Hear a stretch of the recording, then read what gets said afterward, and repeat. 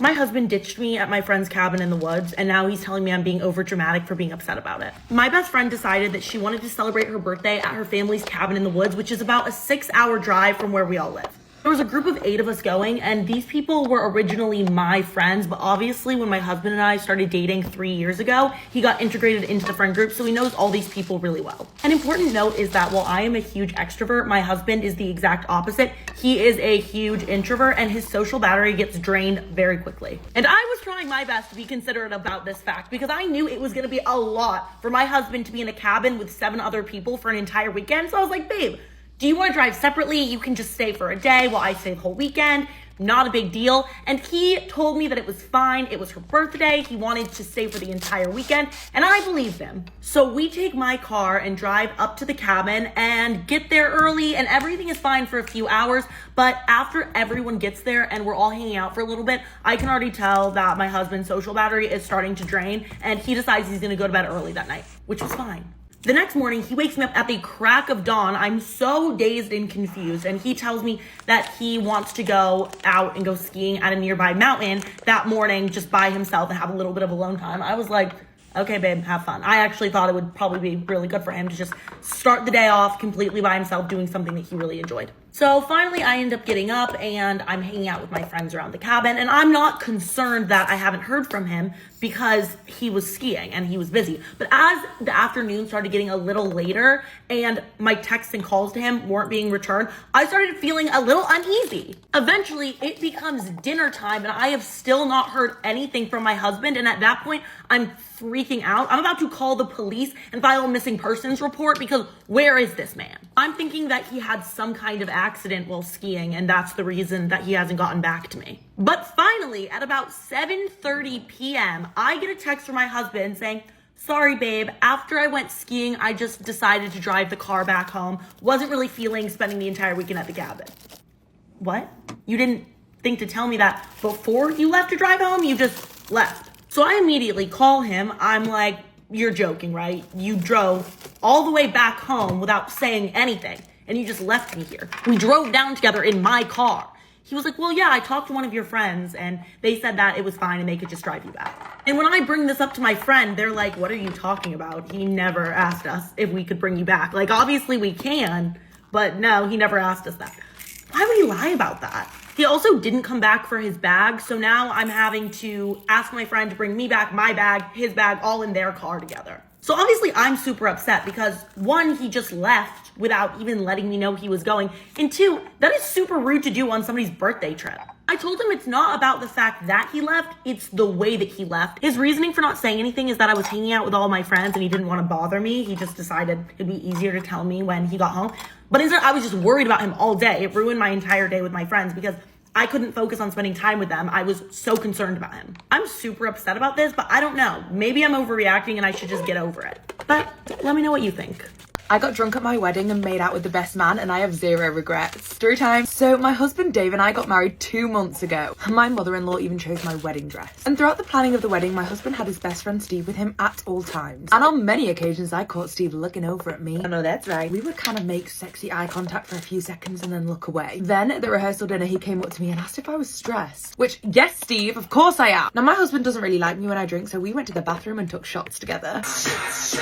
It was actually incredibly fun and exciting, and we really hit it off that night. And if you're wondering if I felt guilty, no, I did not. We ended up drinking 3 shots each, and then he almost kissed me. At least that's the vibe I got. When I looked down, his was hard. So anyway, our wedding was the next night, and the entire time I could not stop thinking about his best friend. And as I was getting ready, having my makeup done, he came, knocked on the door, came to check on me. Like, wow, you look so beautiful. I can't believe it. And this is when the makeup artist asked him to leave because the groom couldn't be in the room whilst I was getting ready.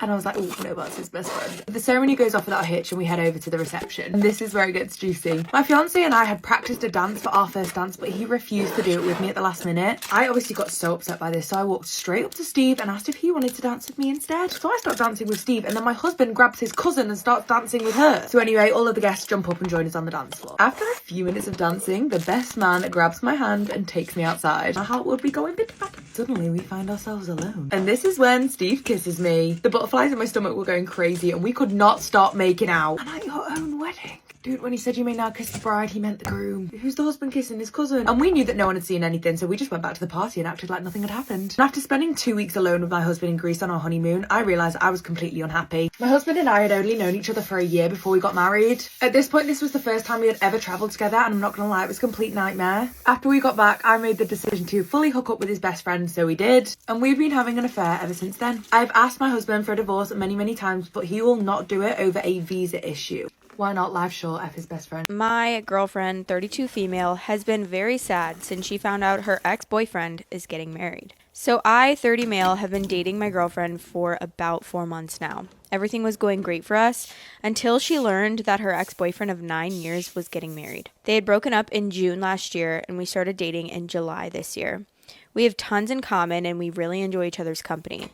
Anyways, last week, one of her old friends who knew her ex informed my girlfriend that he was getting married to his new girlfriend. My girlfriend was shocked, to say the least. And when her friend left, she went on Facebook and spent almost an hour looking through his profile. Okay, he was a longtime boyfriend, so she must have been curious. But ever since that day, she's been really sad and stressed and keeps spending her time on Facebook looking through everything about her ex and his bride-to-be. When I finally asked if he was the one who got away from her, she denied it. She said something along the lines of, "I just want to see what's special about her." She says she isn't pining for him. He didn't treat her well and that even if he asked her, she wouldn't go back. In fact, he had reached out to her multiple times after breaking up, but she turned him down every time. So Reddit, my question is, if you don't love him still, then why be so sad about his marriage? Why keep obsessing over his bride-to-be? What am I missing here? Girl, probably because they were together 9 years and she probably wanted to get married and he didn't want to marry her at that time, but then now they broke up June last year. Okay. And then now he's already getting married to a new girl. My girlfriend, 32 female, has been very sad since she found out her ex-boyfriend is getting married. Can you imagine anyone in a 9-year-old relationship where the couple doesn't live with each other or doesn't go on holidays together? They have absolutely no talk of getting engaged or married. Hell, he even got upset if I sent him a text while he was working. Well, me and my ex were like that. On top, he always used to say that marriage as an institution is archaic and he won't participate in it. Also, he looked down upon age gap relationships too, and now he's marrying someone 8 years younger than him. And he's already living with her and gone on holidays together too. That's why I've been feeling down. I don't want him back. I have already upgraded to a much higher level. She meant me. But it's just the feeling of wasting 9 years of my life, which is the most painful. So I gave her a hug and told her that if she wanted a shoulder to cry on or a mouth to talk shit about her ex, I can do both. So we both shared a laugh. And then when I was leaving, she asked if she can stay with me for a few days as she doesn't want to be alone. I said sure. So she came with me, and right now she's setting up her workstation in my other bedroom while I'm making this update. She'll be staying with me the whole week. So thank you again, people. You have been of immense help. I love this man. Thank you for being so nice and understanding because we need more of it. We need more of it. It's good that he took everyone's advice and he's like, because obviously in the beginning he's confused and he doesn't understand. This is the exact reason I'm refusing to give my niece back to my brother. I am extremely close to my niece, my brother, and my sister-in-law. They have a lot of relationship issues, and for some reason I've been bought relationship counsellor, basically. I've really had an issue with them two not really getting on very well until it started affecting my niece and her actions. My sister-in-law can be quite psychotic. I don't love how she treats my brother, and as close as I am to both of them, I definitely do back my brother in a lot of situations. Not going to go into detail because it really isn't my story to tell. My niece has been replicated some questionable actions that my sister-in-law does to my brother. So with that being said, I was really having enough of this, and them two went on holiday and asked me to look after my niece, which was very much used to, did that quite a lot. Whilst they were away, I just noticed such a bad decision and vibe with my niece. I decided to not give her back. I'm going through the courts for this, and it's really affected mine and my brother's relationship, as you can kind of tell. However, I don't think it's right for a child to suffer this much through a bad relationship, like just break up. Yet this really isn't like a traditional way to go about with things, and maybe it's not technically right. At the end of the day, I care more about my niece and her future and how she's going to grow up to be than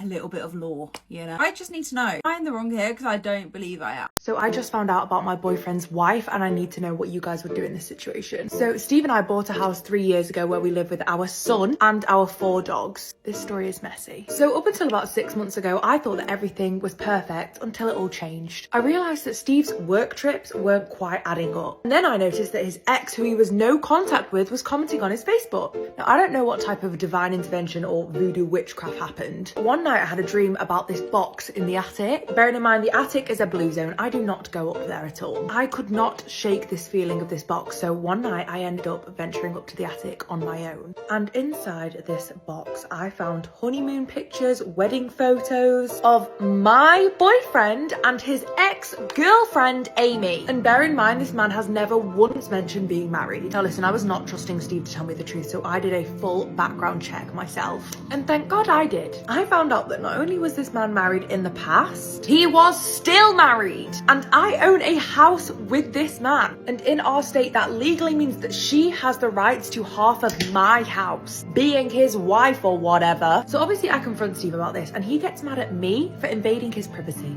He also called me a childish middle schooler and a jealous freak. Since us separating, I've had people come out the woodwork, filling me in on Steve's antics, including but not limited to him Snapchatting a stripper, him showing his co-workers private pictures of me and making fun of my appearance. He came out with the excuse that none of this was wrong because I get to talk to my ex, so why can't he talk to his? Just for some clarification, I talk to my ex because he's the father of my child. And I'm bringing you this story whilst at the messy mansion with Garnier. And if you've got a messy situation, drop it in my drop form and I'll read it whilst I'm here. Love you. Am I in the wrong for being honest with another mom about why my daughter isn't allowed to go to her friend's house? I really need an outside opinion because my family tells me that I'm right, but they also don't have to deal with the awkwardness here. I have a daughter, Elena, who's 13. Elena has a friend named Kennedy, who is new at school this year. Kennedy's mom works in the school office, becomes kind of relevant later. So our house is kind of the house. Elena doesn't have a big group of friends, but as long as the kids can get their own snacks and not make noise, anyone's welcome. Because of this, Elena never really goes to anyone else's house. All her friends come to us. We've even hosted her friends' birthday sleepovers. A couple of weeks ago though, Elena asked if she could sleep over at Kennedy's house as the next day was the family party and Kennedy had been allowed to invite a friend. I said sure. Again, her mom works in the school office. Whenever she comes to pick Kennedy up, she's been polite. I don't see an issue. But when I went to drop Elena off, my opinion changed. Kennedy's stepdad is the one who answered the door. And I'm not kidding when I say I've never felt so immediately disturbed by a person. I can't even explain why. My stomach just lurched. I immediately felt like I needed to hold some kind of conversation with him so that I could at least get a better read on him. I made some small talk on the porch, during which he proceeded to open an alcoholic drink and flirtatiously not believe I was old enough to have a teenage daughter after asking me twice how old she was and telling me how similar we look. He also demanded in front of me that Kennedy change her clothes because she was wearing shorts in her own house. Kennedy's mom came home while I was on the porch, which made me feel slightly better, so I left. But when I got home, I told my husband he was going to pick up Elena this evening because she was not spending the night there. We made an excuse that we forgot about a plan the next day and fetched Elena before dinner. I don't care if everyone thinks that I'm crazy or judges me for not letting her stay on no evidence. I grew up where if you had a feeling, you followed it. My husband agreed with me that Elena wouldn't be going over there again. So last week, I was at school pickup and bumped into the mom of one of Elena's other friends, who I'm casual friends with. Mom friends, basically. She mentioned that she hadn't seen Elena at Kennedy's that Sunday at the party. Kennedy had invited this other girl to the Sunday party but not the sleepover. I said no, Elena hadn't slept over. My friend asked if it was because of anything in particular, and I was honest and just said I don't want her going over there because the stepdad gives me the creeps. I told my friend about the interaction and she thanked me for telling her and said that she'd probably do the same as me. I thought nothing more of it. It didn't come up again. Except yesterday at school pickup, Kennedy's mom came outside and confronted me. She said another mom was now not letting her daughter come over because of the males in the house without the mother home, and she knows it was my fault because I was the one who met her husband. She said she knows I lied to pick up Elena early. She accused me of being a snob because Kennedy is at school on free tuition, which she gets because her mom works there, and of judging her family based on where they live. None of that is true, but there was no convincing her. I guess I didn't adequately defend myself because firstly, I was in public and I didn't want a scene, and second, because being a snob probably sounded better than your husband seems predatory. She then said I was isolating Kennedy by poisoning the other mom. That I'm not sure I can even say is untrue, but I would want another mom to tell me. But if I had never met the stepdad and someone else felt as uncomfortable as I felt, I would want them to let me know. That's why I told her, because we're all just trying to look out for our kids. But Kennedy's mom seemed more upset than angry, and I get that this is embarrassing for her. I also know I don't have any actual evidence that this man did anything. So now I feel like maybe I was out of line for sharing my completely unfounded opinion with my friend. Do I owe the whole family an apology? Am I overreacting? The restaurant canceled our reservation without notifying us on our wedding day. So I had a micro wedding at a courthouse and we're meeting some more people for a reception afterwards, about 12 people. We booked a reservation at a restaurant/bar/lounge just across the street. We first went into the restaurant to make sure that they could accommodate. We tried to make a reservation then, but they told us we would have to do it through their website. Okay, fine, so I made the reservation. 2 days before the wedding, we got a confirmation email. We confirmed the reservation. When we go to the restaurant after the wedding, they inform us that they canceled all reservations from the 23rd to the 1st. No email, no call, nothing. They tell us because it was peak dinner time around 5:30 p.m., it'll be a 30-minute wait. We didn't have anywhere else we wanted to go, so we waited. An hour later, I went to talk to a manager. The bartender informed me the manager wasn't there and wouldn't be for several days, so I had to come back to talk to her. 2.5 hours later, we're finally set, and of course they're out of steak, what myself and my husband both wanted, and the best they could do was a 25% discount. I don't want to say it ruined my day because it was truly such an amazing day. However, I have a 1-year-old, and by the time we finished dinner, it was almost 2 hours past his bedtime. We couldn't get a hotel room, we couldn't go to the lounge, and we couldn't even speak to someone about why we weren't at least informed. No one at the restaurant really knew why because it was a corporate/management decision. Honestly, to me, it feels like the restaurant screwed up our day. Waiting 2 hours after making a reservation and confirming it 2 days prior just feels so shitty. I'm still pretty upset about this. Would you go back to speak to the manager, or is it an overreaction? Oh, girl, absolutely. I'm going full Karen mode if this happened to me. One of my clients just told me that her auntie has been secretly dating her daughter's boyfriend for 4.5 years. And honestly, it's absolutely insane because they're not a super wealthy family at all. They actually come from quite a bit of poverty. However, the daughter in this case made quite a name for herself on OF, which makes it super interesting because his daughter is literally paying for her whole family's life, basically. It makes like a sickening amount of money, as you can imagine. The first thing she did was retire both of her parents. Her dad and mum are both super proud of her. They're really supportive. This girl then goes and gets a boyfriend who she's super happy with. She started earning so much money that she was able to retire the rest of her family. I'm not talking about 1 or 2 people. I'm talking every single auntie and uncle she had. This is one successful OF girl. What do you do when you're bored? You know, none of these family members have jobs.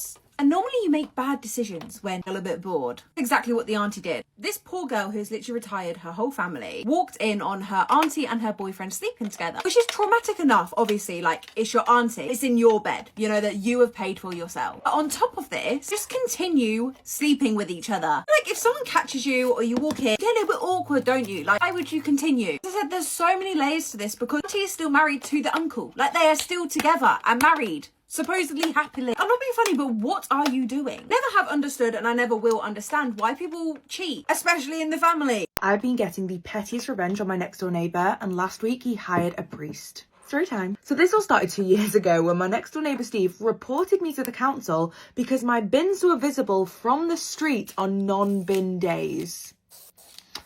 I think Steve might be unemployed. And because of this, I got a £50 fine. Thanks a lot, Steve. So I thought, okay, Steve.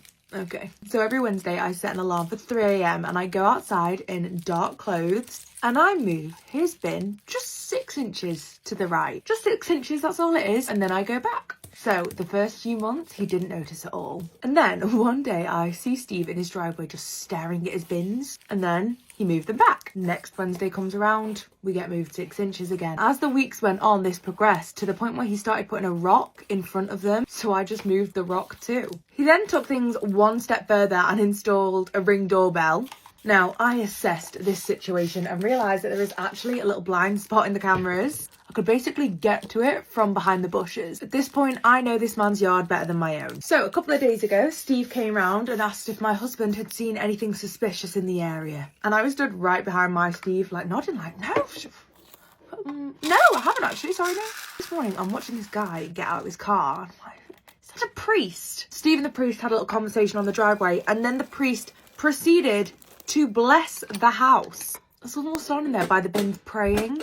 I almost felt bad, almost. And then I saw him bring the bins inside the house as well. So now on, I'm just going to start moving the welcome mat. Honestly, this whole thing is born from the most petty thing, but I'm genuinely having so much fun with it. Please give me any ideas in the comments of other things I can do to get revenge on the £50 fine. Am I in the wrong for refusing to pay off my pregnant fiance's parents' mortgage when they're under the threat of foreclosure when I could easily afford to do so? About 2 years ago, I, 31 male, met my fiance, 26 female. We have a baby on the way. The due date is in May. I also have a 10-year-old son from a previous relationship. I'm a professional musician. My band has a sizable local/regional following. I also privately teach different instruments to mostly children and do music production for some significantly bigger musicians and bands. About 3 weeks ago, my fiance got a call from her mother. My fiance is the oldest of 3 and her younger siblings are in college. Her mom informed her that they received a letter that the acceleration clause was being invoked on their mortgage due to months of non-payment, and that if they do not pay it off by late February, the house will be foreclosed on. The house had belonged to my fiance's grandmother before it was inherited by my fiance's parents about 15 years ago when her grandmother died. The house was paid off, but they got a mortgage on it because they needed the money. My fiance lived in that house since she was 2 years old. My fiance has asked me to use my savings to pay off the house.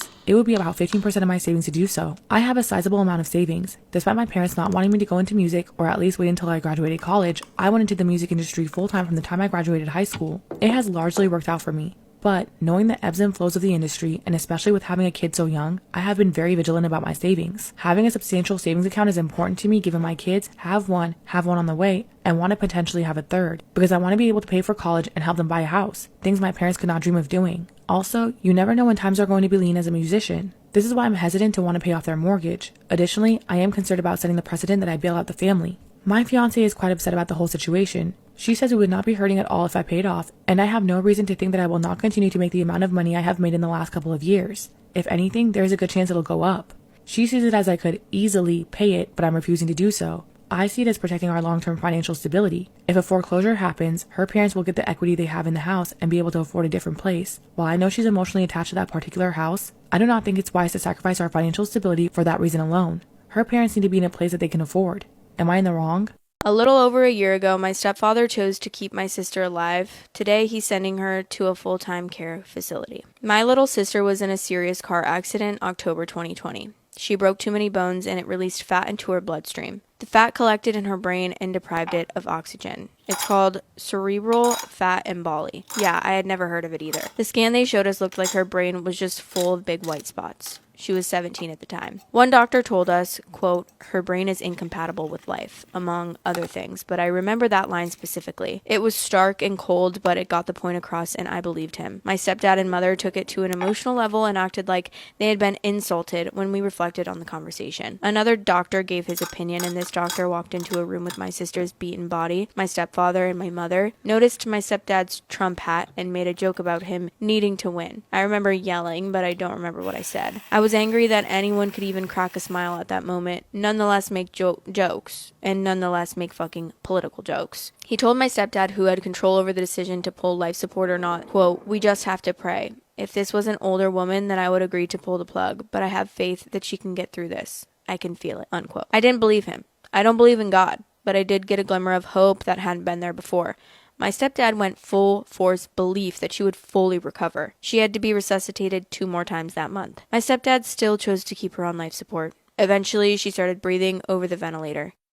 A little over a year ago, my stepfather chose to keep my sister alive. Today, he's sending her to a full-time care facility. When she finally opened her eyes a few months later, I realized that we had made an awful mistake. She was not there at all. Her eyes always looked through me. Her muscles stayed tense and her arms tight to her chest. Always. It looked so painful when I feel her arms. She always has a grimace. She sometimes twists her face into a silent, wide-eyed scream. Her face stays wet from tears. She was the most important person to me. I loved her with all my heart. Her and I had been through too much and helped each other navigate life. She was beautiful, intelligent, and amazingly creative. The singular person I never expected or prepared myself to ever lose. And now here she was, all her vibrancy and life trapped inside this corpse. My stepdad stayed with her at the hospital till the day that he brought her to his home. He got his living room set up like a small hospital. He would bring her to a daycare once in a while, and they say that she has friends there. Anytime I think of her, it feels like my heart is going to vomit out of my throat. The pain is so deep. This would be so much easier to handle if I thought that she had moved on, but my soul is crushed at the thought of her having an inkling of consciousness in that body. And even more, I can do nothing about it. Today I found out he's sending her to a full-time facility because she has made no progression, and they're starting to think that she will not actually recover. My mother seems relatively unfazed, but I find it impossible to not see the depth of this moment. the choice he made to keep her alive, and now she will spend the next 50 or so years trapped inside a shell, staring at the white walls of a building full of strangers, seeing the occasional familiar, teary face, unable to express the violent boredom that she feels, if she can even understand what being bored is. Maybe she's just screaming in her mind, endlessly tortured by her confusion, and everlasting hell. This is such an effing nightmare. Wow, that's so hard. And honestly, like, I do think as a family member, making that decision would be very hard. I need to know if I'm the arsehole for sleeping with my sister's husband. So my sister got married about 6 months ago to this guy, let's just call him Mark. Now, me and Mark used to date, so she nicked my boyfriend. I also really liked this guy. We broke up for whatever reasons. I went traveling for a year, came back, and she was engaged to him. As annoyed as I was, I took this in my stride, let them be happy. It was obviously really weird. It was kind of just never mentioned, so I never really brought it up because I didn't want to look like a bitter ex. Now, one thing I never mentioned is that on their engagement party night, once I got back, me and Mark slept with each other. Yes, there was a bit too much drink involved, but the main thing to remember is he came on to me that night and he was engaged to my sister. However, this was a one-time thing. We never spoke about this afterwards. We didn't keep sleeping with each other. I let them be engaged and happy, and nobody but me and Mark knew this. Now, this is where it gets a little bit tricky because a lot went on in my life, and just before their wedding I had a little bit of a glow up. I lost a bit of weight. I was consistently going gym. I'm not gonna lie, I was also talking to this guy, but at the same time Mark was prepping for the wedding. Me and him go to the same gym. That's literally how we met all them years ago. So we kept seeing each other, and once I kind of had my glow up, I had this more confidence about me, and we ended up sleeping with each other again, precisely 6 times. 7 if you want to include their engagement party night. Obviously deep down I know this is wrong and it's going to be frowned upon. I can already see the comments. As I said, Mark was my boyfriend to begin with. We were dating for about a year. We'd really like him. We were in love. And clearly there is still some chemistry and connection, but I don't really feel like it's our fault. Morally, it's wrong. I don't think I'm in the wrong here. Am I in the wrong for not deleting pictures on my social media that my son's girlfriend asked me to delete? My son, 20 male, is in the military. He has a girlfriend, 18 female, who he met on TikTok a few months ago. They met up in person for the first time over Christmas. He flew out to see her. I've been supportive of this. He recently called me and his father and said that they want to get married soon. Also asked that we not tell extended family or they would not allow us at the ceremony. There is a lot more to this, but to the matter at hand. My son called us this past week and said his girlfriend is uncomfortable with pictures I have on my social media of him and a few of his exes. He asked if I would remove them. I said no. His dad was with me during the call. We were in the car, and he basically told my son it's your mother's social media and she's not going to be doing that. She must have been on the phone listening because she messaged me privately via text. It was a long text, but within it she said, I just wanted to reach out respectfully and share something that's been on my mind. I noticed some posts on your Instagram that includes son's name, past relationships, and I'll be honest, it made me feel a little uncomfortable. I completely understand not wanting to erase memories or your experiences as a mom, and I'm not trying to take that away from you at all. I just hope that you can also understand where I'm coming from as a person he's building his future with. I replied back and said, thank you for sharing how this makes you feel. I want to be honest with you as well. Your request makes me uncomfortable. This is my social media account, not his, and we do not know each other well enough for a request like that to feel appropriate. Because of that, I'm not willing to make changes to my personal accounts. I also think it's important to respect personal boundaries, especially at this stage. I'm happy to continue getting to know you in a natural way, but I need to be clear about what I'm comfortable with. That said, yes, photos will remain on my account. I hope you can understand where I'm coming from. I will say, all were posted at the time he was in those relationships, nothing since they've been together. I even have a picture of them when they met up on there. My son has not spoken to me since. I'm not sure if I was right in this, and while I don't want him to marry so young, or to someone he barely knows, I can't stop him. And if she does end up being my daughter-in-law, I never want to have a bad relationship with her. But I just cannot get past asking me to delete things she really has no business asking me to. My son has a past, and he's not with those people for a reason, obviously. Am I in the wrong for refusing to remove them? My brother slept with my boyfriend and I really don't know how to feel about it. Obviously I want to be annoyed because he cheated, but also what's gone on? Everybody says this, but I always had such like a sneaky suspicion that my boyfriend was a little bit fruity. However, I'm not gonna lie, I kind of played this off as he was in touch with his feminine side. No, he was just a bit more of like a soft man. Now, my brother is fully open as gay. Obviously, I know he always has been, but he's always been so open about it. To give it to my family, they've always been so super supportive of him. And before this situation, me and him had a really good relationship. Anyway, I found out in quite a normal way. That's the thing. My boyfriend works away quite a lot. However, one thing is that his work would always provide the hotel. It just made sense. They would pay for it, they would book it, yada yada yada. However, when I started looking at mine and my boyfriend's bank statements, we were looking to buy a house together, I noticed there are a lot of transactions for hotels during the time he was supposed to be away for work, which obviously doesn't make much sense. As I said, me and my brother were super close, so I was actually ranting to him about this and his face went bright red. That's basically how I found out. As I said, I'm not quite sure how to feel about this because at the end of the day, my boyfriend has still cheated on me. You know, sleeping with someone is sleeping with someone. I'm just concerned for a few reasons because one, does this mean he's fully gay? Has it always been a lie with me? Also, why my brother? Like, why did that have to be a thing? Not experiment elsewhere? Because not only are we now probably going to break up and I'm going to be heartbroken over that, but I have to know that my brother has been in you. I don't know, it's just a bit of a weird situation. Am I in the wrong for telling my girlfriend I no longer plan to propose to her? I'm 28 and my girlfriend's 27. We've been together for almost 3 years and live together.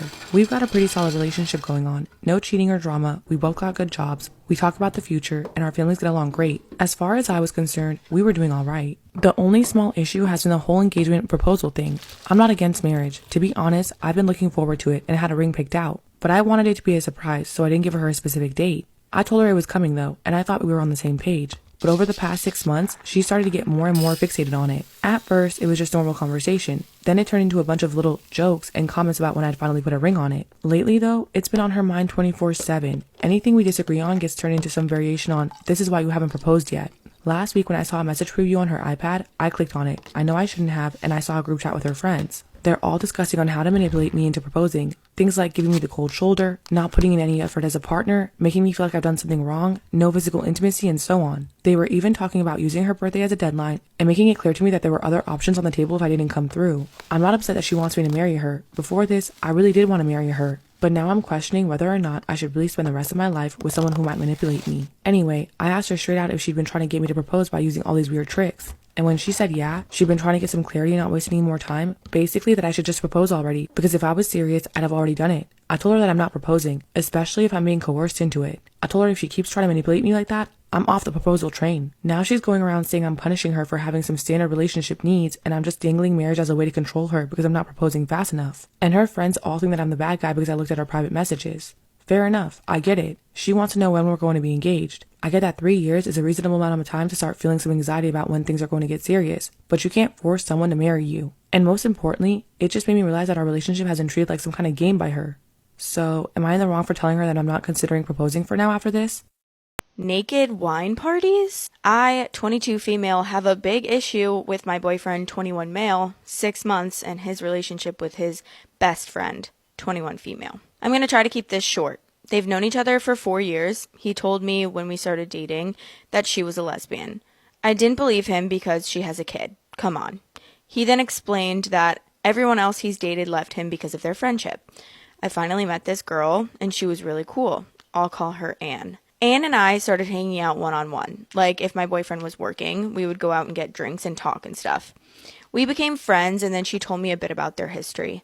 I'm not a jealous person normally, and I fooled around with my best friends before, so it didn't really faze me to hear that they hooked up. At first. I started having issues with my parents, and my boyfriend was moving into a new apartment. He asked me to move in with him. I did, and then Anne moved into the same building.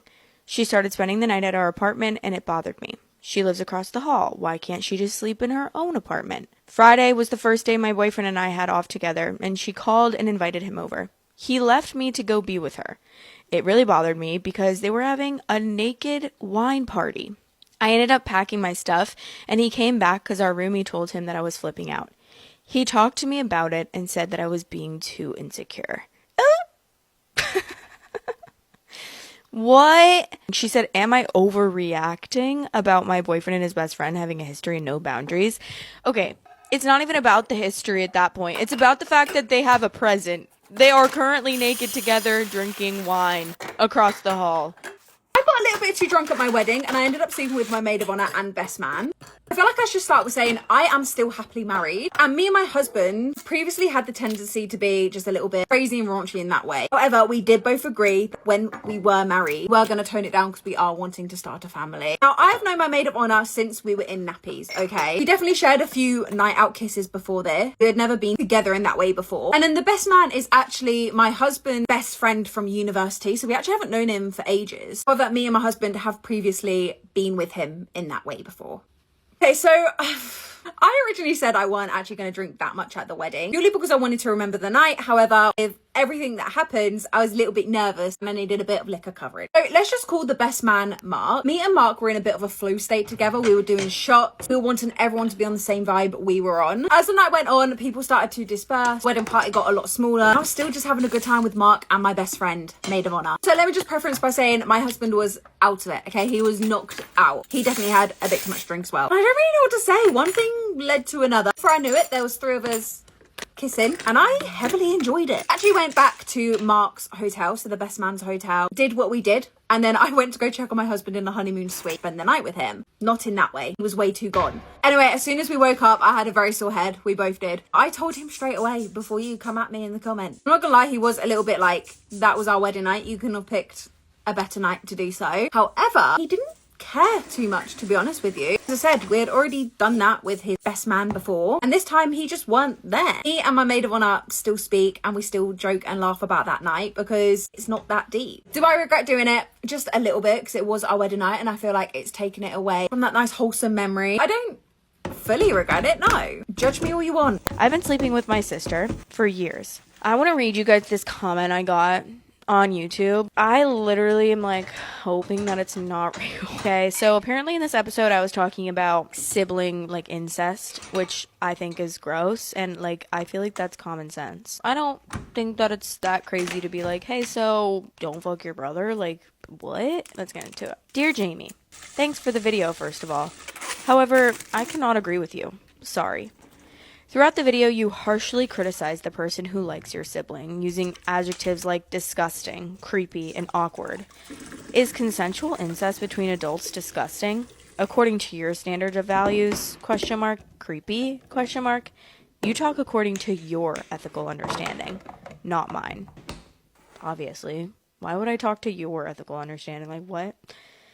I think it's wrong for you to study science with such a narrow perspective, because you need to widen your perspective and stop hiding behind the previously memorized cliches without questioning.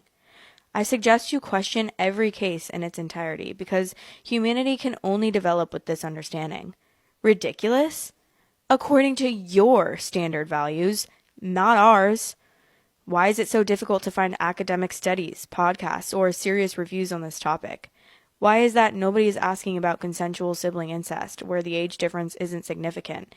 It's based entirely on mutual consent, and the weaker party isn't victimized by abuse, molestation, or misuse of a dominant position.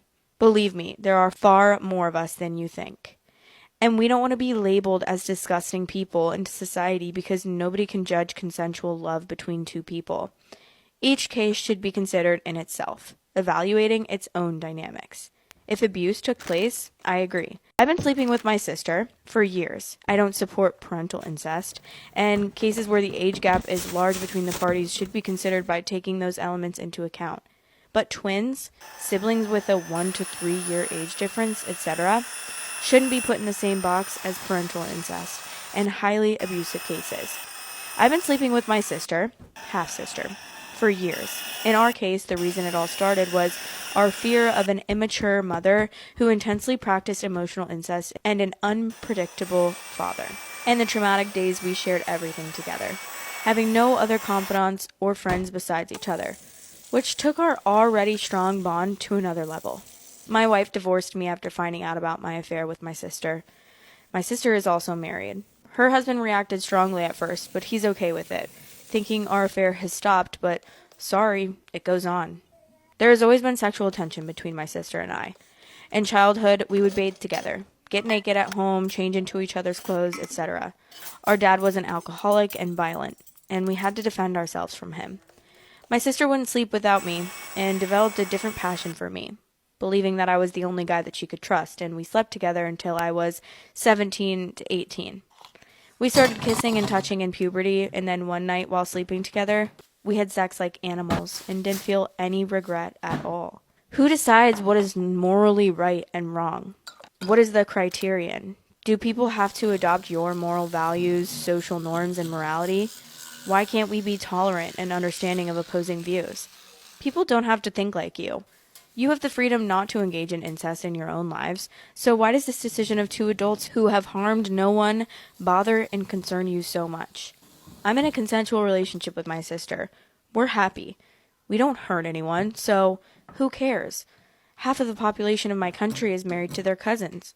No one finds it strange because it's legally permissible to take the girl you grew up with and played with like a sister. Two adults have made a decision and loved each other. Their life is their lives. If there's no harassment or rape, and if it is based entirely on free will, why is there such a reaction to this? I've been sleeping with my sister for years. Broaden your perspective a little. It's very easy to hide behind dogmas, cliches, and generally accepted rules that have been memorized and taught to you without questioning. Read Freud. We all have incestuous feelings deep inside us. There are hundreds of incest-themed movies in mainstream cinema and corn. The most researched word on corn sites is incest. If everyone is so against it, who watches these? Also, we are friends with couples who engage in consensual incest. There are many more of us than you think. In Europe and America. This between siblings has been decriminalized in most states and countries. Have you ever thought why? Why all well-developed countries doing this? Those who spew their spite here are those who have proven their worth with experience. The ones who have the most incestuous desires but don't dare to admit it, even to themselves. Those who fantasize about it like crazy and masturbate but can't bring it to life, and for this reason, those who dare to pursue their love's desires. The mother-in-law model who puts her son in the place of her husband and is jealous of the daughter-in-law is called emotional incest. It also is quite common in our country. In the same way, in the sister-in-law model who are jealous of their brother and torture the bride who spew hatred with blinkers, it's up to you. However, I'm also against the relationship between the adult parent and the child, because this event is called parental incest. There's a high probability of abuse, molestation. Just because a moral norm is accepted by the majority of society doesn't make it unquestionable. Everything is debatable. You're free not to engage in it, but you cannot interfere with those who do. The word doesn't always refer to a negative, disgusting situation. If both parties consent and are happy, who cares? It's not legally required for couples like this to have children. How do you know? Perhaps they never considered having children. Besides, medical advancements allow us to detect health problems while the baby is still in the womb. Let's say they have a child. What's it to you? They're the parents who will care for them. I ask you, are you the decision maker? Why are these themed books, mainstream films, and movies on corn sites disguised as fake that actually evoke real incest? The word step is used in the title to circumvent the law and is uttered once or twice in the film. So popular. I oppose parental incest because there's a higher likelihood of abuse there, but I don't interfere with those who do. What's wrong in your opinion doesn't have to be wrong in everyone's opinion, as long as it doesn't harm anyone else. In summary, we and those like us, consensual sibling lovers, do not need to take therapy, because love is not such a thing to be afraid of. Girl, me when I lie? Me when I fucking lie? Hello? Who are you trying to convince? My 38 male wife, 38 female, admitted to me that she has quite an intense crush on her personal trainer. What's the next step? We've been together 15 years, married for 10. In that time, she's always done something fitness-wise, be it running or gym or cycling. About a year ago, she decided that she wanted to be stronger. She started doing weights at the gym, and she was getting there, but around 4 months ago, she said she needed some guidance and started doing sessions with one of the gym's personal trainers. She was really enjoying it, and about a month ago, upped it from 2 sessions a week to 3.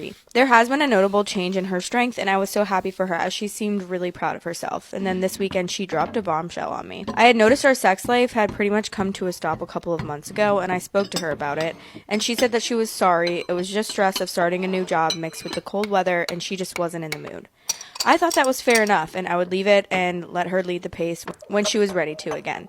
Well, this weekend she told me that she has developed a very intense crush on her PT, and that while she knows crushes happen in relationships, this feels like it's more. She said she finds herself constantly seeking his attention, either at the gym or on social media.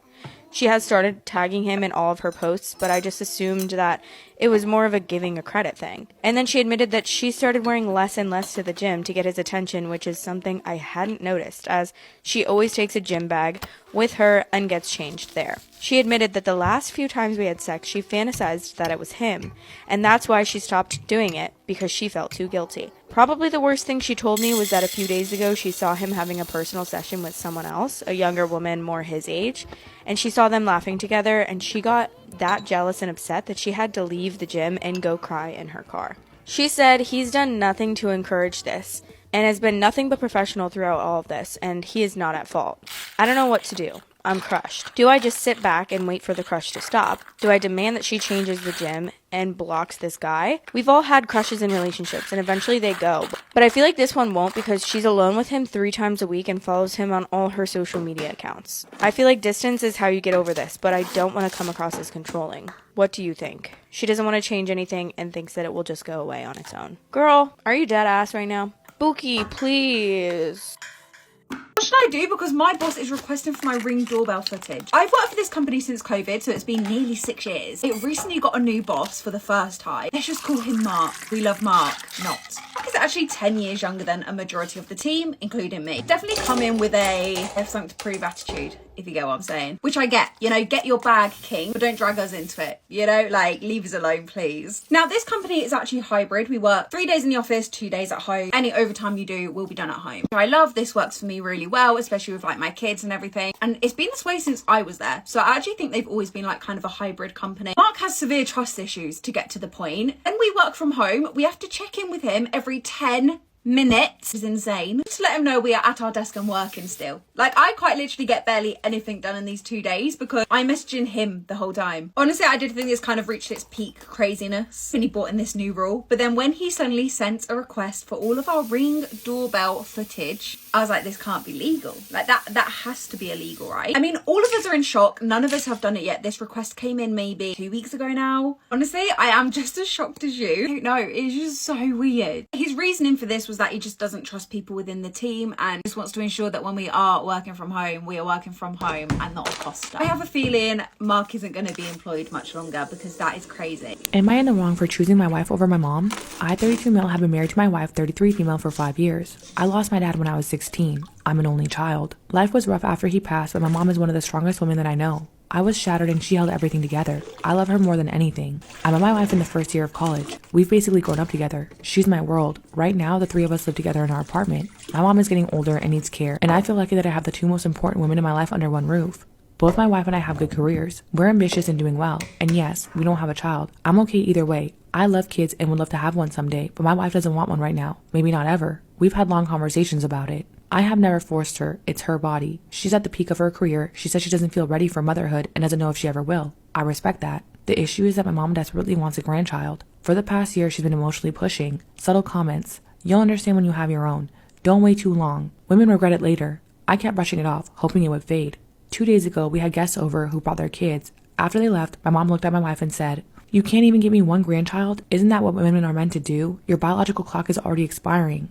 My wife immediately said, "Isn't it my decision whether I want to have a child?" It turned into a heated argument. I stepped in and told my mom, "Please stop forcing us. It's her decision. Whatever she decides is final. You don't get to talk to her like that." I won't lie. My tone was harsh. I've never raised my voice at my mom before. Ever. I've always been respectful. But this time I snapped. I'd been ignoring these comments for a year, and hearing her question my wife's worth as a woman just broke something in me. Now my mom hasn't spoken to me in 2 days. This house feels tense. I feel guilty for shouting at the woman who sacrificed everything for me. But I also feel like if I hadn't stepped in, I would have failed my wife. My mom hasn't been eating well, and she mentioned she wants to move out. Am I in the wrong for losing my temper and shouting at my old mom like this? My husband's girlfriend just gave birth. 3 months after I had a miscarriage, my husband moved a woman into the house we bought together 10 years ago. We were together for 18 years. I had to leave because mentally I could not live in the same room, in the same home as them. I found the only affordable apartment in my area. It has a mold issue on top of a bunch of other structural issues. We're still not divorced. I don't have the funds for a lawyer. I'm on a wait list with a low-income legal support program. He has installed everything in regard to the divorce. He has stalled everything in regard to the divorce. He makes over 3 times what I make in a month.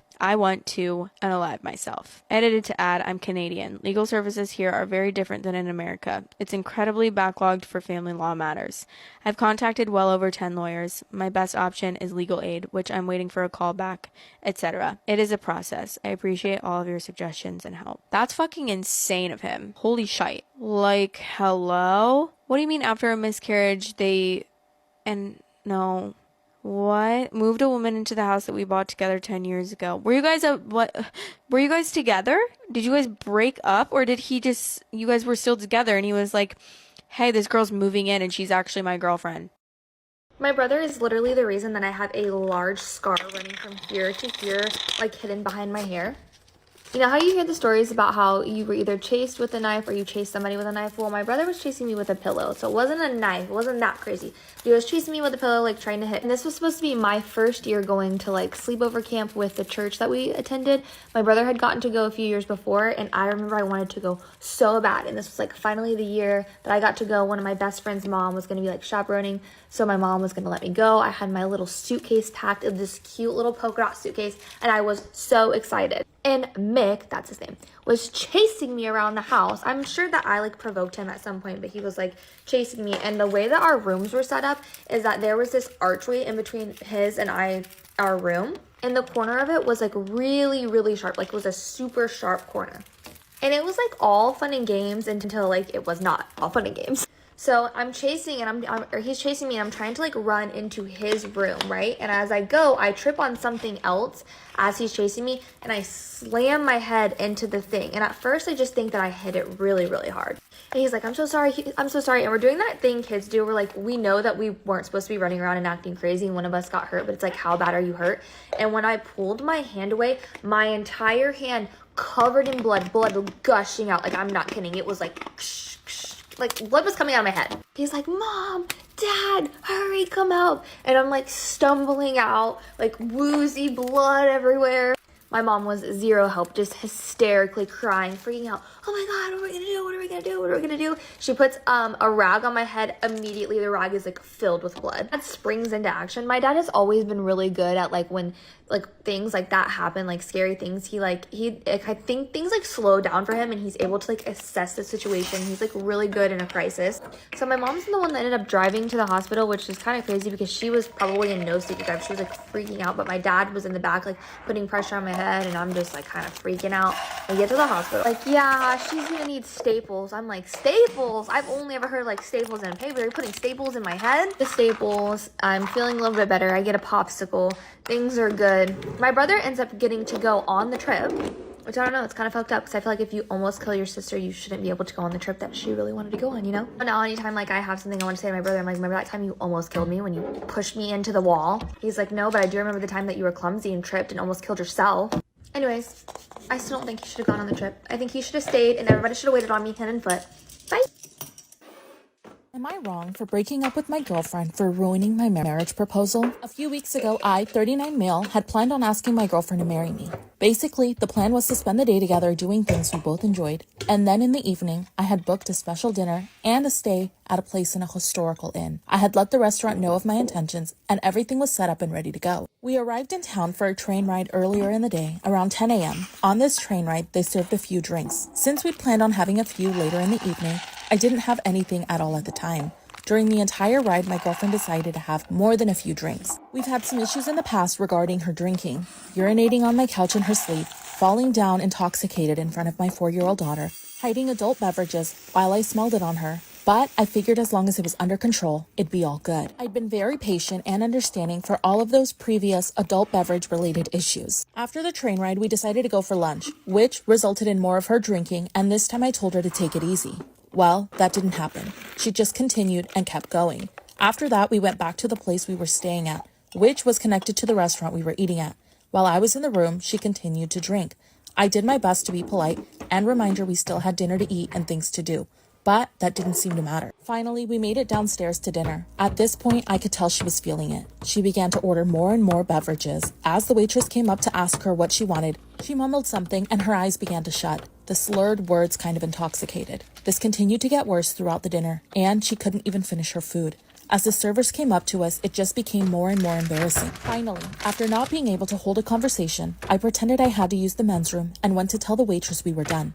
And I walked out completely embarrassed and upset. I decided that after multiple adult beverage related instances, that this was the last one I'd be dealing with. I felt I'd given her many chances and was very patient and understanding regarding her issues. After I broke up with her, she tells me that it was always her plans to get help, go to therapy, and fix these issues. And if I had just stayed with her, this would have happened. Well, what about the multiple other issues stemming back almost 2 years? First, I'd heard anything about this. There was never anything brought up to me. At that point, I felt it was a little too late and my patience had run thin. I'm wondering now if I did the right thing by calling it off, or if I should have known she was going to get therapy and seek help, and I acted too soon.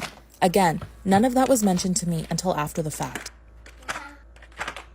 my fiance doesn't want me to call him daddy anymore. Understandable. I feel like this could be for a kink-related episode, so I decided to share here. To start off, I know this isn't everyone's thing, that many people find it weird and gross, but don't yuck my yum, y'all. Not safe for work. My fiance, 27 male, and I, 26 female, met about 3 years ago, and early in on our relationship, I was very open about being into soft DDLG. Google! DDLG is daddy dom / little girl, a sexual relationship where the dominant male is the daddy figure and a woman plays the role of a young girl. So, as she said, she is very open about being into the DDLG dynamic. I say soft because I'm not into the age play or anything. Again, if that's your yum, good for you. But I just like being called a good girl and being owned / the power dynamic of it. While it was something that was new to him, he embraced it in many aspects of our lives since we moved in together pretty quickly. To give you an idea, it was stuff like him holding my face and asking, in quotes, "Are you going to be a good girl?" and do the dishes, get him water, turn off the lights, change my attitude, etc.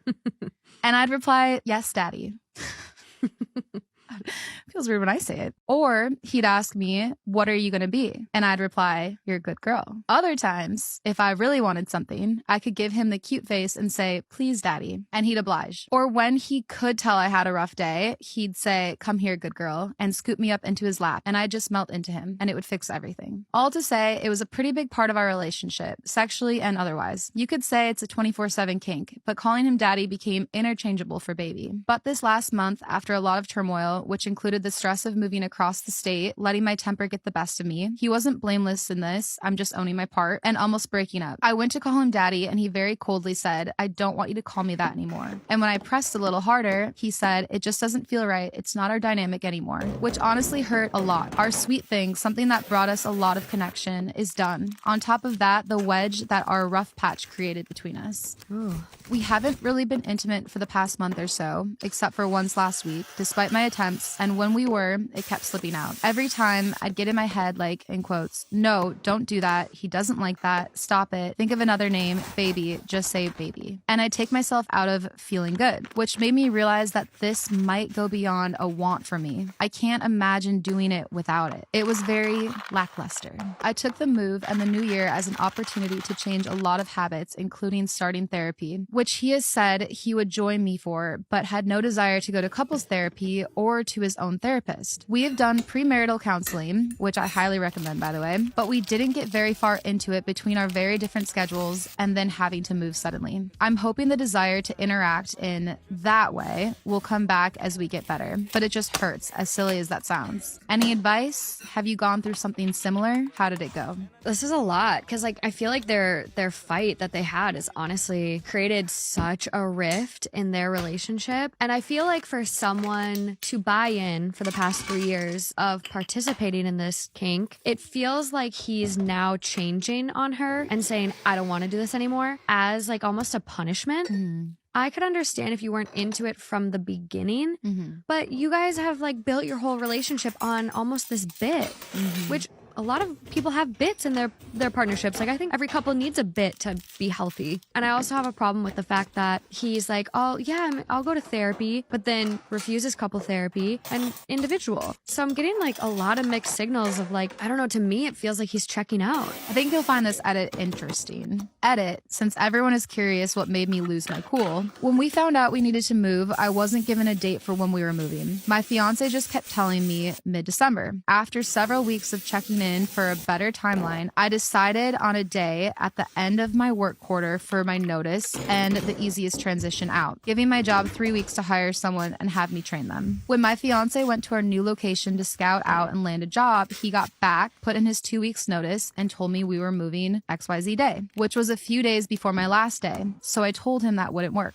He stopped showing up to work after a week and tried to have me stop showing up for work also, to pack/move up our move date. But I felt that it was a bad decision because I hadn't gotten a job yet and it showed lack of integrity. On top of this, his version of packing was very different from my own, which caused us a lot of stress during the weeks leading up to the move. He'd pack things that we needed on a daily basis. I'd say something like, "Let's leave the artwork on the walls till the end because it's big and delicate." The next day, it would be down and I'd be scolded for leaning other artwork against the larger ones, dimpling the canvas. And I was constantly being told that I wasn't doing enough, being generally belittled, told things like that I didn't matter to my job, that I'm not important. Come on. It was death by 1,000 cuts. So when I came home one day to find a bunch of stuff that he, in quotes, didn't know what it was, which it was gifts for people that I collect slowly for Christmas, and they were all thrown away by the dumpster. Yeah. And other trash bags full of other things like my Bibles, journals, and shoes inside the door. Dump him. Done. Done. I was upset. When I confronted him, he said, in quotes, well, you weren't here to pack. So if you wanted it, you should have packed. Leave my shit. Pack yours. It will be fine. So he was offering digging through garbage for my stuff as a solution, which, Get in of there. course, he wasn't going to help. So I lost it. I cried and I called him names. I threw my Bible at him since he might need to read it, being Christian and acting the way he was. And of course, I was overreacting, but No. it deeply hurt me and my faith. Absolutely. This is done. She continues, so yeah, I acknowledge that I may have a bit of a temper that went unchecked with No, you do not. with added stress, and that I could work on my communication / attachment style, and I got myself into therapy. I can see that I'm better for it. Who wants to get that way? Not me. Your therapist might be dropping hints and asking you questions to get the wheels turning that your boyfriend might be a little abusive. Sounds like it could be a Holy shit. Am I the asshole for not tipping a waitress and giving her the reason as to why? Yeah. I mean, Whoa, sometimes... what's making you say yes? So sometimes, listen, if it's really bad service, sometimes don't tip. You know what I mean? But then to go up to an overworked waitress, probably, and be like, this is the reason. I feel like, come on, man. But maybe I'll change my mind. Maybe you'll change your mind? Maybe. Depends. Could be the worst waitress fucking ever. Yeah, dude. yeah. You want to make that bet right now? And also, I'm a coward. It's really what it is if I Yeah. had a bad service, I just would leave, not a tip, and then would leave. Yeah. Honestly, I'd probably still leave it. Leave like a small tip, yeah. 10%, you know? Because I'm American. Yeah, an American, yeah. Indoctrinated. Tipping culture sucks. Tip. I am seeing Americans be like anti-tipping culture, but it's specifically the iPad Yeah, no turning service. it around, yeah. Because fucking, it's like shit where like you're at the airport and then you go and pick up the item, you scan it yourself, you pay for it yourself. Yeah, and then it asks you for a tip. It's like, fuck off, It's no. like, what? No, Yeah, what? yeah, if I'm That's doing the work, crazy. yeah. Yeah. I, male 48, was at a restaurant yesterday with a few of my friends. We usually go out and it's all goes well. We always pay separately, and it's important to know that I always tip in usual cases. This not being one. Okay. So the beginning goes fairly well. The hostess takes us to our seats, and the waitress comes out shortly after. We usually always joke around with waitresses. So when she asked me if I would like something with my drink, I say, I suppose you aren't on the menu, so I will just have the crab cakes, unfortunately. She did not laugh at my joke. I found this to show her lack of both service, but also interest and attention to the guests she works to serve. Other waitresses usually laugh or joke back, but I decided to let it slide. Me, the man that, yeah. You gaslit me so hard at the beginning of this. I was like, yeah, obviously. And then you were like, really? Really? Oh, here's the worst thing you've ever fucking heard, Sarah. I guess you're not on the menu, so I guess instead I'll have crab cake. And then my autistic ass, not self-diagnosed, not full. I mean, I don't know. Yeah. Apparently, I've been peer-reviewed. I love that comment. That was Yeah. amazing. My ass would be like, so I'm equivalent to crab cakes? Yeah. I'm $7 worth of food to you? I'm $7 worth of imitation crab and breading? Yeah. But this is only paragraph 2 of like 4 too, so it's Okay, getting go ready. ahead. Yeah. Also, end of that last paragraph again. I decided to let it slide. Right. The second thing that led up to the no tip was that it took a long time for her to bring out the food, which to me, yet again, shows her lack of service and attention. The third was that we had already had time to finish our appetizer before she came to check on us. Had something been wrong with the food, she would not have known. The fourth thing was that she served my friend a medium steak, though he asked for medium rare. The fifth was that she forgot my drink order and I had to remind her. She did not notice by herself. The 6th was that almost every time me or one of my friends tried to joke with her, she did not laugh, she did not smile, she just looked like we discussed her.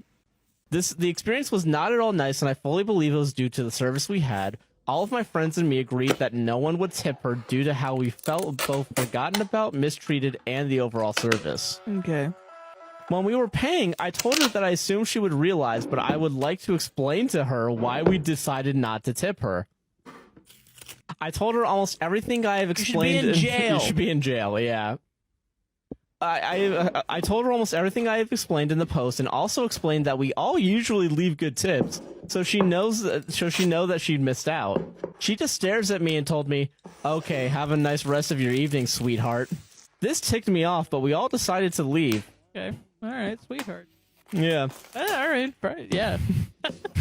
When I told my wife and her daughter about this today, they both asked me what was wrong with me.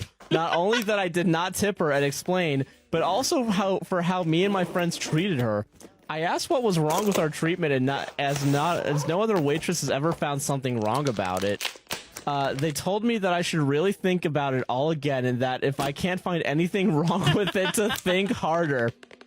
I am at a loss for words, as the only people to ever think I did something wrong are my wife and her daughter. All my friends fully believe that we are in the right here. Yeah. Was it really that wrong of me to not tip and explain why? Yeah. If I do something inappropriate or wrong that it affects my work or customer satisfaction, I would like to know. That is something I think should go for waitresses too.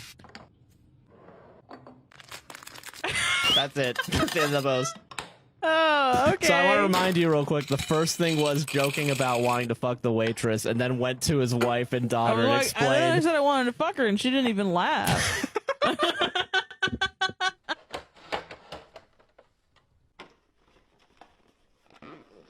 Story time about how I caught my husband cheating on me with our very young nanny. Disclaimer, this is not my story time. I was sending me on Instagram. I'm 45 years old and my husband is 10 years younger than me. When we first got married, my friends kept telling me not to marry someone so much younger. They told me that he would eventually cheat and leave me for someone younger. I refused to believe this though, because my husband and I really loved each other. Or at least I thought. We met at a party a few years ago and he made the first move right away. He asked me out on a date and a few weeks later we became boyfriend and girlfriend. A few years after that we got married, and after years of trying we finally got pregnant and had twins. They are both 2 years old now. My husband's job requires him to travel a lot. I own a really big salon and business is good, so we have a pretty good life and are able to afford a lot of things for our kids. Since my husband travels, my schedule has to be really flexible. I take care of the kids in the morning and then I go off to work, leaving them with the nanny. Our first nanny was a lot older and she had lots of experience, but she unexpectedly quit on us, so we had to find another one. We decided to look for one of those nanny agencies. We ended up interviewing about 5 nannies, but my husband was set on one of them, and she was the youngest out of all of them, 18. Oh yeah, and the most attractive too. My husband told me that maybe we should try someone younger so that the kids can have fun, and I said yes. The nanny would cover for me for about 4 hours a day when I was at work. Her and I started to get along really, really well. She would tell me about her boy troubles and I would give her advice. Part 2 is up.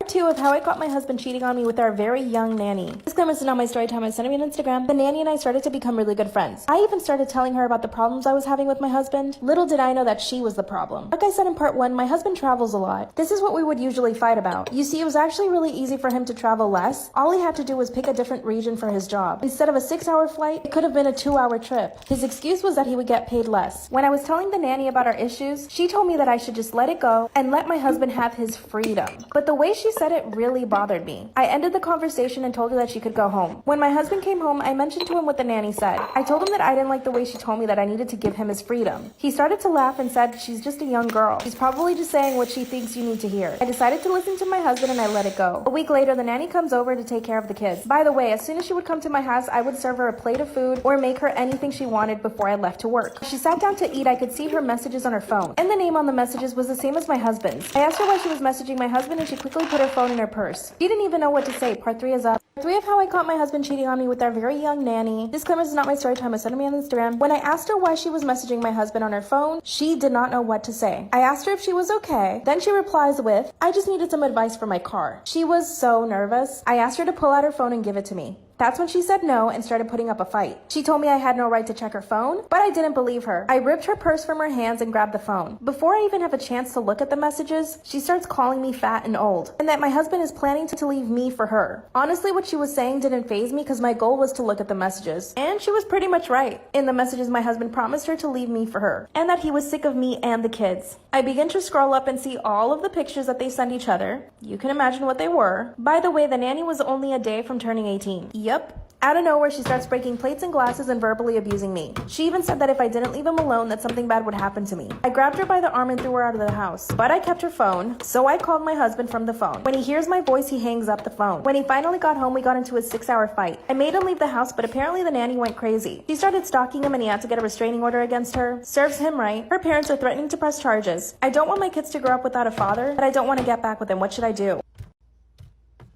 I'm a bad guy for getting my daughter an apartment instead of letting her move back in. My daughter got married 3 years ago and has 2 children. Recently, her husband revealed that he's been cheating on her and is leaving her for another woman. They rented a house together, but due to my daughter having no credit at the time of moving in, his name is on the lease, giving her 30 days to move out. My daughter is understandably distraught, and I've been trying to do all I can to help her. She asked if she can move in with me, explained that she has the kids every other week, and has assured me that she is not looking for childcare. She even offered to pay rent and chip in for groceries. Now, I always raised my kids to be independent, and I didn't kick them out at 18, but I did encourage them to start doing things on their own. My daughter moved out at 19 with her soon-to-be ex. My sons are in college and plan to move out after graduating. I asked my daughter how her credit score was, and she said that she could reasonably rent, offered to pay the first and last month's deposit, along with 6 months of rent. Said it's not about the money, she just wants emotional support. Told her I could do that with her living at her own place. Started to cry and just said that she needs her mom right now, and I told her that she's gonna be okay. Sons are pissed at me and say I have enough room for her, and they called me heartless. So am I the bad guy here? Am I the asshole for sending an invoice to my wife's cousin after she didn't have space for us at her wedding? Disclaimer, this is not my story. I own a printing company that I run with my wife. Her cousin came to us and wanted us to do all the signage, banners, guest books, life-size cutouts, and more for her wedding. We do this all the time for friends' weddings and events, and we never charge. We're happy to help out, and it's usually a lot of fun working together to make some cool stuff. A few weeks before the wedding, her wedding planner told us they all need the items by a certain date so they can set it up for the wedding. At that point, we hadn't received our wedding invitations and didn't even know when the actual wedding was. My wife texted her and tried to clarify when the wedding was and if we missed the invitation somehow. Her cousin replied and said, oh, we downsized the wedding and we decided to have like a close friends and family thing. And that they didn't have space for us in the small venue. My wife and I are pretty hurt and insulted, and on top of that, we spent close to $2,000 on all the materials for their wedding stuff. Am I the asshole for sending an invoice to my wife's cousin after she didn't have space for us at her wedding? Disclaimer, this is not my story. My wife and I are pretty hurt and insulted, and on top of that, we spent close to $2,000 on all the materials for her wedding. Her cousin and the wedding planner kept making tiny revisions to the artwork, had us print sample sizes to see how it would look in person, and resized several of the items a few times. All of that cost a ton of time and money. We're a functioning business, so we either had to delay other orders or stay late and print her stuff on our own time. So I went ahead and billed her for our costs and said we needed payment before delivery because I'm not going to chase her for payment for months or years after the wedding. We're not making any money from it, just charged her for the cost of materials. We've gotten threatening calls from her cousin, her fiance, some random members of my wife's family that I don't know, essentially calling us assholes. After the harassment, I'm considering charging full price or else we won't deliver the items. Sorry, but I'm not going to waste my hard-earned time and money on someone who doesn't even consider us close friends. Comparison, can actually kill. Because, no, it can. Yes, a thief of joy. It's a thief of joy. Like, you're never gonna be happy. And you know how we were talking about this with Cam when you came on the episode? Like, you will be in a relationship, and let's say there's 20% that's missing. Then when you find someone else, like, that person could have, like, everything you need, but maybe that's, I don't know, maybe it's that 20% or whatever it is. You're like leaning back to the old person. You're thinking, oh, but they don't have this. But you're forgetting that this new person has the thing you were missing before and even more. But you're just so fixated on what you had before. Like, you can't live a life like that, you know? You actually can't. Yeah, like you said, comparison can actually kill because you just be thinking, oh, but this person had this and this person had that. But you're not accepting the new person as a whole. Exactly. And that person that you're even thinking about might have been mistreating you, but this new person is... Do you know what it is? I actually don't even think most people are like, oh, this person had this or they had that. I think that is definitely an element of it. Yeah. But I think often people compare like how they felt like in the two different situations. And it's like, you need to remember that that feeling, that high that you had was only like 10% of your whole entire relationship. And then 90% of your relationship you were crying. But it might not even just be that. It might also be a case where it's like that feeling that you're feeling wasn't actually like, oh yeah, now that real. you know now everything that you know, it wasn't, you were living like a lie. No, but it's true. I've been there, so. Heal the world, Lord. Heal it. Heal the land. Story time. I forced myself on my sister when we were younger. Should I be held what I did 20 years ago? This is not my story. I was 10 and she was 4 at the time. It was on 3 or 4 occasions. I knew I was wrong, but I didn't know the severity of it. I didn't learn about things like consent or anything until I was 16, although I wasn't a shithead in between. I regret what I did so much. So I made it a mission of mine to right the wrong, if that's even possible. My sister didn't remember any of this happened, but I still wanted to make things right. Whenever I lay down and do nothing, this is what I start thinking about. I know it doesn't compare to how she felt or feels, but it's still something that hurts me too. When she turned 17, I finished college. I bought her first car. Completely paid off, just a gift from a big bro. No strings attached. When she wanted to go to college at 20, I took the bill, another gift from big bro. To her, this was just being the best brother possible. But to me, I was trying to make amends for what I did. I was and I still am in a good financial situation. So is my sister to some extent, due to me taking some of these burdens off her shoulder. These are just 2 big things that I've done for her. When we travel, everything's on me. I've been there for her. She considered me her best friend, despite me having this dark secret. Last year, I guess everything clicked to her. Go to part 2. Part 2. I forced myself on my sister when we were younger. Should I still be held for what I did 20 years ago? Part 2. This is not my story.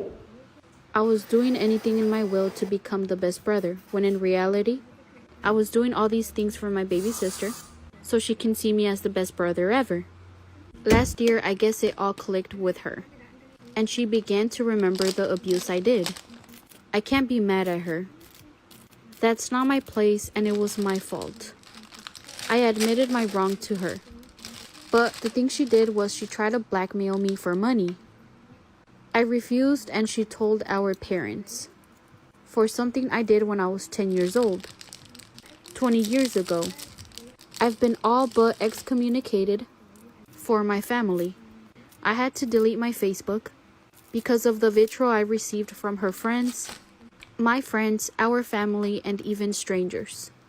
She made a point to make it as public as possible. If I wasn't self-employed, I would have lost my job. I don't know. I don't know nothing I can do to reverse what I did. But should I be held accountable for what I did as a little kid? I'm not the same person. No one is the same person they were when they were 10 years old. I tried my hardest to make it up to her, even if she didn't remember until recently. I wanted to be the best I could be for my sister. I don't know if this makes it up to her. Probably not, considering the current events right now. So far, I only have one best friend who I've talked to. He has been supportive, but I felt him drifting away when he first got the news. So far, he's the only one that has been supporting me and giving me the best advice. I'm still working, and I have tried to contact my sister. I will not be blackmailed into giving her more money, but I will continue helping her with what she needs. I know me and my parents' relationship will not be the best after this, or I don't know if it ever will, but I'm still gonna try to reconcile my relationship with my baby sister and both of my parents.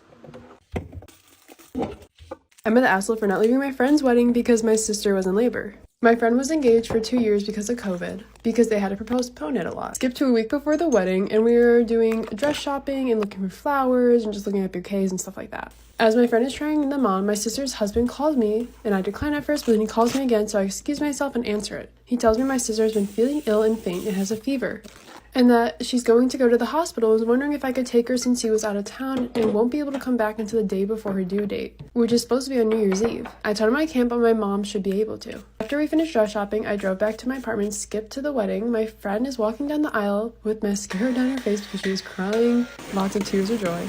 And I get several texts from my sister saying that she's in labor and needs to go to the hospital now. I jump out and rush to my car and drive to my sister's house to help her. My friend who was getting married came to my apartment and told me that I embarrassed her in front of so many people. I tried to explain what happened, but she just wouldn't listen, so I kicked her out and blocked her and everything. Am I the asshole? I had my mother-in-law trespassed after she entered my home and fired my babysitter. I lost my wife Anne, 34, just minutes after she gave birth to our first baby, Sammy. She had a difficult pregnancy, so I took an indefinite leave 3 months before she was due. Sammy's 4 months old now, and before I went back to work, I told my mother-in-law, Sandra, 56, about my plans and if she can recommend a nanny to take care of my daughter when I work. She offered to do it, nanny, that is, for free. I told her she's free to come by anytime during the day if she feels uncomfortable with a nanny looking after Sammy, but she insisted on doing it herself. So I said yes and gave her a copy of the house keys. Everything was fine for the first couple of weeks until I noticed that Sammy's not feeding as much. I asked Sandra about it and why Sammy's not feeding well. She said she's trying to breastfeed my daughter. Wait, what? Mother-in-law? Yeah. At first I thought she was joking. Then I realized she wasn't. She said Sammy needs to latch for a few minutes every day to activate her milk production. I almost lost it. I told her she cannot do that, and she needs to stop. She said she will, but I caught her again when I walked in my daughter's room and she was forcing Sammy to latch. I confronted her and told her she's no longer my baby's nanny. I didn't ask for the key back as she's still welcome to come visit anytime. I asked for a 1 week leave from work to care for my daughter and find a nanny. I found one, but 2 days after, she never returned. I called her and she said my mother fired her the day before. I asked her to describe the woman and I was livid when I realized it was Sandra. She came into my house using her key and fired my nanny. I was about to call her when she showed up and said a convoluted story like how I hired an incompetent nanny, etc., etc. I told her to leave, but she refused and told me she's calling CPS because I'm endangering my child. We argued back and forth before I called the police and she was charged with trespassing. I know my mother-in-law is grieving the loss of her daughter. I am too.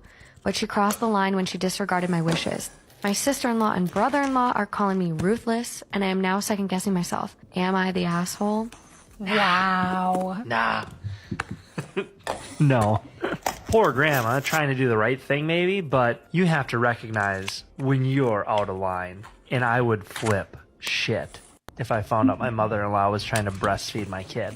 There's just a line, and that's a line I can't get behind. That's a line. I literally just Googled it as we were kind of talking here, and I was like, can a 56-year-old woman even produce breast milk? That's also my question. I know nothing about this, So according to Women's Health Today, a woman who is postmenopausal can still produce milk as long as you have a functioning pituitary gland. It's all about the prolactin, and so if you stimulate the nipples enough, that'll get the prolactin going, and yeah. I met a guy on Tinder a few weeks ago and we seemed to really hit it off. We had a lot of the same hobbies and I felt the spark between us and I'm sure he felt too.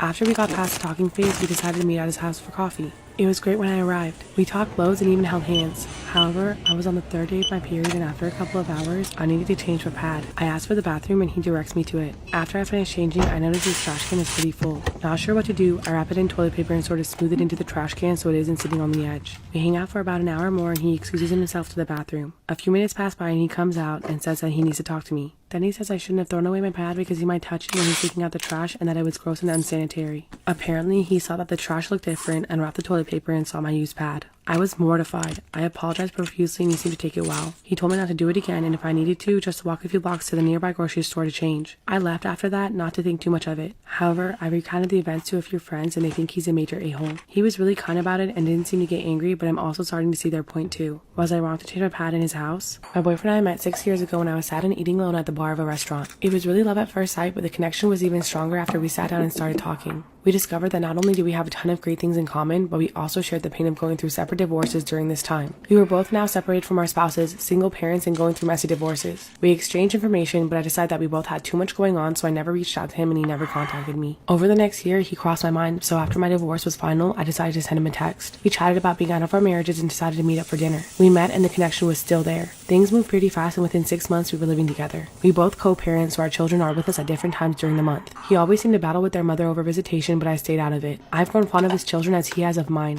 We've been happily living together as a blended family for about 5 years. Whenever I mentioned marriage, he always said that his last relationship soured his feelings on it. He's often reassured me that we didn't need marriage to be a family. We have recently began talking about purchasing a waterfront home as a family property for our kids and possibly retiring there. He's been a great partner and is always planning our future, so my talk about marriage quickly faded. Last month, he planned to surprise me by throwing me a party with close friends and family. Due to state restrictions, he could only invite a certain number of people. An angry family member of his that wasn't invited decided to be messy and spread rumors that it was an engagement party. The following day, I get a text from an unknown number. When I asked who was sending the text, the response was his wife. I confronted my boyfriend and he admitted that he never divorced. She wouldn't give him the divorce and threatened to move away with their children if he went through with it. She also wanted to pursue counseling and wanted him to move back home to give the marriage another try. He complied with not filing for divorce but refused to consider the other demands. It was around this time that he reconnected with me and decided to just move on with his life. Since her text, I've learned that she frequently posts on his social media about their marriage. She'll use old pictures and some current innocent pictures of them together at events for their kids. The captions on the pictures often refer to them as if they were still together. He confronted her about it and she said that he'll be back to her and kept referring to our relationship as an affair. Now that I found out, he's promised to no longer be fearful of her threats and plan to pursue the divorce and custody. However, I'm not sure what I should do in this situation. I'd be so sad without him and his children in my life. Should I walk away or should I give him time to fix it?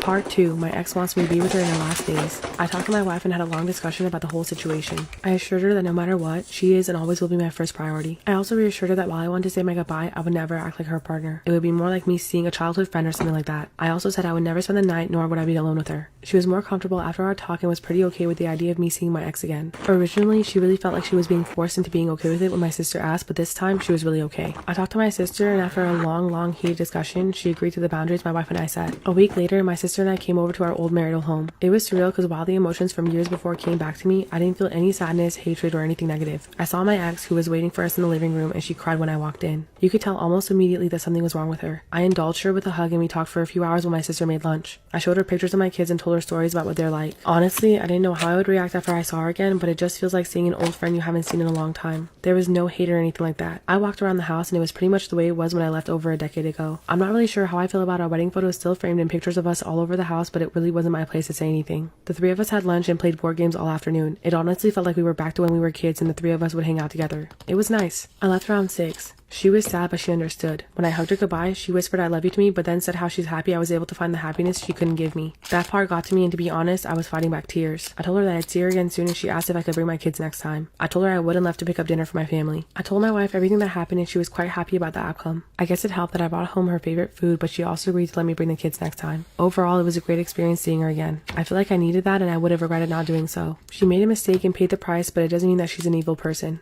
Am I the asshole for telling my wife I'm moving? It is up to her if she is coming with me or not. My wife and I have been married for 6 years and have 2 kids under 5. We live on the East Coast in a 2-bedroom small house. Cost of living here is insane. My parents moved down south a few years ago. My mother called me up a few weeks ago to tell me about a home in their community that is up for sale. They are good friends with the owner and can get us a good deal for the house. To me, this sounds amazing. Everything there is cheaper and we will have more space and more bedrooms for our kids. I work from home, so I talk to work and I would be able to keep my job no problem. My wife would need to leave hers, but I could cover us until she finds a new one. I contacted a real estate agent to get an estimate on how much we can get for our house here, and it's a good amount and would make the move easy. Once I had everything worked out and I was sure it was a good idea, I brought it up to my wife. She was totally against it immediately. She doesn't want to leave her job, she doesn't want to move the kids away from her family, and she does not want to leave her friends. I explained to her that when she puts her selfish reasons aside, this was a great opportunity for our kids. We will have more money and more space, a big backyard, and we will be close to my parents, so our kids won't be without family. She said no, there was no chance. Her life is here and has been her entire life, and she has no intentions to change that. I was pissed and slept on the couch that night. I spent all night thinking about it and came to the decision that if she doesn't want to do the right thing by our kids, I will. I laid it out for her. It was up to her if she wanted to move, but I had made the decision to move. She could either come with me or we could divorce. We could sell the house, split it, and I will use my half for my new home down south, and she can do whatever she can with her half up here. Probably would have to rent. We would also have to work out custody of our kids. I told her she has a month to make the decision, but I was going to start the process and get all of my business in order. She told me I was being crazy crazy and has only been speaking to me about the kids for the last week. I have been in contact with the seller of the new house and I am setting things in motion. My parents told me I'm doing the right thing and I'm looking out for my kids. I ran it by my friend who told me I'm being an asshole for expecting my wife to change her entire life. But this is what is best for our kids. And I think she needs to grow up, stop being selfish, and think of our kids. She needs to stop being selfish. She should stop being selfish. Really?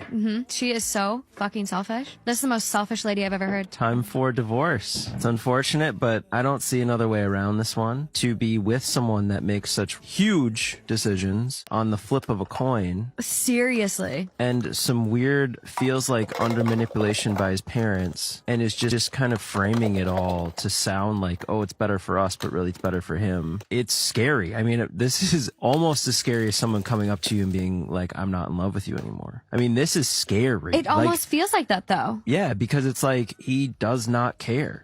My girlfriend and I have been dating for a solid 6 years. The girlfriend is 39. He's 31. 41!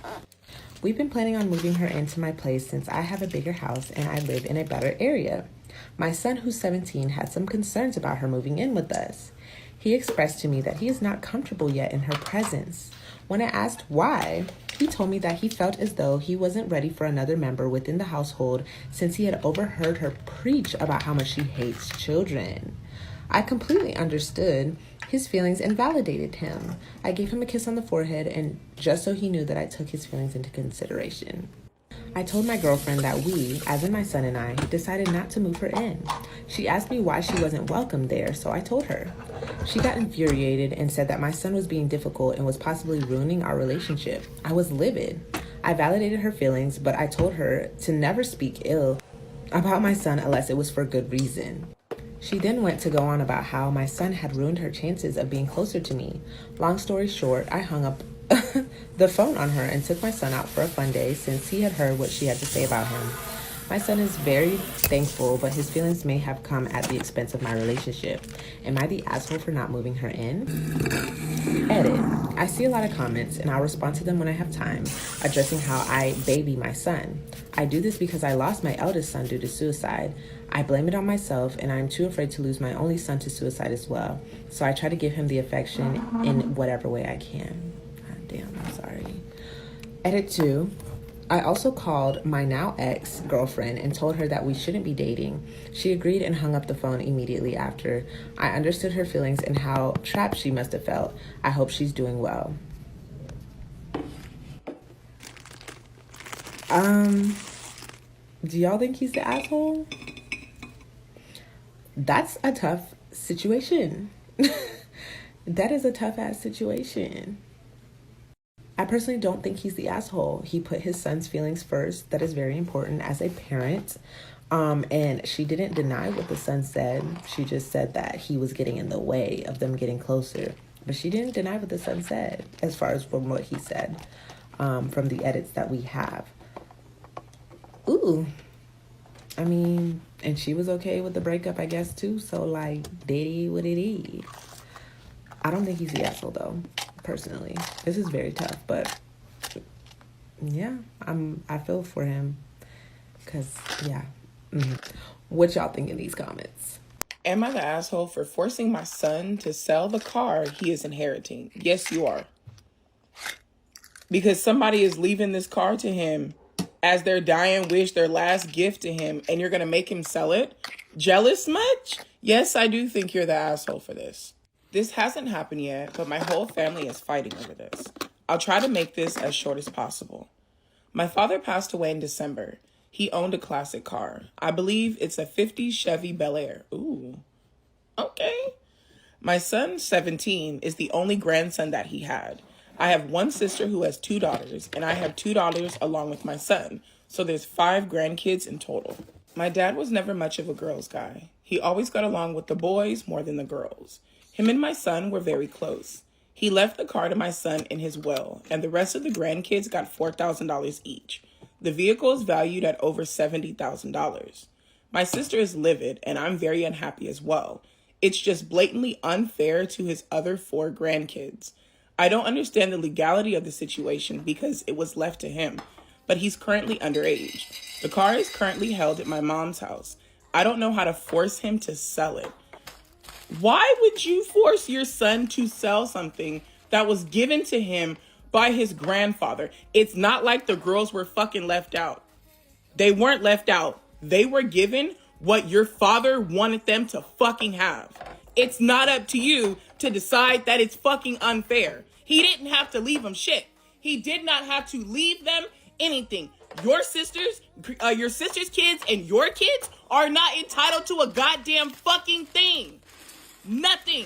So I think you guys should be a bit more appreciative of what your fucking kids got.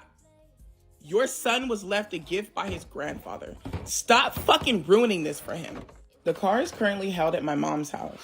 I don't know how to force him to sell it, but I think that's what should happen, and the money can be divided equally amongst the grandkids, the way it should be. My son is very upset about this. He says grandpa left him the car, so it's his car. And your son is fucking right. Your son is right. His grandfather, who he was extremely close with, left him a gift. And simply because you think your other kids deserve more money that you nor they fucking worked for, you think he should have to sell a gift, the last gift that he's going to be given by someone that he was close to. You're absolutely fucking disgusting. You're disgusting. I have money saved for his college fund, and I'm almost considering telling him that his college money is going to be divided amongst his sisters and cousins if he refuses to sell the car. Am I the asshole? Oh yeah. Fuck yeah. Hell yeah. Abso-fucking-lutely. You are the asshole. You are. My question is, you know how, like, isn't there a way to stop somebody from challenging a will by leaving them something? Because I've heard where, like, people just to spite others will leave them $1 in the will. That way they can't challenge it to try to get more. Will that work in this situation? Your girls were given $4,000 a piece. $4,000 a piece. You can't decide that this car needs to be sold because they're supposed to have more money when they were already left something. Like, will that work for this situation? I think it's absolutely disgusting that you are willing to ruin the relationship between you and your son and his siblings and cousins over fucking money.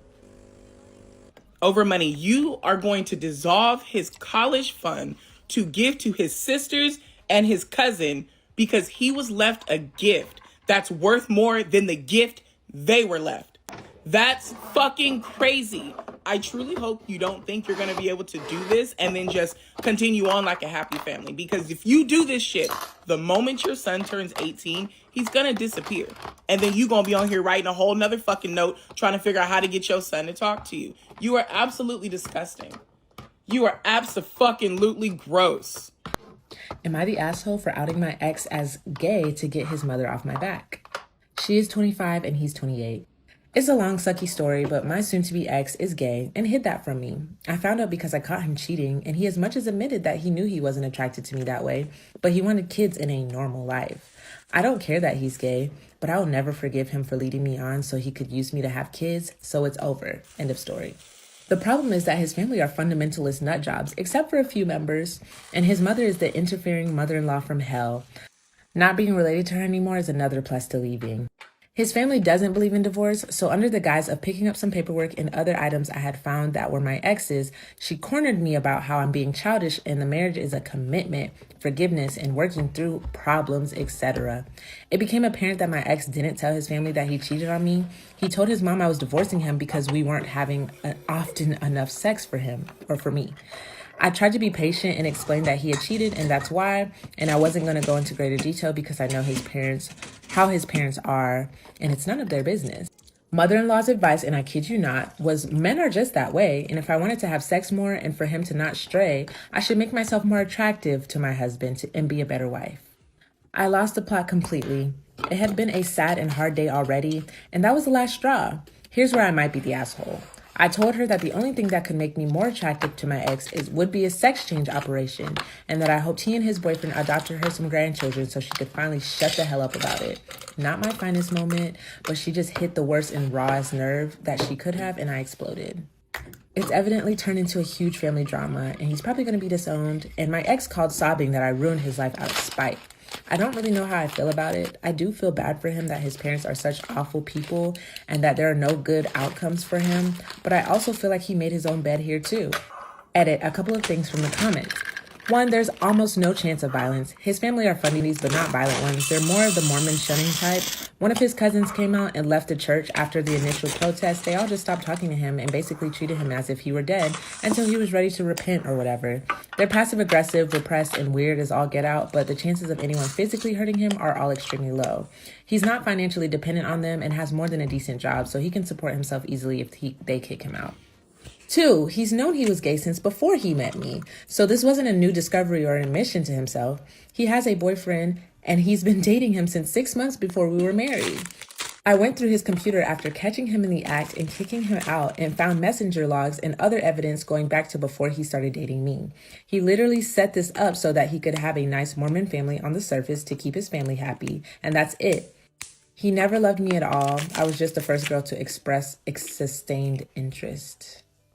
Damn. I don't have time. What do y'all think in the comments? This is crazy. Am I the asshole for yelling at and sending away a homeless man looking for food? Disclaimer, this is not my story. I, 18 female, am a young woman who just moved into a new apartment out of state for college with 2 other roommates, 20 male and 21 female. I'm acquainted with them but not super close. My bedroom is right next to the front door with my bed against the window that leads to the outside hallway. My desk is on the other side of the room towards the inside of the apartment. 2 nights ago around 1 a.m. I was in my room at my desk. I would normally be asleep at this time, but I was getting sucked into a video game. I had my headphones on, but I heard a faint rattling sound. I ignored it for a little bit, but when it continued, I turned around and saw a hand sticking through my window right above my bed. I freaked out really badly. I'm not used to the way these windows work, and I've had trouble closing them completely before, so it didn't surprise me too much that they were open when I thought they were closed. In a panic, I said hello, and I heard a faint voice, and I called my male roommate to come get up and help me. He got up and answered the door, and I stood in the hallway looking through. Am I the asshole for yelling at and sending away a homeless man looking for food? Disclaimer, this is not my story. It was a pretty old and frail-looking man who was clearly homeless and also harmless-looking. My male roommate talked to him for a bit, and I got the message that he just wanted something to eat. I looked around the kitchen and grabbed a Pop-Tart and gave it to him.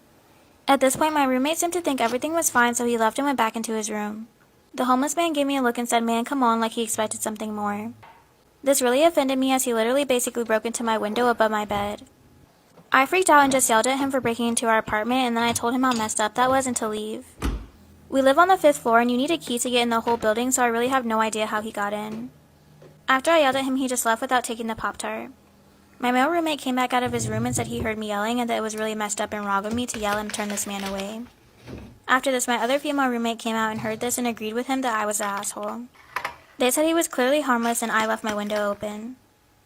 This one does involve an attack, and it is titled, "Struggling to Stay Faithful and Remain Attracted to My 34 Male, Wife, 28 Female, After We Experienced a Violent Attack Together. Not sure what to do. I can't talk to anyone about this, for obvious reasons. I even tried speaking to a therapist, and they made me feel so low, I haven't gone back since. My wife and I have been together for 6 years, married for 3. We currently have a bundle of joy on the way, and she's about 5 months along. My wife was always on the fence about kids, but I was adamant about wanting them, and now that it's becoming so real, I'm not sure anymore. I feel like I've just been on autopilot, and after spending this whole week buying baby stuff, I need to figure it out. Last year, my wife and I were at the park relaxing like we do almost every weekend, and someone yelled at us for speaking in my native language, Korean. My wife is trying to learn too, because she's not Korean or Asian at all, but wants to only speak Korean at home to make sure our family is fully bilingual and they don't lose their culture. We were practicing out loud and sharing a snack, and this guy just walks up to us out of nowhere with wild, racist bullshit. He kicked our food, and there was some arguing, and while I was calling the police with my back turned, he tried to hit me with a pretty large rock. My wife jumped in between and ended up taking the full force of the hit, which literally busted her forehead open and knocked her out cold for almost a minute. I rushed my wife to the hospital, and the guy ran off and was eventually caught by police a few weeks later. My wife needed 14 stitches right across her face and had 2 black eyes and blood in them both. Her face was swollen beyond recognition, recognition for a few days too. And when she fell, she messed up an old knee injury too. So when she got out of the hospital the next day and a half, her face was covered in bandages and she was limping, but she was still cracking jokes in the ER. After the bandages and stitches came out, she was told she would need to wait at least a year before having her scar surgically fixed, or whatever treatments. But now that the year has almost passed, I've started hinting at her scheduling appointments and such. This entire time, I've been struggling with remaining attracted to her despite it, but I didn't tell her since I didn't want to be cruel. She's now saying she doesn't think she wants to get anything done because she wants to save the money for the baby. I've offered to pay for half of it, and she still hasn't really looked into having anything done. I've also pushed back her meeting my parents again because of this. They live outside of our country, hence why they haven't met yet, and bringing her around my friends since it happened. Another part of me is also just sort of mad she even did it. I feel like half of a man now, and I've had to delete myself off of dating apps before making a mistake and been channeling it all at the gym, but every time I look at her, I'm reminded of all of those feelings. She hasn't changed a bit besides the scar. She's obviously handled it way better than I did, and somehow it's making me love her less. This, plus the pregnancy, I don't even know what to do. I thought about asking for a hall pass, but I know without a doubt she will leave me. I thought about taking care of my needs on the side so I can be the man she needs me to be, but I know she will eventually find out and she will hate me and make my life hell, or leave me a single father and I will never hear from her again. I just wish it had never happened, but I really need some other perspective or opinions on this. The fuck? Am I the asshole for locking away my menstrual products so nobody else can access them? Disclaimer, this is not my story. I, 23 female, moved in with my in-laws a little over a year ago after getting married. I have a sister-in-law who is 14, my mother-in-law, and their maid who are all menstruating. My mother-in-law finds it shameful to discuss menstrual cycles or anything period-related. We had an argument when I called my husband to tell him I ran out of pads and she saw him enter the house with a bag of them. Apparently, he shouldn't even know what they are, let alone be purchasing them for me. My sister-in-law started her cycle shortly after I moved in. My mother-in-law is going through menopause and so is their maid. All of this is to say they have irregular cycles. Mine is regular, frequent, and heavy. I can easily go through 14 heavy-duty pads in a day. Over the past 9 months, I realized that every time I needed pads, there were none left or they were down to 1 or 2. I realized everyone else was using my pads instead of buying their own. I then spoke to the other women in the house about it. Am I the asshole for locking away my menstrual products so nobody else can access them? Disclaimer, this is not my story. I spoke to the other women in the house and explained that I appreciate they might get caught short, but if they could replace the pads or at least tell me they had ran low so I would have some. Every 3 weeks it's been the same thing. I never have pads even though I had at least a few when my cycle ended. So I bought a mini storage locker thing and put it in my en-suite bathroom and I have the only key. This is also where the pads were anyway, so basically they were riffling through our bathroom frequently to access them. My sister-in-law found out the hard way and told my mother-in-law, who went off on me for being self-centered and unsympathetic. I told her I was tired of being taken advantage of, and if she was so worried about her daughter, then she should actually take steps to provide for her. She dragged my husband into it and said that she would throw me out if I don't apologize for my comments and actions. He reminded her that we move out in 2 months anyway, and if she wants me out, then we can gladly leave early. She backed down, but there's tension between the in-laws and my husband and I. They've been giving us the silent treatment. So am I the asshole? Am I the asshole for asking my son to get a paternity test? Disclaimer, this is not my story. My son, 18 male, has found out one of his ex-girlfriends is 8 months pregnant. He knew nothing about her being pregnant until now, and now he's just expected to accept everything with no questions asked. My daughter, 20 female, is good friends with this girl and knew about her pregnancy but said nothing to us because her friend asked her not to. My son was head over heels for this girl, but she ended up breaking his heart by cheating on him, and she was very needy and manipulative. He spent a lot of money on her because she would ask for a gift my son couldn't even afford and convince him to use one of my credit cards to achieve it. My daughter, who isn't currently living with us, is actually rooming with her by her college and is also being manipulated by her. She thinks that she only does good and doesn't believe that she convinced her brother to use my credit card or that she even cheated on her brother. My daughter showed up with my son's ex-girlfriend at my door to help her tell us that she was pregnant. When I seen her at the door visibly pregnant, I already knew what she was going to say. Am I the asshole for asking my son to get a paternity test? Disclaimer, this is not my story. My daughter showed up with my son's ex-girlfriend at my door to help her tell us she's pregnant. When I seen her at the door visibly pregnant, I knew what she was going to say, that my son is the father of her child.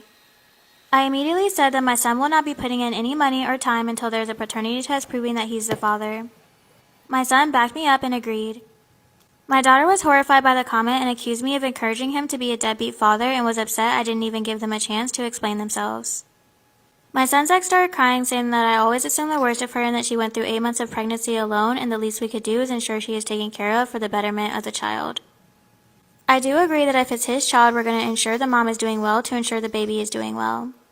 But I don't want my son to be involved with her only to get his heart broken again and only to find out the child isn't his. So am I the asshole? Am I wrong for breaking up with my girlfriend because she changed her look to resemble my dead wife? I, 35 male, was married to Laura for 7 years. We have a son who is 10 now. She was the light of my life. When we were both 28, we found out she had a rare form of cancer. She passed away 5 months later. This crushed me and I was left drowning in my grief for a long time afterwards.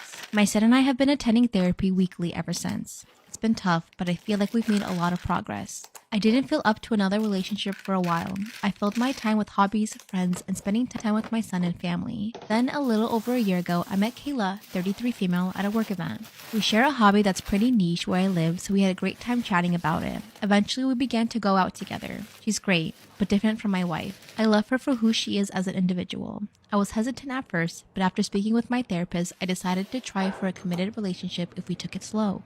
At first, she was amazing. I told her about my past and that my son comes first even before our first official date. She was very compassionate and understanding about everything. After a few months of smooth sailing, I decided to introduce her to my son and they got along great as well. For the first time after Laura's death, I could start to see a possible future with someone else. Everything started to go downhill around 4 months ago.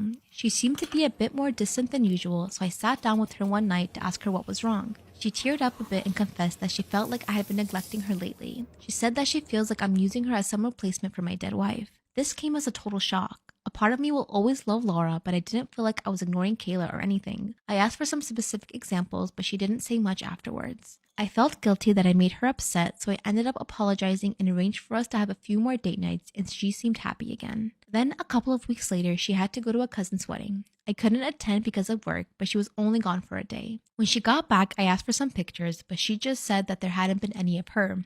I thought it was a bit strange, but didn't pry. Then the next day, a coworker of mine showed me one off of a private page on Facebook. I was a bit shocked to see an expensive pair of my wife's earrings on Kayla.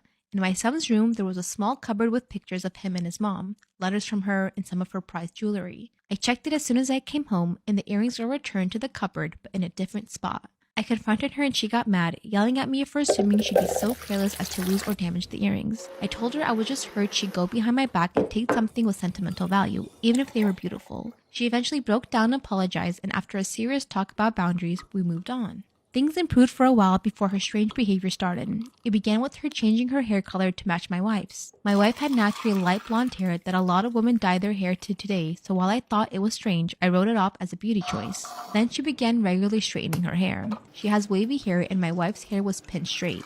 She also started to change her clothes to be more like my wife's. She also had her ears double pierced and got a cartilage piercing like my wife. This was all incredibly unnerving, but she just said I was crazy. I'd asked my family and they said I was nuts too, so I ignored it.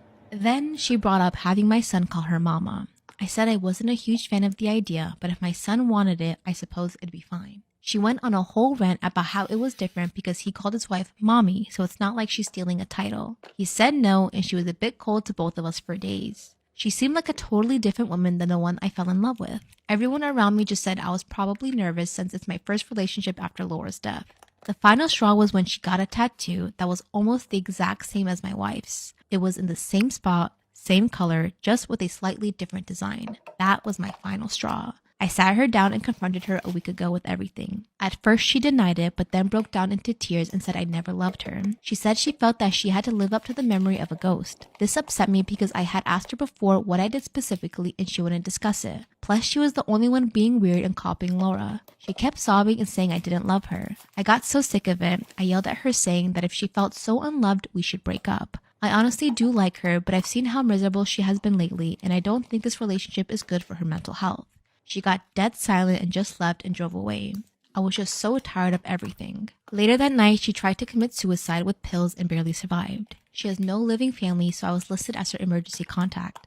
She wrote a long letter to me saying she loves me so much, but obviously I don't feel the same, and that maybe if she was dead too, I'd love her even a fraction of how much I loved my dead wife.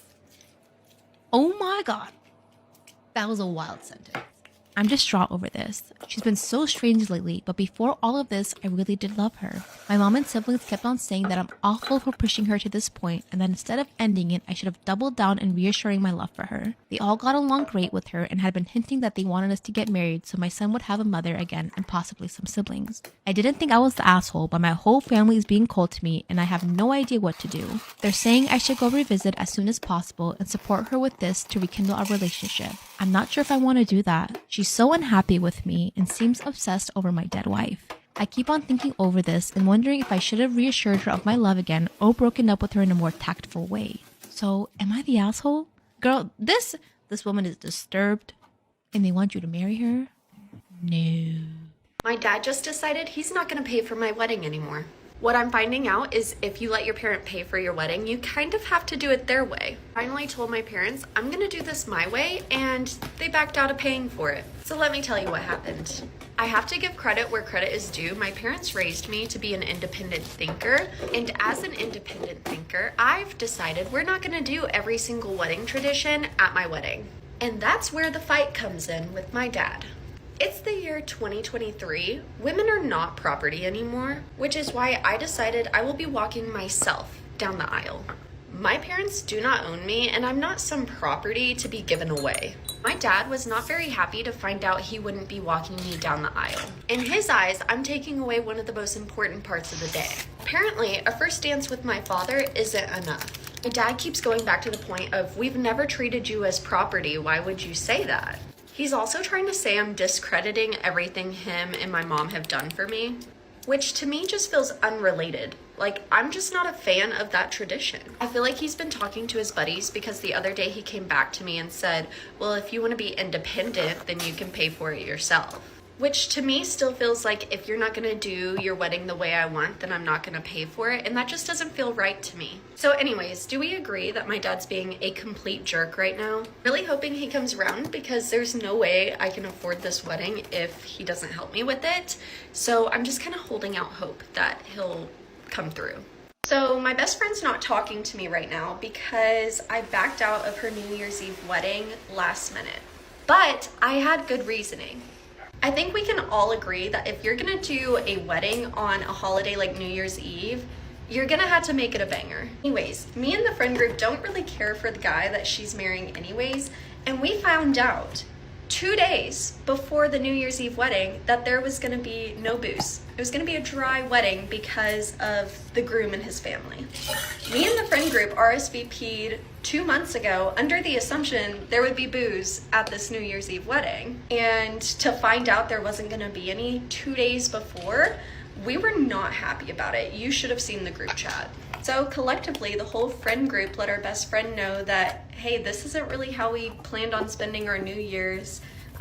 We're not gonna be there. We're super sorry and we love you, but you know, we feel just a little misled. We were actually really shocked by how nice she was about it at first. She was apologizing to us and telling us, you know, it would mean the world if we went. But when we held our ground on it, that's when she started getting more hateful about it. Which, to her defense, every year, and she would go, we would go out and drink and have fun and party on New Year's Eve. So if she knew we already did this every year, why would she put her wedding on that day? 2 things. 1, if you're gonna do a dry wedding, don't do it on New Year's Eve. Do it on a normal day. And 2, if you're gonna do a dry wedding, tell people on the invitation. Also, I've been really loving this specific attachment on the Lady Talk. Anyways, I'm just trying to figure out if we're being the jerks here or if she's in the wrong too. My secret began in 2020. I had just started my master's and didn't have a lot of money. One night, I was watching a documentary about sugar daddies. I decided to make an account as a sugar baby on one of those websites just to see if this would be a way I could financially support myself through uni. I was going through the sugar daddy profiles on this website when a name stuck out to me. The user had my dad's nickname. Like, whenever my dad made a new online account, like a Twitter account, he would use this same nickname. I clicked on the person, and the similarities got stranger. He had the same birthday as my dad. He lived in the same area. I was like, this is not right. This is too weird. I mean, my dad was married with 2 kids. I was living at home at the time, So I waited until my parents went to sleep, slipped downstairs, and went through my dad's laptop. Not my proudest moment, I admit. I discovered that this sugar daddy profile did in fact belong to him. But it just kept getting worse and worse. I found that he was on 3 other dating websites. He had a secret Facebook account that he'd been using to message young women out of the blue, offering to support them financially. He'd even been catfishing our next-door neighbor and flirting with her. And it was clear from the messages that she did not realize it was my dad who she was talking to. Okay. I took photos of everything, but I never did anything with them. I moved out of home last year, and my parents moved interstate. To this day, I've never told anybody what I saw. Here's the thing. My dad is not a good person. In fact, I consider him to be a pretty bad person. I've watched my parents have these big fights over the years and seen how my dad knows how to use somebody's insecurities against them. I've wanted my parents to break up since I was a teenager. Last year, they almost did. They didn't speak for a month. It got to a point where they were splitting finances and preparing to separate. Finally, it was just going to be Mum, my sister, and I. But one day, Dad decided to talk to her again. And then she was back in his life, and it was like nothing ever happened. I don't really talk to my dad anymore, but I do still have a relationship with my mum. And I keep wondering whether or not I should tell her about what I saw on Dad's laptop. My dad is very manipulative.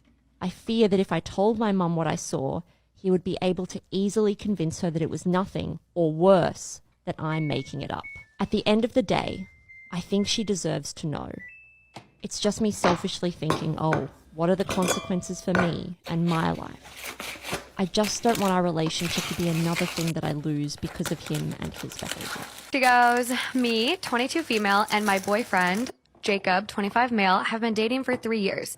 He's always been the fun, bubbly type person in the friend group. Always smiling, always laughing, always up for a chit chat. 6 months ago, January 2021, due to COVID, we haven't been able to travel anywhere, and we used to go on little weekends away.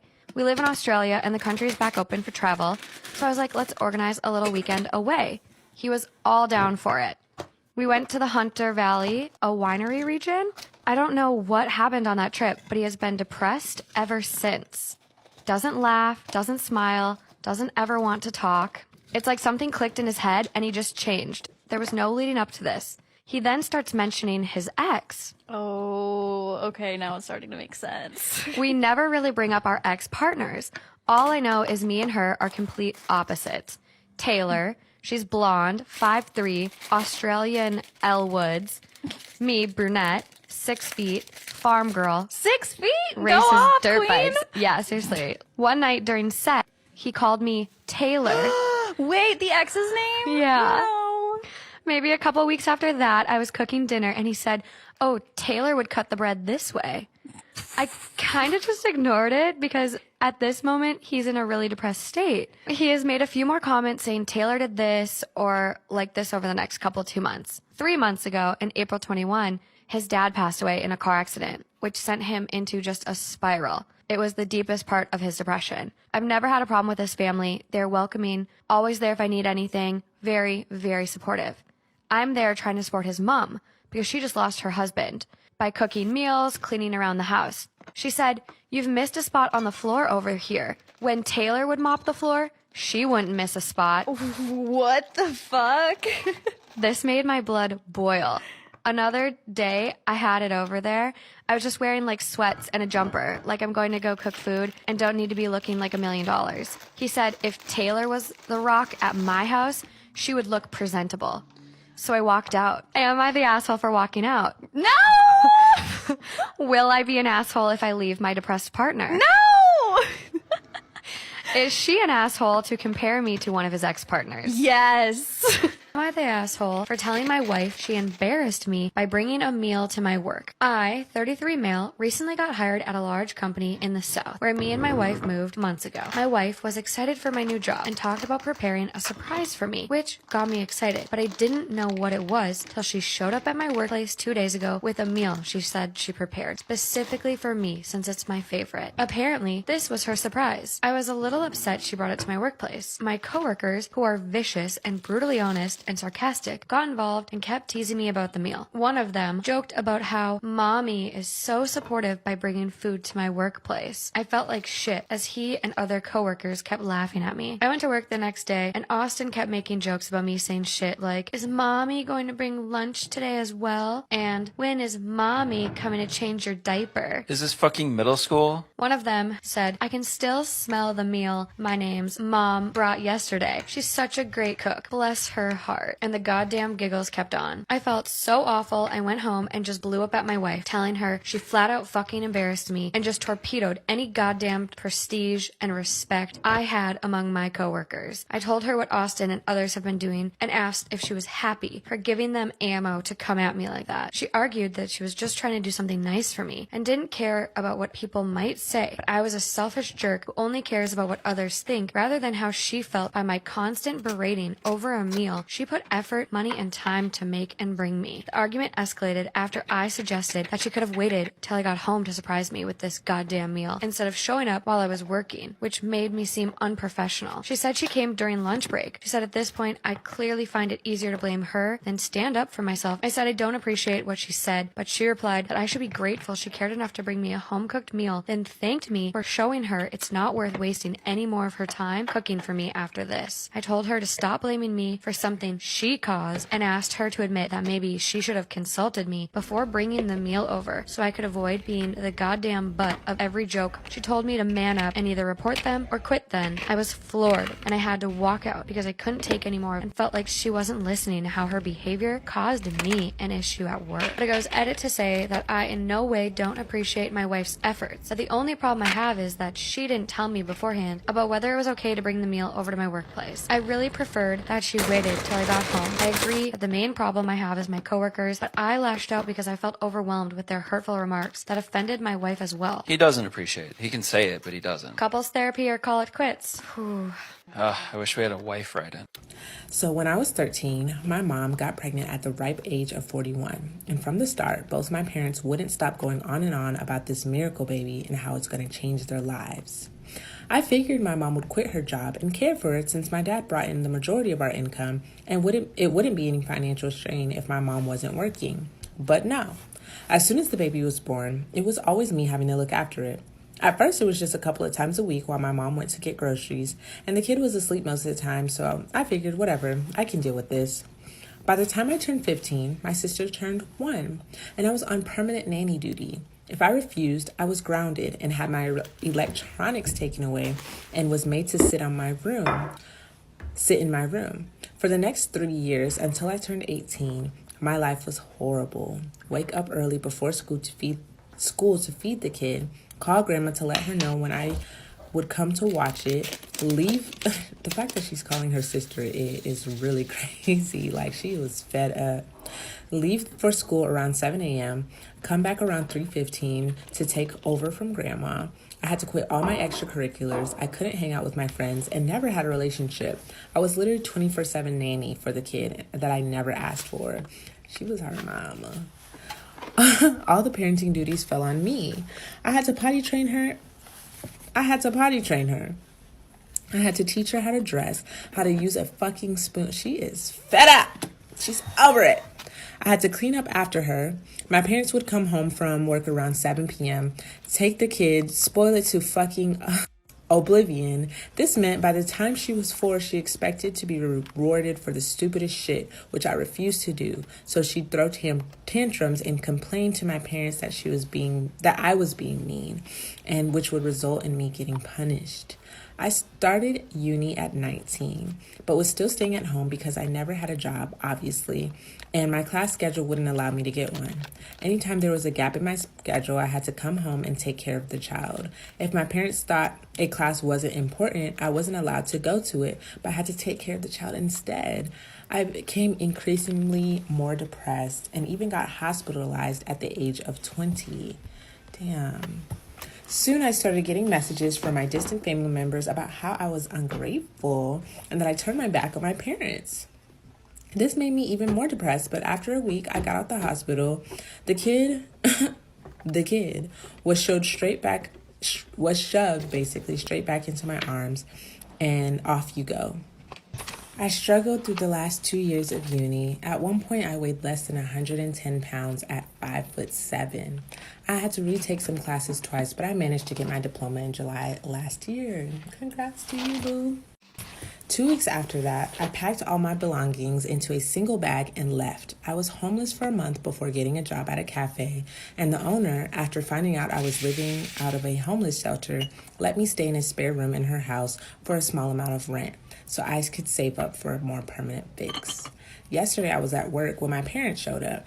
I don't know if they somehow tracked me or if they just stumbled onto a cafe 50 minutes away from our house by accident, but the second they saw me, they started shouting about how I gave up on them after all they'd done for me, and how I scammed them out of money because they paid for my uni, and how my sister misses me. My dad started to grab my arm and pull me out from behind the counter and probably drag my ass back home, but I shouted no and ran off.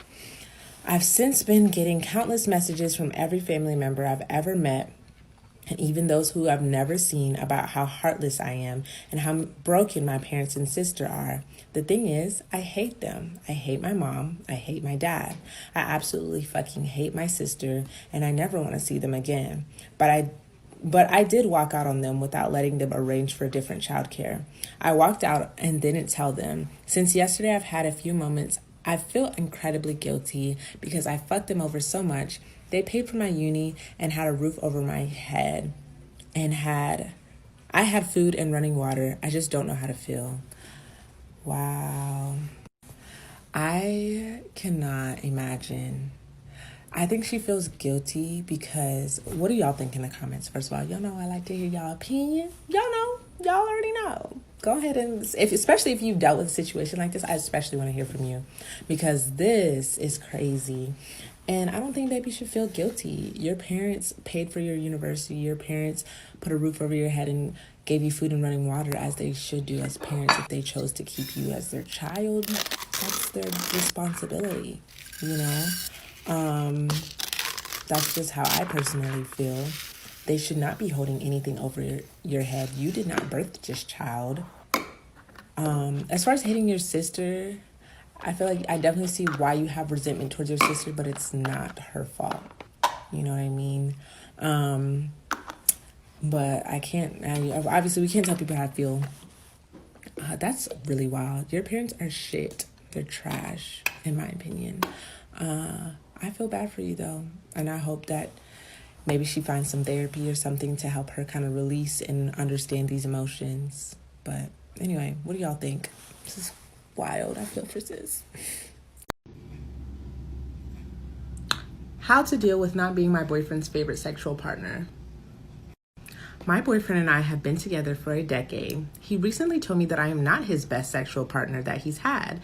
He's named a woman specifically, and he said that he's more sexually attracted to her, and that she knows that she was physically better looking than me, and that he chose to be with me because I have more to offer than a great body and amazing sex. This has severely hurt me. He's always been my best everything for me. And to hear that after so many years together, I am still not the best for him really damaged me. I've always thought we had great sexual chemistry. We've always tried new things and had sex a lot. Recently, it's slowed down because of us having kids, and I've tried not to let that affect us, but I've noticed I'm pulling away. And I really don't want to have sex anymore. I keep thinking that he's comparing us and that he's missing what she offers. I'm not sure how to move past this. I know it's unrealistic to think that I'm the best of everything for him, but I feel like he'll always be thinking of her and what she can offer that I can't. I'm upset that I'll never be able to give him what she could, no matter how hard I try. We've discussed how to improve our sex, and he says that I'm better at certain things now, but I'm still not as good as her, and I probably won't ever be. I'm at the point of not even trying anymore. What's the point? He's had multiple sexual partners throughout his life, and I've only had a handful. I want to experience more now. He's always wanted us to bring in a second woman into our relationship, and I've been reluctant. But now I want to bring up the idea of having an open relationship so I can experience more with more men. Maybe I can see that he isn't the best sexually for me either, and then we can be on level playing fields. I know I sound petty and irrational, but I'm hurt and I don't want him to be my best everything when I'm not his. Please give me advice. I don't want to leave him, but I can't stand the thought of this never getting better anymore. This is heavy. What do y'all think in the comments? Child. Lord. Even though she don't want to leave him, I think she should leave him. Like she said, she knows she being petty and a little irrational, because the only reason why she wants an open relationship now is because she's kind of had a sense of getting back at him, like, yeah, he had better than you know? And it may feel good for the moment, but in the long run, I don't know if that's going to be the best for you, baby. And if he wants to experience other women, if he's already expressed that he would like to bring other women into the relationship, let him go experience other women and you go experience other men and y'all be single. Storytime when I got essayed by my stepdad. And at the end, my mother decided to stay with him. Alright, so this all started when I was 11 all the way to 15 years old. The first time I was assaulted by my stepdad, I was 11 years old and I was in 6th grade. I was honestly confused the first time this happened because my stepdad would always make fun of my weight. He said that I was completely skinny and no guy would ever like me. He said that I had chicken legs and I would never get a boyfriend. He would constantly bully me, and my mom never told him anything. All she ever said was that he was playing games and to take a joke. So I grew up very insecure. I stayed wearing big sweaters to school, trying to cover myself, and also he would make fun of my lips, saying that they were very small. He would stay talking about my body and my face features, claiming that I would never get a boyfriend because I was the ugly duck. I was the only child too, by the way. Alright, so one afternoon, I come back from school and I am completely tired. I remember coming back from a field trip, going straight home, taking a cold shower, and I remember the day before my mother had got me some little shorts from Walmart. It was a cute pajama set with a tank top. My mother never told me about wearing shorts in front of nobody because we didn't have family around. And plus, I was the only daughter. I go into the kitchen to make myself a cereal and then take a nap, and that's when my stepdad sees me in my shorts. He immediately proceeds to talk about my legs and continues telling me that I have chicken legs. I fix myself some cereal and I immediately just went to my room, ignoring him. I get to my room and I take a long nap. I ended up waking up from my nap because I heard the door close super loud. I look back and I see that it's my stepdad closing the door, and that's when he starts removing his clothes. I was honestly too sleepy to realize what was going on. I ask him, "What are you doing?" and he immediately tells me to shut up. He said that if I ever spoke to this to anybody, to my school or to my mother, he would hurt me and my mom. That's when he completely started taking advantage of me. I was completely unaware of what was going on, and all I know is I was in pain the whole time. When my stepfather was done, he said to get ready because my mom was gonna come back with dinner. And this was going on every night. Alright, so the first night, I knew what had happened to me, and I was in a lot of pain, and my mom noticed that I was crying and crying during dinner. She asked me if something was wrong, and my stepdad had immediately got into the conversation and said that I was okay, that I was crying because he had bullied me. After this, it was literally the same thing. My mother would be knocked out for some reason, and every other night, that's when my stepdad saw the chance to go into my room and completely take advantage. Honestly, at some point, I just thought it was normal. I didn't even fight it no more. And I was seriously thinking of self-harming, of being gone from this world. I kept getting a lot of pain and I noticed that I got my period too, at the age of 12. I shared this with my mother, and this is when my stepdad knew to back off. Because now that I am older, I realized that the only reason he had backed off was for me not to get pregnant. There was this one night where my stepdad almost got caught, My mother had woken up to use the restroom, and my mother asked my stepdad what he was doing in my room. He literally told my mom that I borrowed some headphones and that he just went into my room to get them. So literally every night was the same thing. For some reason, my mother was completely knocked out, and every night my stepdad would go into my room. This happened until I was literally 15. When I was 15, there was this one night where I was in the living room and my stepdad told my mother to go to the store to get him some beer.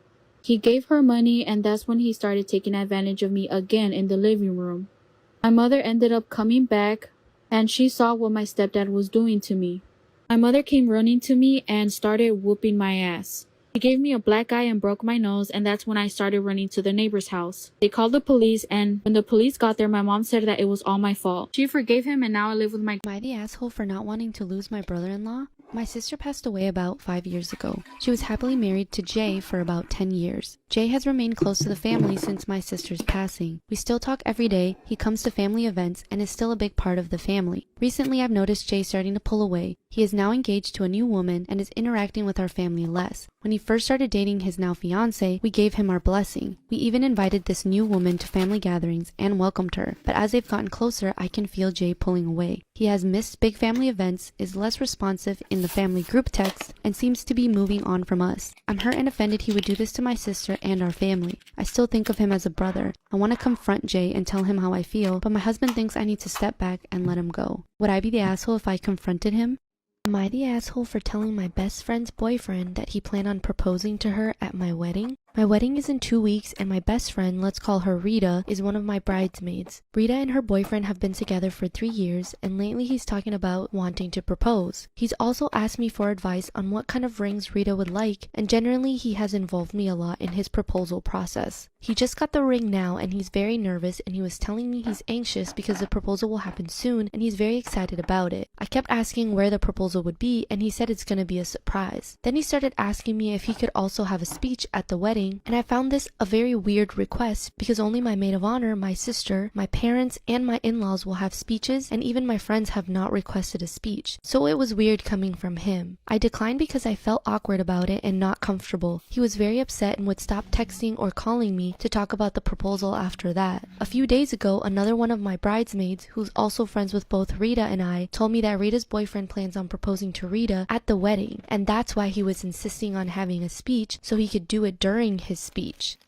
I immediately confronted him and told him I'm extremely angry and disappointed on how he tried to trick me into this and how he thinks this is a good idea and he could just ask and then I could decide whether or not I'm comfortable with it. He said he knew I'd say no and that's why he didn't tell me anything. This made me even more angry. I told him not to try anything or else I'll have no choice but to uninvite him. He didn't believe I'd uninvite him because he thought I'd be afraid to disappoint Rita, and he literally laughed at my face and said my hands were tied and there was nothing I could do about it or else I'll hurt Rita's feelings and I'll have to offer her an explanation. I then uninvited him and I told Rita he's not welcome anymore, and she was mad and kept asking me why. So I told her what he was planning to do, and just like that I ruined the surprise that her boyfriend wanted to propose. Rita is mad at both me and her boyfriend and said that I could have just made up a lie on why I uninvited him and then tell her the truth after he would have proposed to her, and that now I ruined one of the best surprises she'd have in her life. I feel so bad right now, and I don't know if I did the right thing, but at the same time I believe I was in a lose-lose situation and I still get blamed even if I made up a lie and revealed the truth later. So am I the asshole?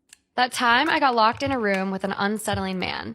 When I was 18, I worked at my college's residence building at the front desk, and I think I almost got assaulted or murdered. You be the judge. During the summer, the building operated as a hotel. So 2.5 floors were hotel rooms, and half of the 3rd floor were student rooms. The whole building operated with a hotel swipe key system that was pretty outdated, and all of the doors were powered by 4 AA batteries. If the batteries died, there was a decently lengthy process to replace them and reprogram the door. A dark-haired guy came to the front desk from inside the building while I was working an overnight shift at around 1 or 2 a.m.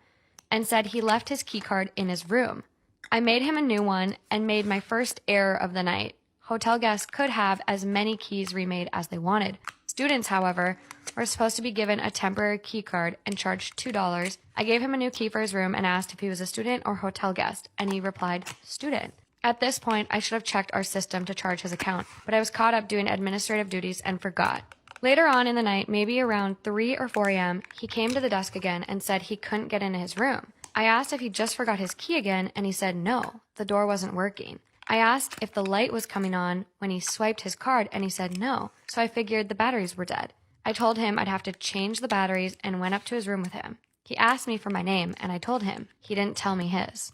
I opened the door manually with a master key and told him I'd have to prop it open while I worked on the back panel to replace the batteries. He said, quote, "No, it's okay, I'll close it," and closed and deadbolted the door locked. Really fucking weird, but I tried not to think about it. I had changed the batteries on plenty of other doors by this point, and some students were iffy about having their doors propped open for their room to be on display for anyone walking by. He also had a really thick accent. I gave him the benefit of the doubt and thought maybe it was also just a language barrier issue. At this point, though, I really felt like something was wrong, but I tried to ignore it so I didn't freak him out. While I was trying to focus on fixing the door as quickly as possible, he kept trying to entice me to go further into the room. He held out a little gold house key and said, "I have a key, go get it," and threw it under the bed. He said there was a leak under the fridge. He just kept trying to get me down on the ground, throwing random problems at me. Obviously, I told him no. I'd send maintenance up in the morning to take a look at anything that was broken. I had my back to him, and he asked me if I would take off my glasses. I said, "No, I need them to see." His tone of voice changed, and in the most steady, chilling manner, he said, "Ella, it's okay. You can take them off." And from behind me, he reached around and tried to take off my glasses. Storytime about the most outrageous thing I saw working as a waitress. A guy came in with his date one night, and throughout the evening, he was the picture of courtesy and good manners. I appreciated it, but didn't delude myself that I was the source and figured he was just in a good mood because the date was going well. He was certainly in a celebratory mood because he was sparing no expense. He asked for our highest quality wine, she got our most expensive entree, and he even ordered one of every appetizer for her to sample when she made a remark that she was having trouble deciding. It was a real feast. So the evening starts wrapping up and I get their check. I asked if they'd be paying together or separate, and she starts to say separate, but he makes a big deal of saying, "Oh, are you kidding me? Together, definitely together. You never have to pay when you're with me, babe." Then he slides me his card. I get everything sorted and bring out the receipt. It's almost a $300 bill. He doesn't even blink and makes a big show of leaving a $100 tip. He thanks me for my service and emphasizes what a lovely night they've had. A tip that size is exceptional, so I thanked him profusely. He said there's no need and goes on to say how underappreciated waitstaff are and says, "Don't plan to tip, don't eat out, you know?" Looking at the mesmerized girl the whole time and not giving me a glance. After that, he helps her into her coat and they go off. However, not even a few minutes later, he comes back and what he says leaves me speechless. Part 2 of the most outrageous thing I saw while working as a waitress. So about 90 seconds later, he's back in the door without her, going, "I think I left my..." Then when the door shut and looking to make sure she was out of earshot, he goes, without the slightest shade of shame or embarrassment, "Mark the tip down to $20, hun. I was just playing it up for my date. You understand." Then turns to leave. I understood, but not how he hoped I would. However, I couldn't make a scene in the middle of work. That's not my place, so I just said one more time in order to give his conscience a chance to sink in. "Okay, sir, you'd like to amend your tip from $100 to $20, is that correct?" Even though I didn't show any displeasure in my voice, he shot back extremely hostile, "Yes, and if I see a cent over 20 on there, I'm going to dispute the whole meal with my credit vendor, so don't try to pull anything." The most frustrating part of this for me was not even going from over a 30% tip to a 10% tip, but rather that this poor girl was being strung along with no idea of who this guy was behind her back. It was extremely manipulative of him, which is a major red flag. I really wanted to show that girl the trick he just pulled, but I was at work and it wasn't my place. However, just in time, something occurred to me and I darted outside hoping to catch him in the parking lot. Part 3 of the most outrageous thing I saw while working as a waitress. I got lucky because he parked on the street and he was dealing with the parking meter. I flagged him down and ran across the street, nearly stumbling into traffic in my haste for this delicious moment. His date was already in the car but rolled her window down since no one expects the waitress to follow you to your car waving her arms like a crazy person. I made it across and said more than loudly enough for her to hear, "Sir, we amended your tip from $100 down to $20 as you requested, but you'll need to fill out a different receipt reflecting your new total for our records." This is just a bookkeeping regulation that goes way above me. It has nothing to do with you retroactively downgrading your tip from $100 to $20. We're just glad you enjoyed your evening. His jaw was on the floor. He tried to pretend like he didn't know what I was talking about, giving me some line about how I must be after someone else since he only came back because he forgot his keys. However, I wouldn't let it rest. The more he played dumb, the more I repeated versions of, "You wanted me to change your tip from $100 to $20, you came back in," and so on. He finally went, "Okay, whatever, sorry for the miscommunication. If you need me to fill out a new receipt, I can." I'm guessing he didn't have the money in his account because he signed the new receipt. His girlfriend was visibly shocked and he was staring daggers through me. You could feel the rage emanating off of him. Then they drove off. Hopefully he'll never do that again. Am I the asshole for suggesting my pregnant sister should put her baby up for adoption? My 31 female sister, 27 female, was married to A for 3 years. Prior to their elopement, they were on and off for about 4 years. Because of their unstable relationship, my sister never introduced him to our family until they were married.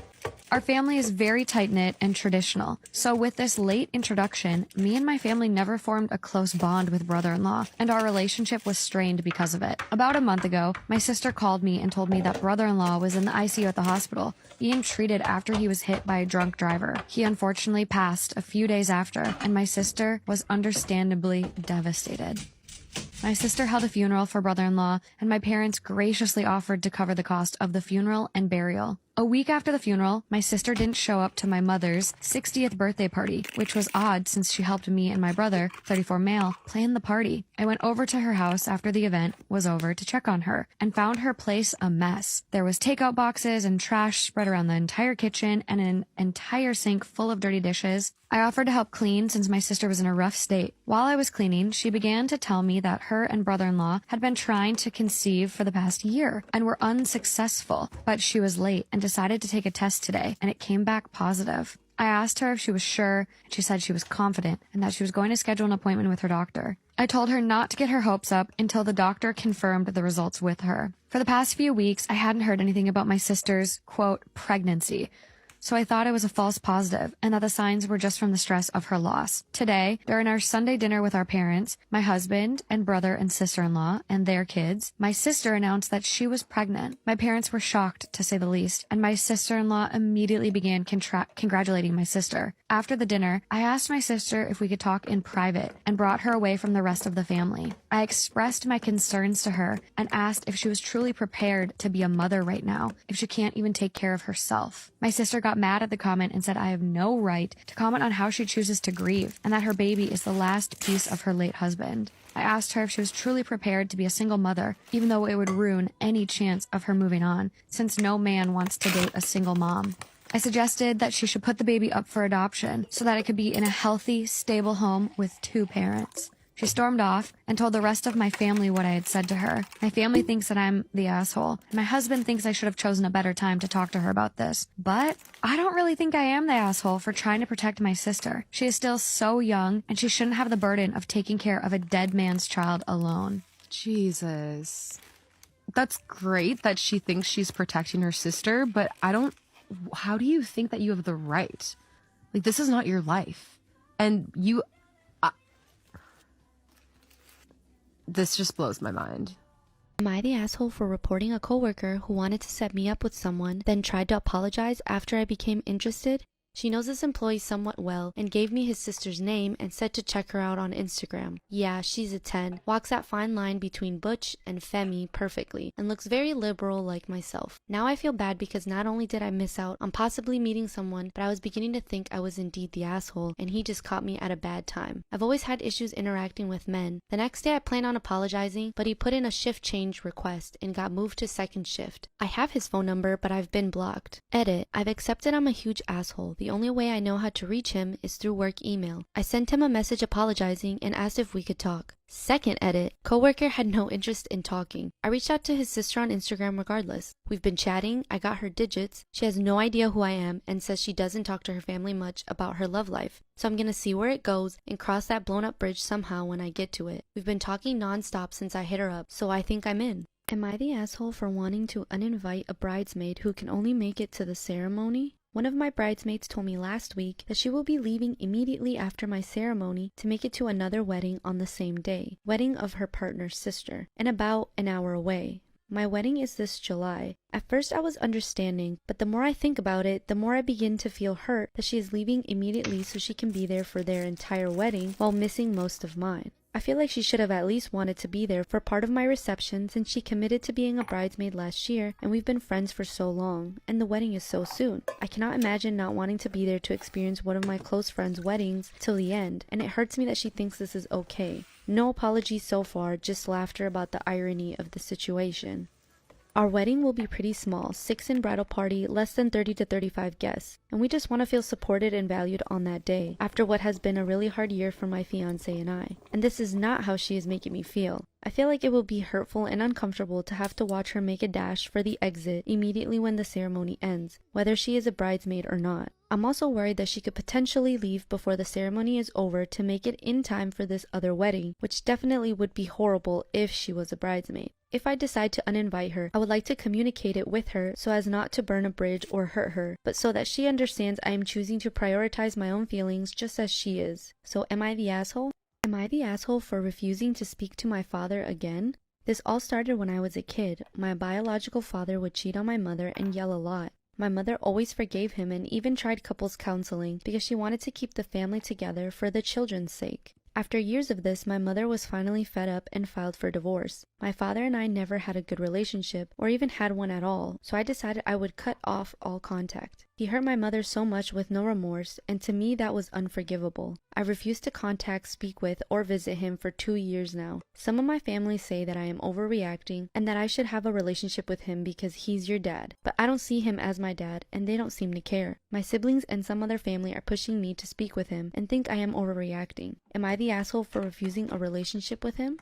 Would I be the asshole if I told my daughter the real reason my husband and I went no contact? So a little backstory, I got diagnosed with breast cancer at 18 and had to have a double mastectomy and chemotherapy. During chemo, I met my husband who had acute lymphoblastic leukemia. We both beat our cancers and soon after we started dating, and that's when the problems with my mother-in-law started. She was never rude to me nor treated me wrong until I started dating my husband. It started with ignoring me at all events we were both at, talking crap to my face and behind my back, to then telling everyone I wasn't the right person for her baby. She would start arguments over everything and would get pissed off when my husband took my side and would say I was brainwashing her son. At our wedding, she wore a white wedding dress, cried during our whole ceremony, and made a drunk toast talking crap about me until my husband and father-in-law stopped her and made her leave. My father-in-law filed for divorce soon after that, and my husband wanted to lose contact then, but I said no because I was told she only started acting like this after my husband's diagnosis, which at the time I couldn't blame her for. When I found out I was pregnant, she got so much worse. First, she was mad I was pregnant and wanted me to abort, which made no sense because she is severely pro-life. Then she wanted to be at all my appointments, including my delivery, and would throw a tantrum when she couldn't go for any reason. She cried when we found out we were having a girl and didn't believe she was a girl until she was born. She also didn't speak to us for the last 4 months of my pregnancy because we wouldn't let her be in the delivery room. Our last straw was when my daughter was 2 months old. It was her second time seeing my daughter, and she walked in on me making her formula. At that point, she got angry and started screaming at me, saying I was poisoning her grandbaby, and asked why I wasn't breastfeeding. I explained to her how you can't breastfeed after a double mastectomy and that I wasn't poisoning her because her formula was perfectly fine. After arguing, my husband walked in and heard the whole thing. He went off on her and told her to leave. By the end of their argument, my mother-in-law was crying and looked at me and said life was fine until you came along and that cancer should have taken me. I was really hurt because all I ever wanted was this woman to like me. From that moment, I told her to leave my house and to never call or come near my family again. When my daughter was 12, my husband's cancer came back stronger, and he died due to complications from it when she was 13. We didn't hear from my mother-in-law until his funeral, where she showed up but didn't talk to anybody. Fast forward 6 years later, my daughter found her on Facebook and got in touch with her. I didn't know about this until 5 months when my daughter burst through my door angry at me. She started yelling at me, calling me the worst mother ever, and asked me how I could ever keep her away from her grandmother. Confused, I asked her what she meant, and she had told me that my mother-in-law said that I had always hated her and that I forced my husband to lose contact with her for no reason. I tried to explain, but she just kept yelling and called me an awful mother and a horrible wife and slammed my door and left. I tried calling, but she blocked my number and social medias. Eventually, I got in touch with some of my husband's family members that I haven't talked to in a while to see if maybe they knew something, and apparently, my mother-in-law had changed. My father-in-law explained how she started changing her ways and is doing much better after seeking therapy after my husband died. Although I'm very happy for her, I want to explain the situation to my daughter, but my father-in-law says that I probably shouldn't make my daughter hate her. But she lied and is gonna ruin my relationship with my daughter if I don't show her the truth. Am I the asshole for being pissed off at my girlfriend for licking all the Oreos? This is so stupid. We mostly get along great, but this one issue is driving me fucking crazy. Yesterday, I went to get myself a couple of Oreos and I noticed that they looked like they were taken apart and put back together. The cream was smeared / gone from a couple. My girlfriend confirmed that she licked every single one of them and put them back in the box. She kept saying, "Eat your chocolate chips." But that's not the point. It's not hygienic having licked food just laying around the house like that. It's just gross. Today she's doubling down. When the groceries came, she opened the chips in front of me, licked one of them all over, like just slobbered all over it, then put it back in the bag and shook it up. Now I can't eat any of them because I don't know which ones have spit on them. Girlfriend says I'm the asshole for not letting this go, but I can't. It's so gross. That's bizarre. Why are we putting them back? Because, like, oh, maybe someone else wants the rest? Priest broke confession seal and told husband I cheated. I cheated on my husband 3 years ago while traveling for work. It was a one-night stand and we didn't exchange numbers or keep in contact. I don't even know his last name. Until last month, I've never told anyone about this event. At the time I cheated, I didn't really care because my marriage was rocky and I felt unappreciated. But my husband and I reconnected during quarantine and I started to feel extremely guilty. Yeah. Last month, I thought I would try going to confession with my parish priest. He said I needed to tell my husband as a part of my penance. I wasn't really sure how to do that, so I've sat on it. Last weekend, I came home to my husband throwing all of my stuff out of the bedroom and trying to kick me out of the house. He knows everything. Apparently, the priest followed up to see if I'd told my husband, and when my husband said he didn't understand what the priest was talking about, he told my husband about the affair. My whole world is exploding because I thought confession was supposed to be private. Does the priest have any kind of liability or responsibility? I'm in Maryland. Okay, number one, kids don't cheat. Make it easy on everyone here. Literally. This was something that was never discussed during law school, but my first thought is there's no obligation for the priest to keep it a secret unless there was some sort of contract. This is not like HIPAA. Exactly. There's no NDA here. There's no NDA. But that's kind of crazy that the priest would do that. Bro, no one's gonna tell him shit again. Yeah, exactly. You would think, I mean, in order to preserve like the religious sacredness of that practice, you would think you wouldn't violate that, but this priest has no chill. Yeah, unfortunately, I don't think she can't do anything. There's nothing she could pursue legally that I'm aware of, but that is unfortunate really for everyone involved. Yeah. What a way to find out that your partner cheated. Right. I definitely think this would probably be like the typical way is going through texts. That's typically how you find out. But like have your priest, person you maybe look up to. It also makes me wonder like what happens if someone goes into confessional and says like I killed someone. And then he's telling for sure. Yeah. But honestly, some people look at cheating as worse than murder. Really? Religion. I have a would you rather. Oh. Would you rather find out that your partner cheated on you physically with no emotional connection, like did not care about the person, it was purely physical, or they never touched physically, but they're like texting like I love you, you're the light of my life, like a very intimate emotional relationship? I'll take physical any day of the week. Any day of the week. Any day of the week. It's funny, there's like a big gender divide. Like when I've asked this question to a bunch of people and guys, they would prefer emotional cheating over physical cheating. I'm like, y'all are so silly. Am I the asshole for uninviting my parents from my wedding after they judged my fiance for being divorced? My fiance was in a forced marriage when she was 13. Hell no. Like, fuck, no, they can't come. They cannot fucking come. My fiance grew up in a Jewish cult. She was married to a 33-year-old man when she was 13 years old. Even though she ran away and left the cult when she was a teen, she wasn't able to get a divorce because state law said she needed her parents' permission because she was under 18. She couldn't enroll in school or classes because she needed her husband's permission since she was underage. Women's shelter wouldn't help her because they couldn't accept underage people without their parents. But CPS also wouldn't help because she was married and considered an adult. She was homeless for a time and she wasn't able to get a divorce until she was 22. I've seen proof of all of this. I found out that my parents did a background check on her after we got engaged and they know she's divorced and why.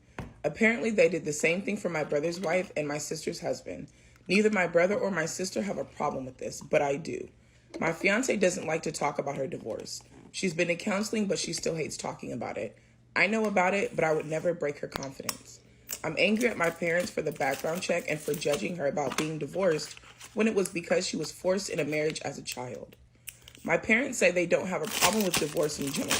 We aren't religious, but they thought a 26-year-old being divorced was a red flag. We know you didn't have a choice in being married, but the fact that you're divorced is a red flag to us. Your parents are idiots. They're idiots. For now, I'm not talking to them, and I'm not inviting them to the wedding. My brother and sister say that I'm being an asshole and overreacting because my parents meant well. I don't think so, but I'm getting a lot of pushback and guilt from both of my siblings.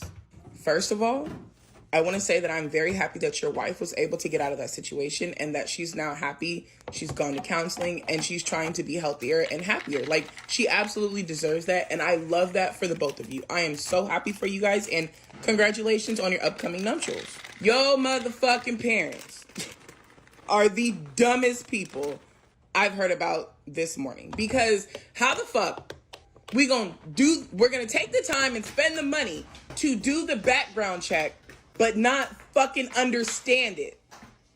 This girl was married at 13 years old. She was a baby. A literal child.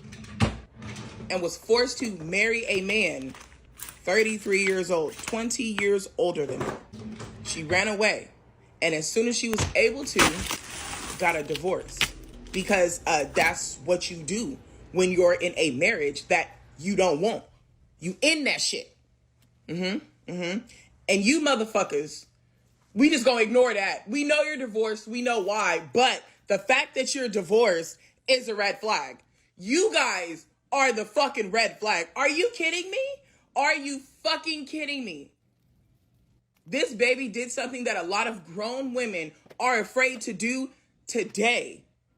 She ran away from something that was not good for her. And you guys have the nerve and goddamn audacity to judge. Your parents are stupid. They are stupid.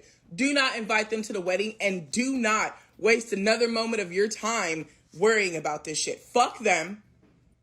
Enjoy your time being engaged. Enjoy your marriage and you don't need to deal with that. Not at all. Not at all. Just be happy and leave the dum-dums to themselves. Same goes for your fucking siblings. If they can't back off and understand where you're coming from, then they can be uninvited as well because they are not even respecting how the fuck you guys are feeling. You have every right to be upset that people are putting their noses in business that has nothing to do with them. So let your siblings know too. Either you guys shut the fuck up or you can sit the fuck out. Am I the asshole for telling my husband I don't care what his preferences are? I, 22 female, don't shave anything but my face. My husband, 23 male, also shaves nothing but his face. I don't shave mostly because I don't think I should have to. If my husband only has to shave one part of his body, then so do I. But it's also just such a hassle. It takes time in an already long shower. I have very long, very curly hair, and I don't want to do it. I used to shave very early into our relationship, but as we got comfortable in our domestic life, I was able to sit back and take a look at what's important to me. Shaving is just not something important for me to do. The other day, out of nowhere, while we were watching TV, my husband asked me why I don't shave. I really thought this would be a one-day type of thing, so I just said that I didn't think I'd have to. He asked me this before, and I always gave him the same answer. It's not that I never shave. I'll shave occasionally during the summer when I don't want to deal with his friends asking me about it. I also trim my bikini line as well, but I was confident around my husband. When it was just the two of us, I felt comfortable going to the beach without shaving. Anyways, our conversation continued. We had a lot of back and forth, mostly consisting of the same thing in different wording, but I think his true intentions came out after a while. He told me he prefers shaven legs and that it's unattractive when women's legs aren't shaved. That totally broke me down. I felt ugly and gross, but also very angry. Out of a very emotional response, I told him that I don't care about his preferences for my body. I also said that I have preferences for his beard or his hair, but I wouldn't be upset if he decided to go against that preference. I told him it's fine to have preferences for my body, but to keep those preferences to himself because I don't want to hear them. He got really angry and yelled at me, asking why he can't voice an opinion, but I think that some opinions need to be kept out of view. He apologized at the end, but I feel like such an asshole. He came to me crying because he felt so bad because he hurt my feelings. So am I the asshole? Am I the asshole for making the neighbor's kid fail his exam? I, 26 female, live in a condo-style complex. A lot of people have suffered due to a global event, and people in this condo have gone out of their way to help those less fortunate, myself included. My neighbor and her husband both had their income reduced. She was laid off and he got reduced hours. When they asked to borrow my Wi-Fi password, I also gave them all my online streaming passwords to be kind, as she wouldn't be doing much else besides looking for a new job and doing some housework. That was over 2 years ago. I don't interact with them or other neighbors in a day-to-day as I work a lot and I'm a private person. Last Thursday, when I tried to log on, I saw that attempts have been made to change my streaming and Wi-Fi password, and I spent hours on customer service line trying to get it fixed. The system locks you out after 3 attempts of changing a password. When it detects you are not the admin of your account, I got new ones. Saturday morning, I was woken up by what I thought was someone kicking my door in. Saturday morning, I was woken up by what I thought was someone kicking my door in. With a bat in my hand, I checked through the spy hole and it was my neighbor and her husband. They were angry that I had kicked them off their network. Their son was taking an online exam, but the school informed them that I wasn't registered, as while he was doing the exam, I had changed the password and he didn't notice. He got an incomplete grade and has to redo these 3 months and another exam in the summer. I told him I was unaware that they were on my network still, as she has gotten a part-time job. Therefore, I didn't feel the need to check with them to make changes to my account after a hacking attempt. To this, her husband said they tried to change the password. They said I'm away 5 to 6 days a week working, and his wife wanted to give online streaming passwords to our new coworkers, and there can only be 2 guests on my account. They wanted them to have it so they could discuss their favorite shows. They expect me to pay for the exam their son has to retake and summer schooling. So am I the asshole? A habit I've had for almost 3 years now is that every day I write down a description of the outfits my friends are wearing. I do this because we go to school together and I see them every day. The exception of when I've done this is when school was virtual or over summers and breaks. I've had the same friends for a while, so the data I have on some of them is dating back to when I started doing this. At first, it was an experiment to see how often people repeat the outfits they wear. If I could find this out, then I know how often it's acceptable for me to repeat an outfit. Then it became a habit and I like doing it. It's cool to see how their styles have changed over the years, and sometimes I can predict what they'd wear based on this data. I also like the routine and going over my findings. My friends have never known that I've done this. I had a friend over yesterday and I went to the bathroom while she was left in my room. I keep all my data on Google Documents and create a new one each month so I can easily copy and paste for chart making. I had left my computer open and the document was pulled up on another tab. On the original tab, my friend and I were watching YouTube. My friend says that she accidentally closed the tab and that's how she found my document. She read through part of it and got really upset, telling me that it's weird. That's when she proceeded to leave and go tell our other friends. They only think that I've been doing this for a month. Am I wrong for tracking their outfits like this? Part 2 of how my friends found out I've been documenting their outfits for 3 years. I asked my friends if I could talk to them, and over the weekend when we were all free, we talked over FaceTime. I explained to them why I started keeping track of their outfits, how long I've done it for, and why I kept doing it. I told them that I was sorry for not telling them and I didn't realize it would make them upset. I told them I'd delete the information if they like and I'll stop doing it if they want me to. 2 of my close friends on the call said that they understood what I was doing better now. They said they didn't really mind that I was recording their outfits, but they would have liked to know first. I promised to run it by them if I do something I think might bother them in the future. They asked for me to show them my data, which I did, and they asked me to send them a copy because they said they honestly found it interesting. My other friend, the one who originally found the data, said that she was a little creeped out by it, but thanked me for explaining. She apologized for reacting so strongly without giving me a chance to explain, and I told her that it's fine and I don't blame her. We're all back to getting along now. My friends are great people. They're a little weird too, which is why we make such great friends. I love them and I'm glad they're so understanding. Lastly, for the people who asked if I have OCD, I'm not sure and I won't be able to get tested until I'm an adult because it's not something my parents would approve of.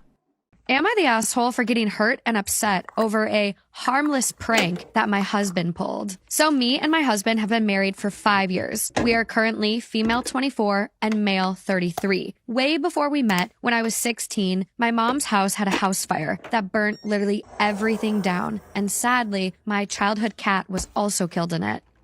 I remember my mom and brother waking me up screaming, "Fire, fire, get up, get up." We crawled out under the smoke and luckily my neighbors had already called the fire department and they pulled us out. We lost literally everything. We were devastated. So that was a while ago, but it still really scares me. And I check outlets and our stove and candles and everything all of the time. My husband knows this about me. So 2 nights ago, I went to bed early because I am 34 weeks pregnant, literally about to pop. I was sleeping for a while before, for some reason, my husband decided to wake me up by yelling, quote, "Baby, there's a fire, fire, fire, fire, get up." As quick as I could get up at 34 weeks pregnant, I did and grabbed my purse. I was just in automatic shock and just autopilot and knew what I needed to grab. I made it all the way down the stairs, yelling for my husband to follow me before he started laughing and telling me it was a joke. It took me a minute for that to process. I stood there with an open mouth while he laughed and ushered me down the rest of the stairs. I sat down on the couch and just started sobbing. It was genuinely the hardest I've ever sobbed. It's like I couldn't get myself to stop and my whole body was shaking. My heart was racing and I couldn't breathe. I have never had this experience before.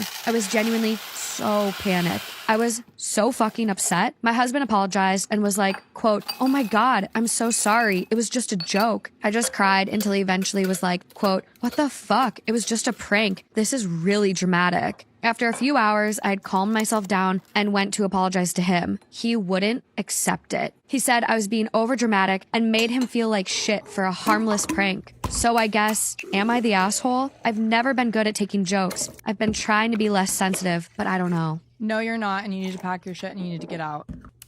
Am I in the wrong for making my sister's engagement party about me? Story time. So me and my fiance got engaged at the beginning of December. And for Christmas, I was staying with my mum and my stepdad. And on Christmas Day, we were going to be hosting the whole of my stepdad's family.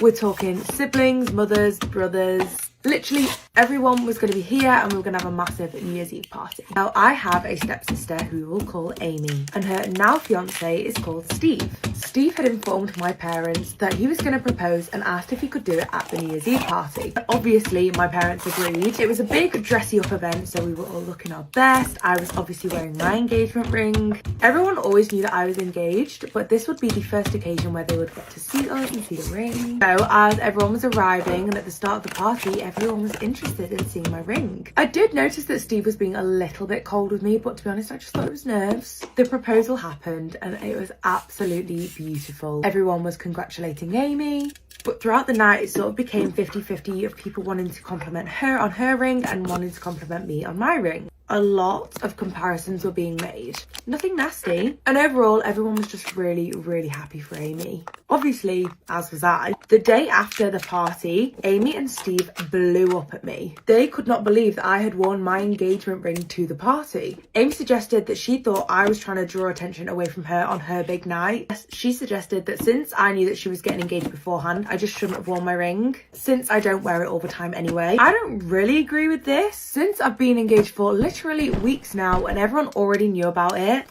it's not really like I stole her thunder here. Nor did I ever intend to by wearing my engagement ring. I was just doing it because that's what you do. Steve was like, you have embarrassed me by wearing your colossally large engagement ring. It's not just a boulder, it's a rock. He said that I was to know that Amy's ring was not going to be as big as mine. And that meant that I was intentionally showing him up and embarrassing him in front of all of her family. That was a bit insecure. He was then insulting me on all the other jewellery that I wear. And thankfully, my stepdad was really sticking up for me here. He said that they were both really stupid for their own outbursts. My stepbrother then chimes in, he's sticking up for me. But ironically, my mum is now saying that she can see where Amy is coming from, since everyone did actually prefer my ring. My mum also said that given that my ring is actually quite unique, I should have known that it was going to draw some sort of attention. What do you think? Should I have just taken the ring off? Or are Amy and Steve just being a little bit dramatic? I have to break up with my fiance after he confessed one of the most disturbing, horrific things I've ever heard. I've been with my fiance for 2 years now, and it is essential to understand that my fiance is kind of boring. Now, this is going to come into play later when you hear what he confessed to me, because one of the reasons I've almost broken up with my fiance is that he is kind of boring. He doesn't really have a ton of hobbies. He doesn't do a lot. He's so nice, and he's always treated me so well, but yeah, that's his biggest personality trait, being a nice guy. And this fact is probably even more important, and that's that we rarely fight. Now, let's get real. All couples fight, but I would say we only get in a fight 2 to 3 times a year. And I really started to think to myself, I am not used to fighting anymore, because every time we fight, I get exhausted. Like, I feel like 45 minutes, an hour, and just arguing, I just need to go to sleep. And I've always made the joke with him that because we're in such a healthy relationship, I'm not used to fighting. So now fighting really tires me out. Yeah, fighting really does tire me out. I figured out that I was completely right. The catalyst for this confession was the fight that my fiance and I had last week. We started fighting about something stupid like dishes and chores and responsibilities. Literally nothing that deep. But I could tell he was looking for something in the kitchen as we were fighting, which was making me more angry. I was like, okay, can you just come to the living room and sit down and talk to me? And he's like, no, 1 second. And he's just fumbling around in there, and it was just making me angry because I was like, pay attention to me, okay? For 10 minutes, I scream at him. I'm like, what are you looking for in there? And he snaps back, something to make you shut up. What does that even mean? You could have cut the silence with a knife. It was that tense in there. And finally, I was like, what are you talking about? And that's when he absolutely breaks down into tears and was like, I knew eventually I was going to have to tell you this. My fiance, my nice, sweet, docile, could not hurt a fly fiance, told me that every time we fight, he slips something into my drink to make me go to sleep so the fight would be over. because in the morning, I'm always over it. And after the last fight, he couldn't find where he put the stuff. So that's what he was in the kitchen looking for. He was looking for something that he could slip into my drink so that I would just pass out. Sorry, I didn't know that I was engaged to an actual psycho. That was news to me. Glad I figured out when I did, because I packed my stuff and I got out of there so fast. You've never seen someone move as fast as I moved. He's been calling me nonstop, apologizing, saying he'll never do it again, saying that he's just really bad at conflict management. You're bad at conflict management? Being bad at conflict management means you're passive aggressive, not that you're slipping things in people's drink. That's crazy. It really makes me wonder what else was that man hiding from me, because this cannot be the only skeleton in his closet. My boyfriend says I cheated, but I don't think I did. I've been with my boyfriend / baby daddy for 5 years. Prior to meeting him, I had a friend named Jay. We met online and would have flirt here and there, but when I got with my boyfriend, I told him we should stop talking romantically, and we did. Since we had developed a friendship prior to meeting my boyfriend, we stayed friends on social media. I thought nothing wrong because 1, I made things clear to him, and 2, we were just friends from there. Throughout the 5 years, we'd wish each other Happy New Year's or Merry Christmas or Happy Birthday, but not every year. I think we would talk maybe 4 times a year at most. A few months ago, my boyfriend read the messages me and Jay sent to each other from 2017, prior to meeting my boyfriend, and said he doesn't know how to feel about me because I haven't been telling him the truth. And do not get me wrong, once he told me how it looks, I asked him do I block or unfriend the guy. He said do whatever I want. So I deleted and blocked him on everything because if it makes him uncomfortable, it's not a friendship worth keeping. He says he is mixed up on his feelings and doesn't know what to do. I said I admit fault because 1, it did look wrong, but I saw it so innocently since it never went past the talking stage, and 2, I made the boundary clear with him when I met my boyfriend. He told me I should have deleted those romantic messages from years ago, but Jay has them saved, and I didn't want to bring up that old stuff to Jay because low-key made me uncomfortable because it was so long ago. He said the fact that they're saved is what annoys him, but I feel like it would have been more sketchy to tell Jay to delete them now. It almost feels like being sneaky. I feel terrible for making him feel unwanted, and I feel so stupid for not seeing how it looked in his eyes. I don't want my relationship to get sour, but I feel like it might end completely. Also, I want to know, I never once tried to hide who I was talking to. I let him see my phone whenever and wherever, so he would see the messages I got from Jay from time to time. He never read them, Snapchat, but he saw who it was from. When my boyfriend would ask who it was, I would say, just a friend, because he was just a friend at the time. My thought process was what happened with him was in the past, why does it matter? But I should have told him the history behind Jay. I'm at a loss for words, I don't know what to do from here. I wouldn't care about messages prior to when I was with the person, and I can't give you too much shit because you did, once you realized how it looked and your boyfriend communicated that he felt uncomfortable with it, you did the right thing by deleting the contact, blocking it, everything. It should be good from there. I mean, I don't think that was a good relationship to have, so I'm glad you cut it off. I think that's a little weird in my opinion. If you're literally happy in a relationship and you still have a guy that you're talking to as a friend on the side, it kind of looks like you have someone on the back burner in case things don't go well with your current relationship. That's how I would look at it. But you handled it right and you didn't have any reservations about it, so it would really I would see the genuinity from you if that person was like, oh damn, you're right, this looks really bad, I'm gonna block him, sorry, that's on me, I should have known better. But he has a very why does he care about the messages from beforehand? That's my question. Why does he care about those? And also I see where he's coming from, because if he's asking you who's messaging you, you said just a friend. My friend's a guy. Because if the roles were reversed and he was doing that and you were like, oh, who's messaging you? And you said just a friend and it was a girl, I'd be like, what? Yeah, I don't like that. Yeah, I think not telling him that Jay was someone that you were interested in for dating online, whatever, and then still continuing to talk to even just as friends. This, I like I said, this could easily mean you were trying to keep a foot in the door to get back with Jay if things went south with your current boyfriend. So I understand his thing, but I think you did handle it right. And then you guys have good communication, you guys can get past it. But people will disagree with me. I know. Trust me, I know. But this is how I think. Am I the arsehole for not telling my husband's family that I speak their language? Story time. So, me and my husband, who we'll call Steve, have been married for about 3 years now. I'm from West Canada and my husband is from Germany. We lived in Canada for the majority of our relationship, but recently we decided to make the move back to Germany so that we could be closer to my husband's family. So the day after our flight landed, we all went to see Steve's family. Gotta wet my sponge. This is only the second time I've seen them. The first time was on our wedding day. They greeted us, they brought us inside their house, we had dinner and then shortly left the house. For the next few months, we would go and visit Steve's family every few days. Now, I began to realise that the rest of the family would start to speak about me specifically in German. They would make really rude comments about my hair and makeup, saying that my fashion was very questionable. The thing that really got me is that they would make horrific comments about my pregnant belly. Now, I spoke to Steve about this and I told him that I didn't like the way that they were talking about me and that every single thing I did was being judged. Steve told me he would talk to his family about it.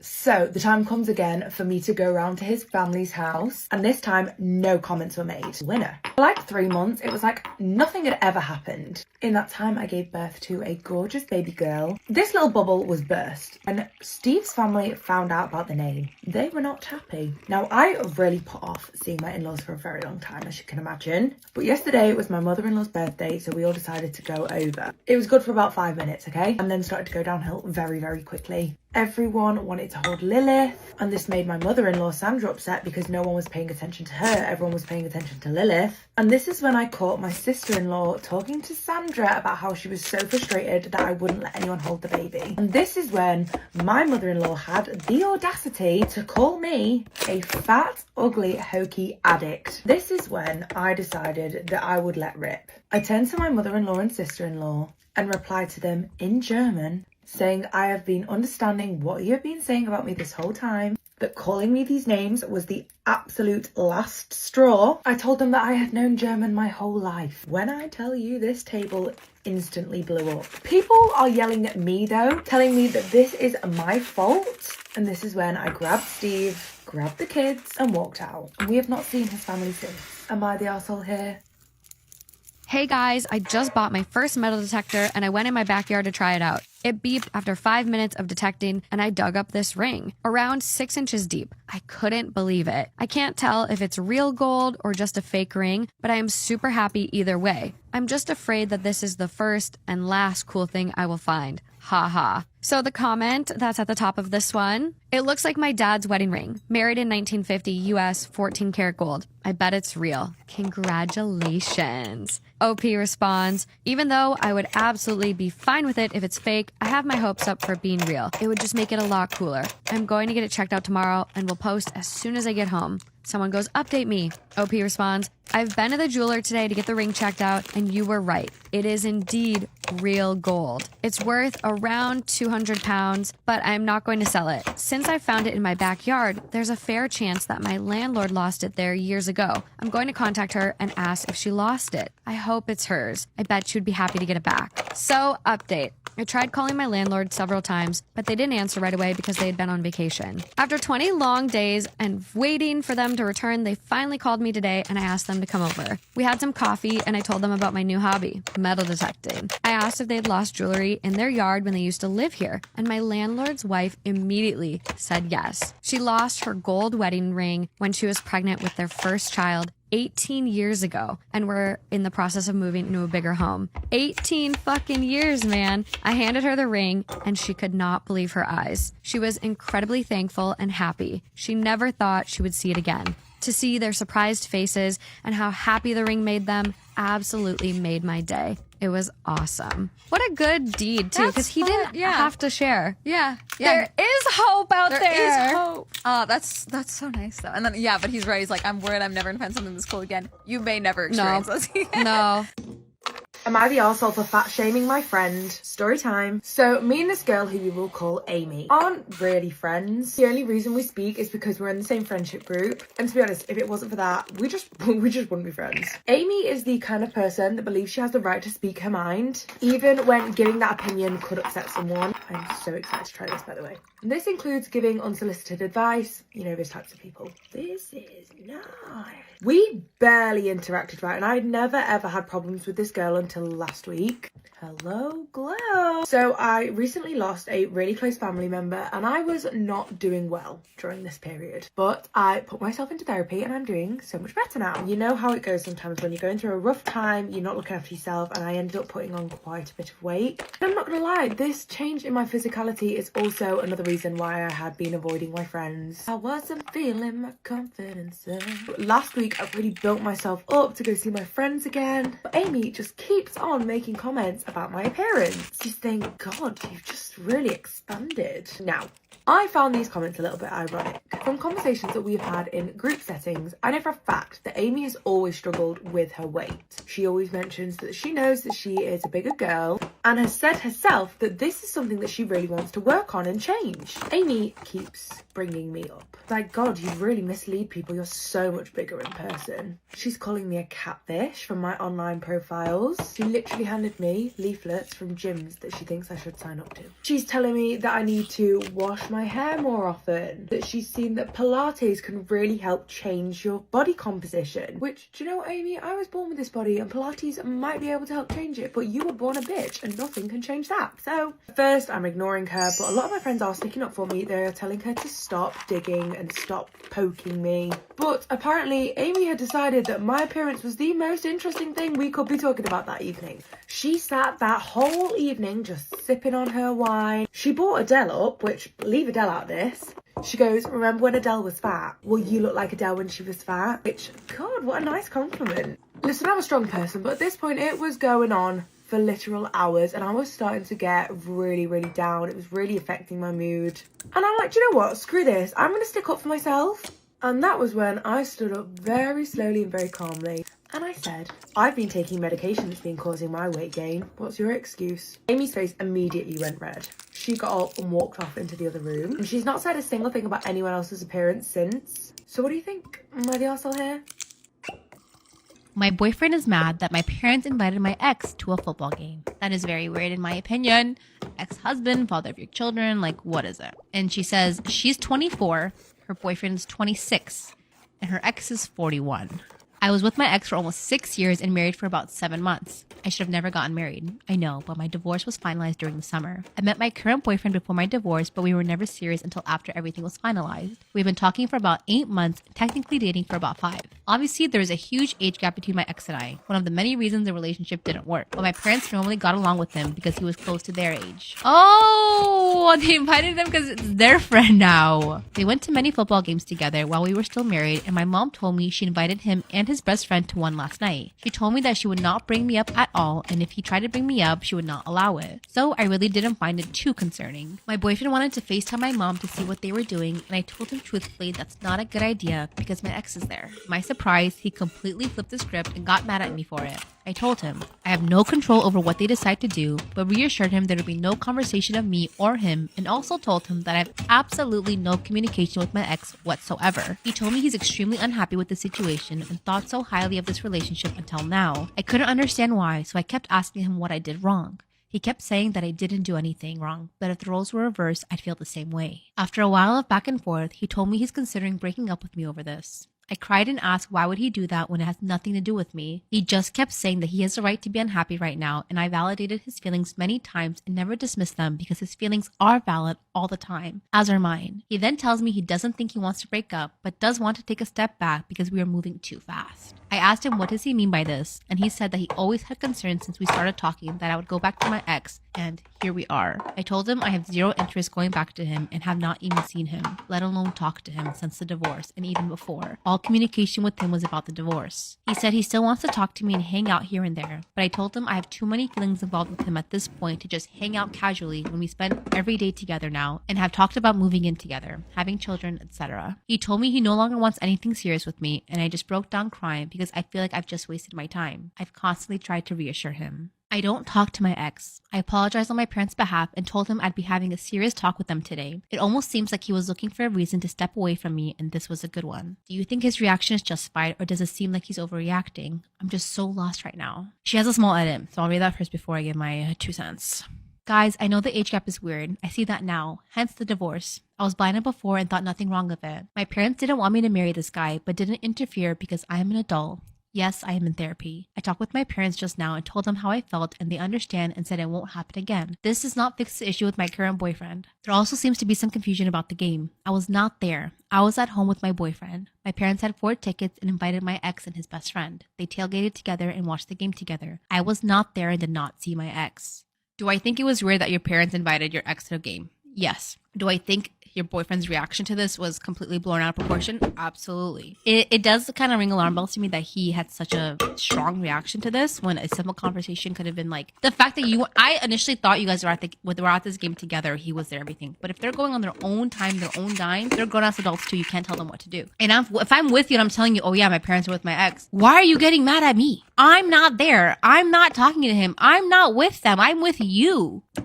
I think there's a lot of, what is the word, guys, when you're not insecurities. I think he has a lot of insecurities in your relationship, and this is really weird, the fact that he just wanted to step back but spend a lot of time with you. Maybe he did want an out and this was his way, but I don't see your actions being in the wrong at all. A normal person would have had a conversation and be like, your parents hanging out with him makes me feel a certain type of way. I know they are grown adults and can do whatever they want. I'm not mad at you. I'm not mad at them. But would it be possible if we had a conversation for them to not do this? Would they be comfortable with, is that too much of a request on my end to not have them hang out? I would talk like that and initiate that kind of conversation. For you to blow it out and say, I fell out, I don't know, however, whatever that was, that's just a big sign of immaturity, and you need to get a chill pill.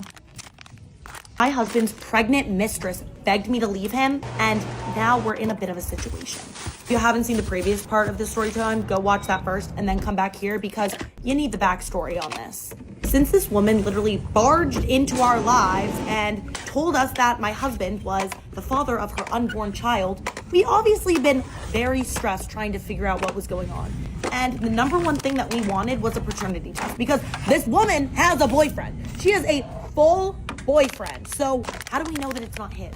It seemed like every other day I was messaging this woman trying to coordinate a way that we could do this paternity test, and she just kept blowing me off. She would respond to things about, potential custody agreements or what we want to do long term for the baby, but anything about this paternity test, she was just really shady about, and something was just not sitting right with me.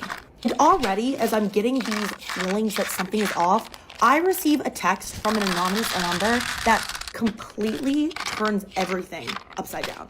This text message came from somebody who was claiming they were a close friend of my husband's mistress and claimed that not only was my husband not the father of her baby, that she didn't think this woman was actually pregnant. She told me that this woman has been obsessed with my husband for over 2 years when my husband had no idea she even existed, and that she had made comments that she would do whatever it took to make my husband hers.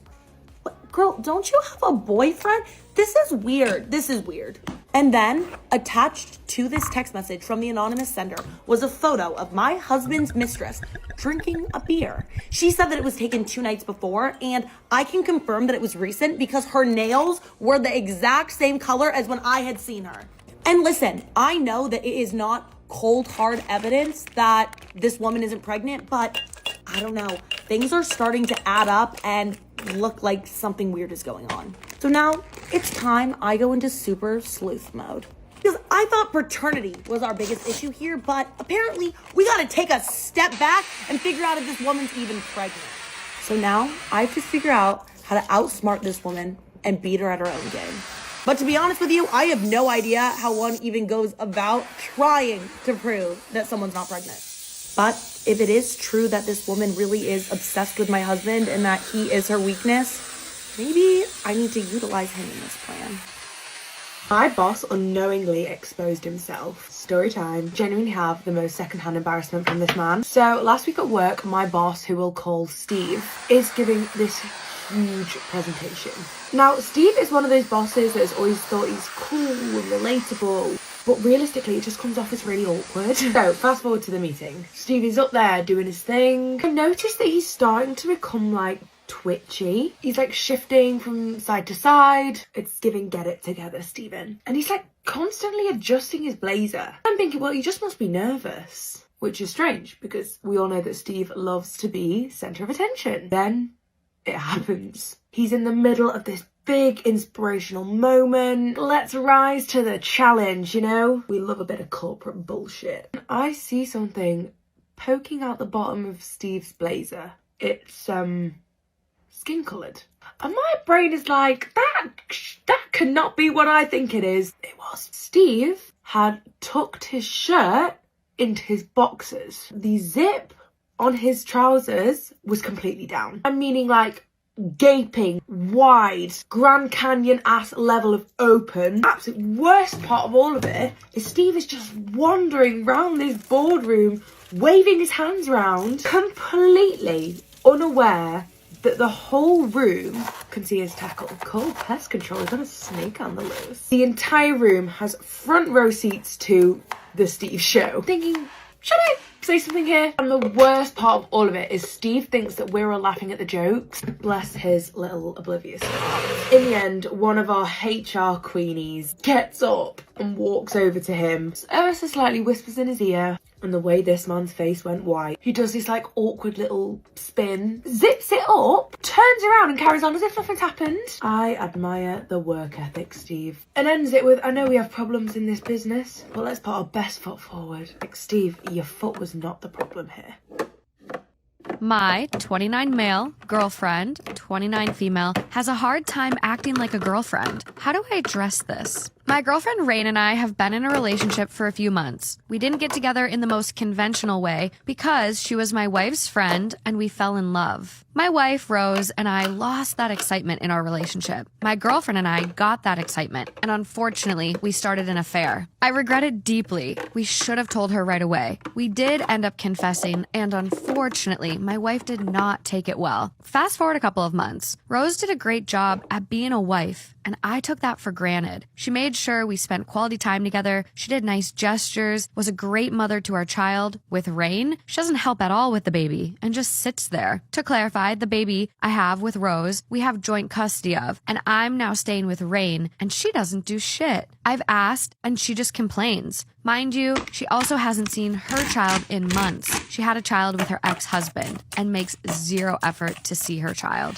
She is so indifferent about it, it's crazy. But perhaps worst of all is she goes to the club all of the time and doesn't let me know. She will just come home at 3 to 4 a.m. and it annoys me. Meanwhile, I come home from work and I cooked and cleaned. I don't mind her going out, but all the time, she needs to at least act like a partner. It seems like she just prioritizes fun. What do I do? What you do is that you blew up your life. Your wife clearly loved and adored you, and your kid, you messed up. I think you gotta take this tail between your legs, admit you messed up, and thank God your wife got out from your sorry self. But this person isn't your person, and you learned a tough lesson, and you move on. You find a new girlfriend.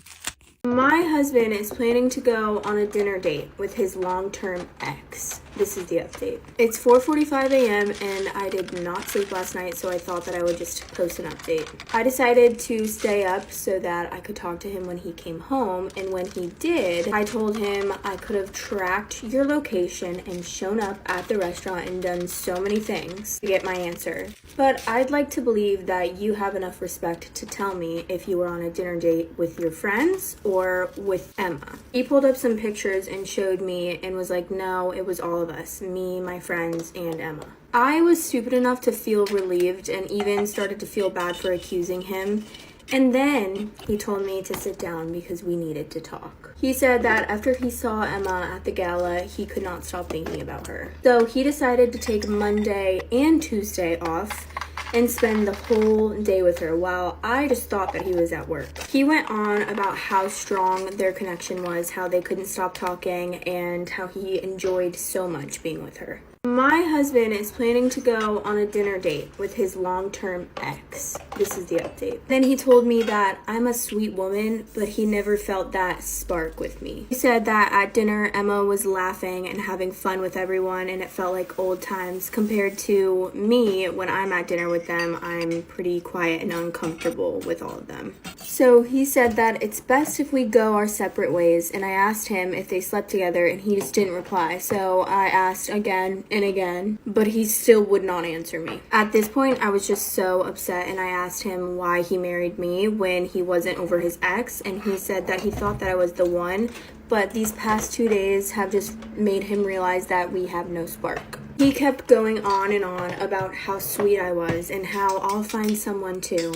I told him to shut up. And I said, Emma knew when you were going through your cancer treatments and she wasn't there for you back then. Like, why didn't she give you a call? At that point, he just went quiet, and I feel so stupid for ignoring all of the red flags in the beginning of our relationship. And wasting 6 years of my life with him. My next step is finding a lawyer and finding my own place. Today's secret comes from listener Claudia. Hey guys, never did I think I would actually be writing to you, but I desperately need your help. I've been happily engaged to my fiance, let's call him Brody, for 3 years now. To cut to the chase, Brody and I are madly in love with each other. We also get along with each other's friends like a house on fire. Since meeting Brody, I've gotten to know his best friend, who I will refer to as Doug. Doug has always been around and we've formed a really special friendship over time. Doug and I are extremely similar, we act the same, share all the same interests, and even have almost identical birth charts. Recently, Doug moved away to another state with his girlfriend of only 2 months, who were already off to a rocky start before they left. 2 months in, Doug is not happy. He's been messaging me every day about the situation and that he feels like he needs to break up with his girlfriend, but isn't sure how. Anyways, this is where things get icky. It was a Saturday night and Doug was messaging me, asking for relationship advice. He was so sick of arguing with his girlfriend that he booked a last-minute one-way ticket to see his family without even telling her. On this particular night, Doug had also been drinking quite a bit. He's always been known as the type of drinker who will start crying over how much he loves his friends and family after a few too many. That's me. Yeah. I do that. And it seems like this was one of those nights. We were probably chatting for 3 hours on and off until I dropped Brody off at a concert with his friends that night. After Brody had left, he started to say things like, I want to say something, but I won't. Oh. Amongst our conversation. I was truly, truly hoping that they were like best friends. And that was it. Fuck! Out of nowhere, Doug sent me a message on Instagram.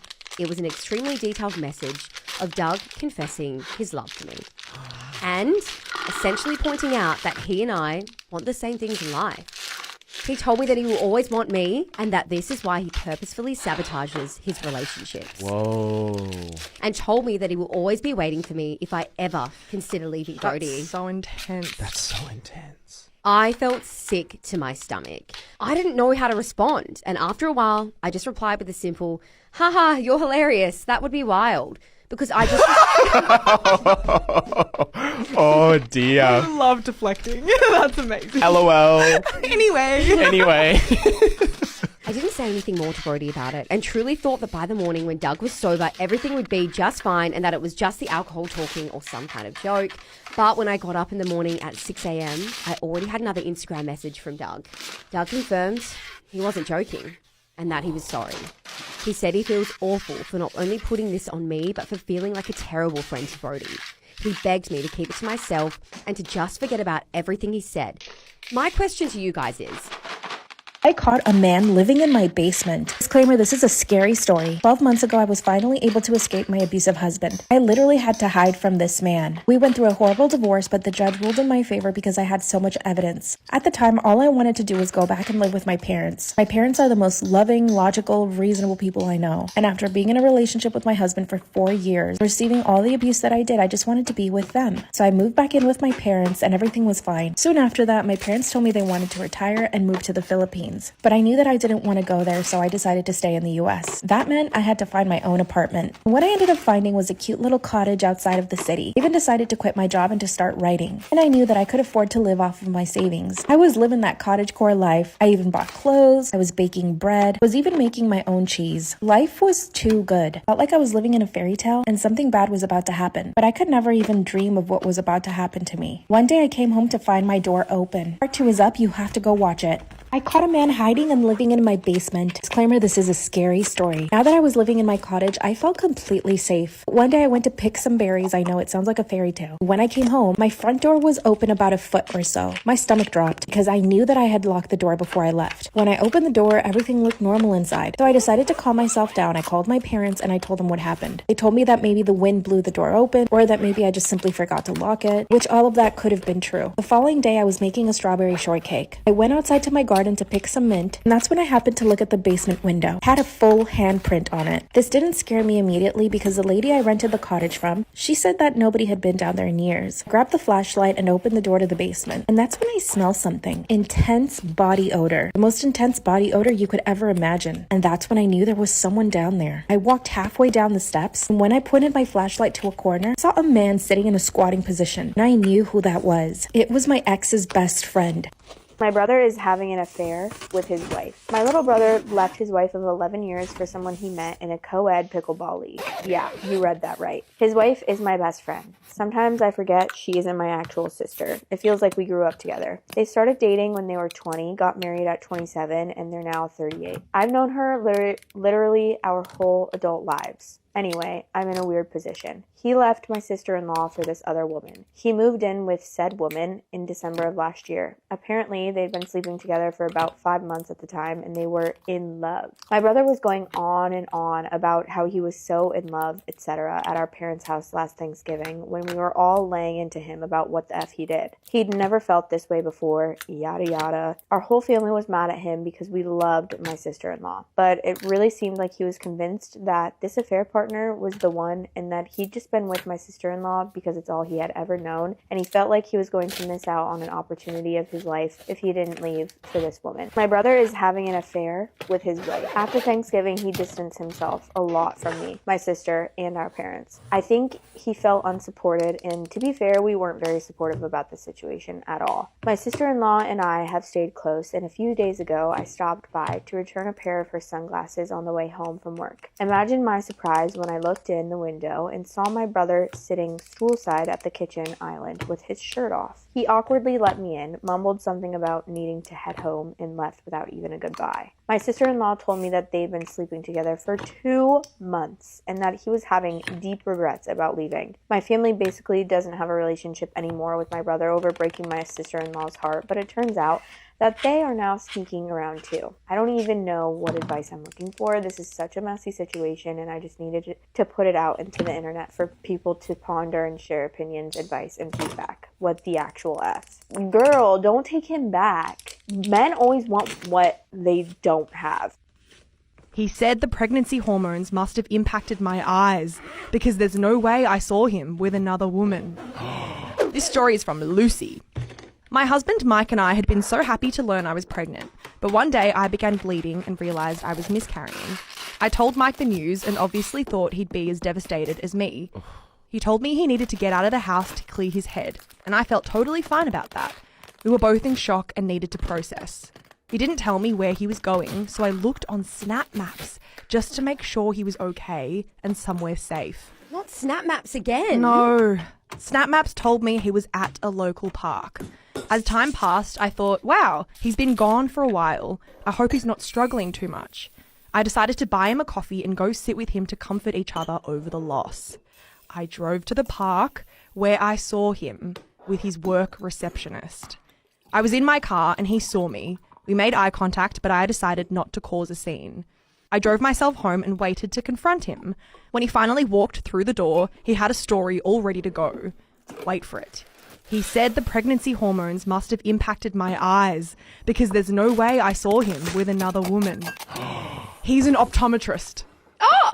Shut. What? That is This is so disgusting. Also, the best spanner for you guys. It turns out my pregnancy was mistakenly identified as a miscarriage. And, long story short, I'm now a happily single mother to a toddler. What? Love my child with every cell in my body. Oh, Lucy. That's actually, whoa, what a twisty-turny story. Am I in the wrong for telling a woman off after she asked me to put on clothes at a nude hot spring? So, there's a natural hot spring only about an hour drive away from where I live. It's on public land and a relatively well-known hotspot. Get it? The hot spring explicitly allows for nudity, and there are signs up warning prudes who have complained for years that yes, people are allowed to be nude here. I've been going there about once a week recently, and every time I get nude. I like to go Sunday mornings because it's mostly empty. Last Sunday, I arrived and stripped down as normal. There was another woman there who was using the hot springs as well, and I chatted with her a bit. After about 20 minutes, another woman arrived and came over to talk to me. This woman explained that her 3 kids were around the corner and wanted to use the hot springs. I could see them down the trail. They looked to be in the age ranges of 6 to 12. I was really confused because there was plenty of room still, so I told her very confused, okay. She was trying to subtly tell me what she really wanted, but had to spell it out for me. She then asked me to get decent. I was just taken aback at first and told her no. I wasn't done using the spring yet, and I only had the clothes I was going to wear back home. She then told, not asked, me to leave so her kids could use the spring. This pissed me off, so I told her to go F herself, and we argued for a bit. She ended up storming off. The lady who was in the spring got out and told me that I'm an a-hole, so I called her the B word. I left about 20 minutes later and saw that the woman and her kids walked back to their car. I waved at her and said to enjoy the hot springs, and she flipped me off. While I was really angry in the moment, I'm starting to feel like I got dragged down to her level and made an ass out of myself. Opinions? I typically don't talk about a wedding that I've recently photographed, but I have to talk about the wedding that I photographed tonight. Okay. Immediately when I walk in tonight to photograph the wedding, the vibes are off.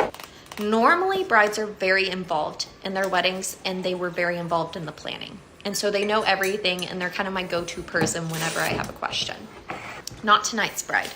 She kind of had this like attitude of like, I just want to get this over with. She didn't know where anything was when I would ask her. She didn't know the order of the reception. She was just very like aloof and unaware. However, there was this other woman, and I think she had something to do with the church. It kind of felt like it was her wedding. Like she had planned the entire thing. And so it quickly had to shift from asking the bride questions to just asking this random woman that I think was involved in the church. So that was the first weird thing. Second weird thing is normally brides are either excited or nervous on their wedding day or a combination. This bride was neither of those things. The closest emotion I can describe her as being is sad or empty, which I have never seen before on a wedding day. So it kind of had some flags going off for me. Now the groom, he felt pretty normal. He seemed eager to get married. He just kind of seemed like a normal groom. Fast forward to the ceremony, and I'm standing up front near the groom so I can get his reaction, and then I can get the bride walking down the aisle. The first thing I notice is the bride is walking herself down the aisle. So I'm not sure where the dad is or what has happened to her father, but he was not walking her down the aisle. Middle of the aisle, she just stops. Dead in her tracks, stops in the middle of the aisle. Everybody starts looking around. It's super awkward and uncomfortable. I'm sitting here wondering if this is like part of the ceremony, like maybe they're gonna say a prayer before she gets to the end. I don't know. The groom is looking at her, like willing her to just finish walking down the aisle. Like he just has this look like, don't embarrass me. And she's standing there and she just looks like she's having this internal battle. So immediately I'm worried about her. That is until a random dude shows up, right? He shows up and says he will be taking her. As you can imagine, the groom was not happy to hear this. I've never seen this in my career, so I'm not really sure what to do. I'm the photographer, right? But do I photograph something like that? So anyways, the guy takes the bride and no more wedding. That was it. I don't even know if I'm supposed to edit these photos. My boyfriend told me that I ruined our entire relationship because of my period. Me and my boyfriend have been dating for 2 years, but we don't live together. We don't live together because I really just don't want to live with him and his roommates, and I won't let him move into my house because I live in a tiny studio apartment behind my landlord's house. The space just honestly is not big enough at all, and I grew up in a small house being the only girl out of 5 brothers. I know that men don't like to hear about this stuff, okay? My dad and my brothers would make me throw away my lady things in the outside trash, and I was never able to talk about it. They would all tell me that I'm not allowed. When I know that I'm going to be spending time with my boyfriend, I will use a disc because it just lasts longer. And when I know that I'm going to be alone at night, I just use reusable underwear. I wear them because honestly, they're so much more comfortable. It makes me feel like I don't have to worry about leaking while I'm tossing and turning at night. It makes me feel better about knowing I'm not going to get toxic shock syndrome. My boyfriend took a weekend trip to Vegas, and I knew he wasn't going to be around, so that's why I decided to wear my period underwear, because I just wanted to be comfortable. And I guess something happened with him and his friends where they had to end up coming back early, but he didn't want to tell me because he wanted to surprise me. I went to bed on Saturday night at 9 like I usually do, and sometime in the middle of the night he came and he snuck into bed with me. My boyfriend told me that I ruined our entire relationship relationship because of my period. I guess when he got into bed, he saw and felt my period underwear and he literally freaked out. He was saying that I was so disgusting for just laying there in blood. I got up and I went and showered, and then I changed into my disc that I usually wear when I hang out with him. And when I got back into bed, he just ignored me. He turned the other way and didn't speak to me. I went to work the next day and I didn't hear from him all day that day. And then the day after that, he ended up coming over and he basically told me that all he can think about when he thinks about me is that I'm just a child wearing a diaper. He asked if I used diapers and I said no, and he just didn't believe me, and he said that I was really rude for not telling him about this fetish that I have. He went on to say that I'm a horrible girlfriend for not telling him about this and that he wasted all of his time and energy on our relationship. I tried to explain to him why I used them when he's not around, and I know that they're not attractive, obviously. I told him that I would stop using them altogether because I really love him and I don't want to lose our relationship. He told me that he'll think about it, but first he wants me to talk to my doctor to see if I can get on a birth control that just makes me stop having my period altogether, because now when he thinks about me having a period, it grosses him out so much. I told him that I really don't want to change birth controls because I like the one that I'm on. He said that I'm the asshole because I'm not just doing a simple thing that could fix our relationship. I made an appointment with my doctor on Friday, but I really just want to know if I'm the asshole for this. My bestie told my parents that I'm not a virgin anymore. This all happened 2 years ago, but I'm still getting punished by my parents. And I'm 19 years old now. 2 years ago, I had so many boys chasing after me. Everyone in my class knew that I wasn't a virgin. My bestie, on the other hand, she had been with half of the guys in our class and a lot of the guys in school. I never judged her for that, but I knew that that's not what I wanted for me. I wanted to save myself for somebody that I was in love with. So my parents made me swear that I wouldn't do it, but I was crushing on this boy really hard. And one day he came up to me and starts talking to me. Something inside of me just ignited. I knew that this was the guy that I wanted to do it with. Of course, I couldn't date though, so I had to lie to my parents. Him and I started hanging out almost every single weekend. First, he just grabbed my hand, kissed me on the cheek, but eventually he started kissing my neck and doing other things. And there were so many times I had to tell him to stop, but my bestie was trying to convince me to just do it already. And you'll never guess what I did next. You have to go to part 2. My bestie told my parents that I'm not a virgin anymore. This is when she started pressuring me into just doing it with the guy that I had a crush on. At this point, I knew I wanted to, but I also didn't, you know? I had been saving myself for the person that I loved. And even though I liked my crush, I didn't love him. The way my crush and my bestie were pressuring me, I gave in. After it happened, I was not happy. I didn't like it, and I felt like he was just doing it to do it. And then he stopped talking to me. When I told my bestie it happened, she started laughing. That's when she confessed that she had told him to pressure me. I started to cry, and then she apologized and swore that she wouldn't tell anyone. But by the time I got home, my parents were waiting for me. She had told them everything. My parents took me out of their will, and they punished me. And then my bestie told me that I was not better than her anymore. I keep telling my parents I'm traumatized, but they don't believe me. I think I need therapy. I feel betrayed. Wife is convinced that she is pregnant, even though every pregnancy test, store-bought and medical, comes back negative. It's taking a toll on our marriage because she thinks that I'm going to abandon her and our twins.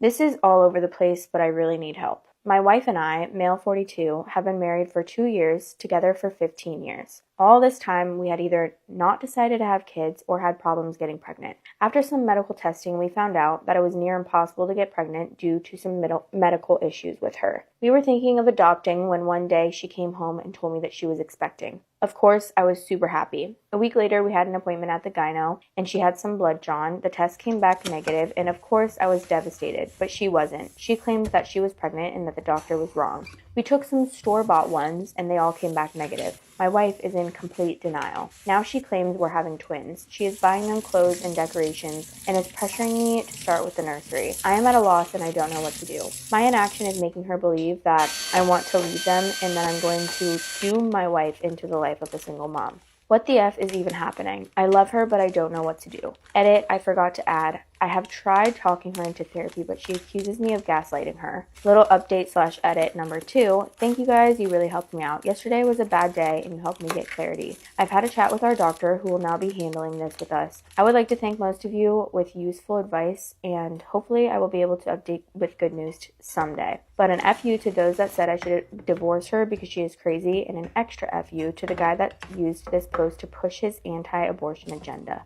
Update, my wife is convinced that she is pregnant even though every pregnancy test, store-bought and medical, comes back negative. It's taking a toll on our marriage because she thinks I'm going to abandon her and our twins. She was convinced that we were going to a pregnancy checkup. Things got really bad when we began talking to the doctor. He was really tactful when talking to my wife. He tried to explain to her that it was medically impossible that she was pregnant. We tried to show her tests, the ultrasound we did the day before, but nothing. She got more agitated and began to cry and scream at me for making her look like a crazy person. She began bouncing back and forth and holding her head with both hands. We could not calm her.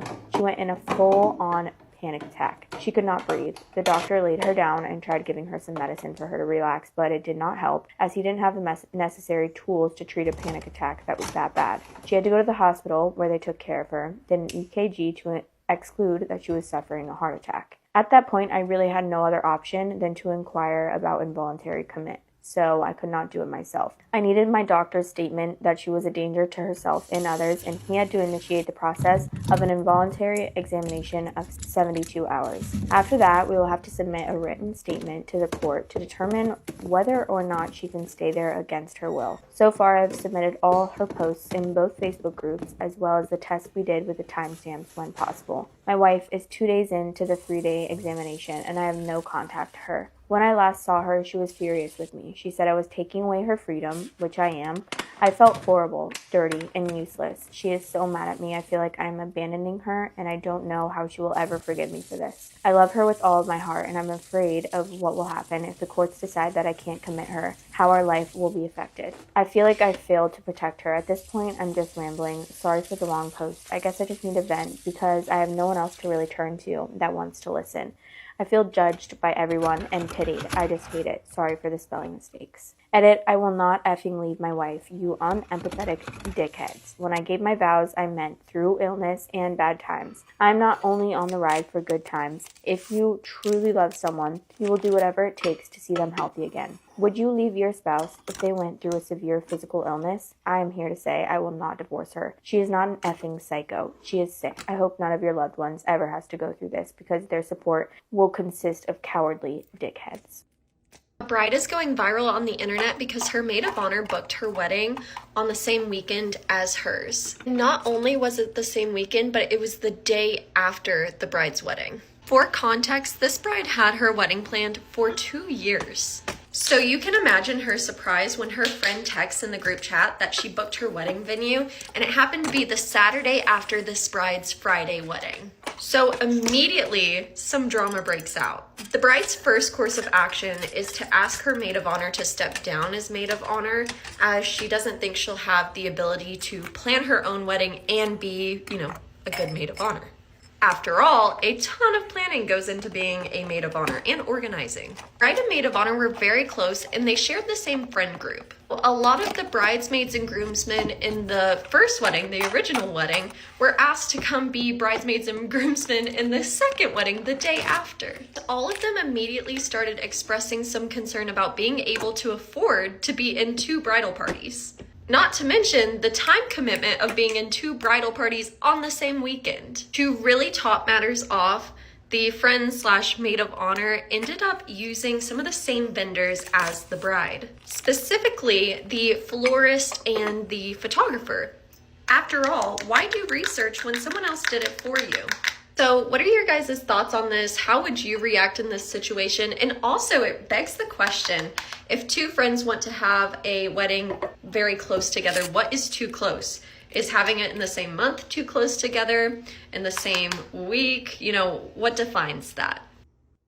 Am I in the wrong for potentially sending my birth mom and Nana to jail? For some context, I, 24 female, am an adopted Black and broke college student who's trying to do their best to raise their 8 biological younger siblings. My birth mother was not capable of raising me and my siblings, so I was adopted at the age of 3.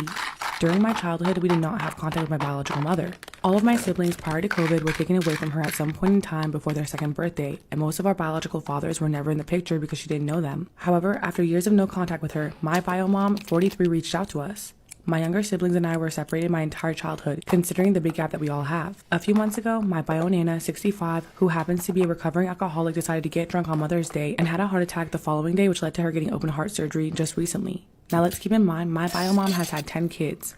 having her first child at 18, and has lost custody of all 9 of her older children. However, the youngest child, who was born during COVID, has not been taken out of her care. Kingston, 3, recently got diagnosed with autism and was nonverbal for a very long time and is on the spectrum. Since then, his speech has improved significantly and is somewhat speaking more clearly. My bio mom and Nana think he's not autistic when the way he sees the world is like an 18-month-old baby sees it. I work with special needs children who have autism and sensory processing disorders, so I knew immediately Kingston needed extra help to progress in the right direction. Growing up, I always knew my bio mom struggled with addiction and mental health issues, which leads me to believe that the story that Kingston told me is true. Again, I'm adopted, so I do not live with them, and I'm a college student, so I do what I can to support my siblings no matter what. A few days ago, I told Kingston we were going to take a bath, and I proceeded to take his shirt off, and I saw a big bump on his back as if a bone was popped out of place. Kingston told me that our bio mom beat him up and closed his fist to demonstrate what she was doing to him and hurt his back. So I decided to look at his back further, and to my surprise, he was bruised up and had knots on the side of his body. My Nana was still recovering when this incident happened, and I'm convinced that my Nana is scared of my bio mom because she was there and saw it with her own eyes but did nothing. I kept Kingston in my care for as long as possible and called my Nana out for not trying to control the situation. Kicking her daughter out of her house and for saying that my bio mom never hit him to begin with was ridiculous to me. From there, my Nana proceeded to call 911. She told him that I kidnapped Kingston. Any mother or literally anyone who is sane would fight for their children and their grandchildren no matter how much they are in pain. Granted, my Nana had surgery, but she was able to move and walk around. Not only that, she called 911 on me, her granddaughter, to say that I kidnapped him when she could have called 911 to tell the authorities her daughter was beating on her child. Words were said, hands were thrown, and everything went left with my bio mom, and because she's on drugs, she doesn't even remember hitting him and claims that I'm lying on her, and that Kingston was just playing with markers in her makeup. Any sane person would know that a child cannot write on their back, and having bumps on their body such as this does not come from makeup and markers. Since then, Kingston has not been back to my house, but he's being well taken care of by my auntie. She was granted temporary custody until I graduate college. We go to court in October. I don't feel bad about how I reacted to my biological mother at all, but as far as my Nana goes, am I in the wrong for going off on her knowing that she's not fully recovered from her surgery yet?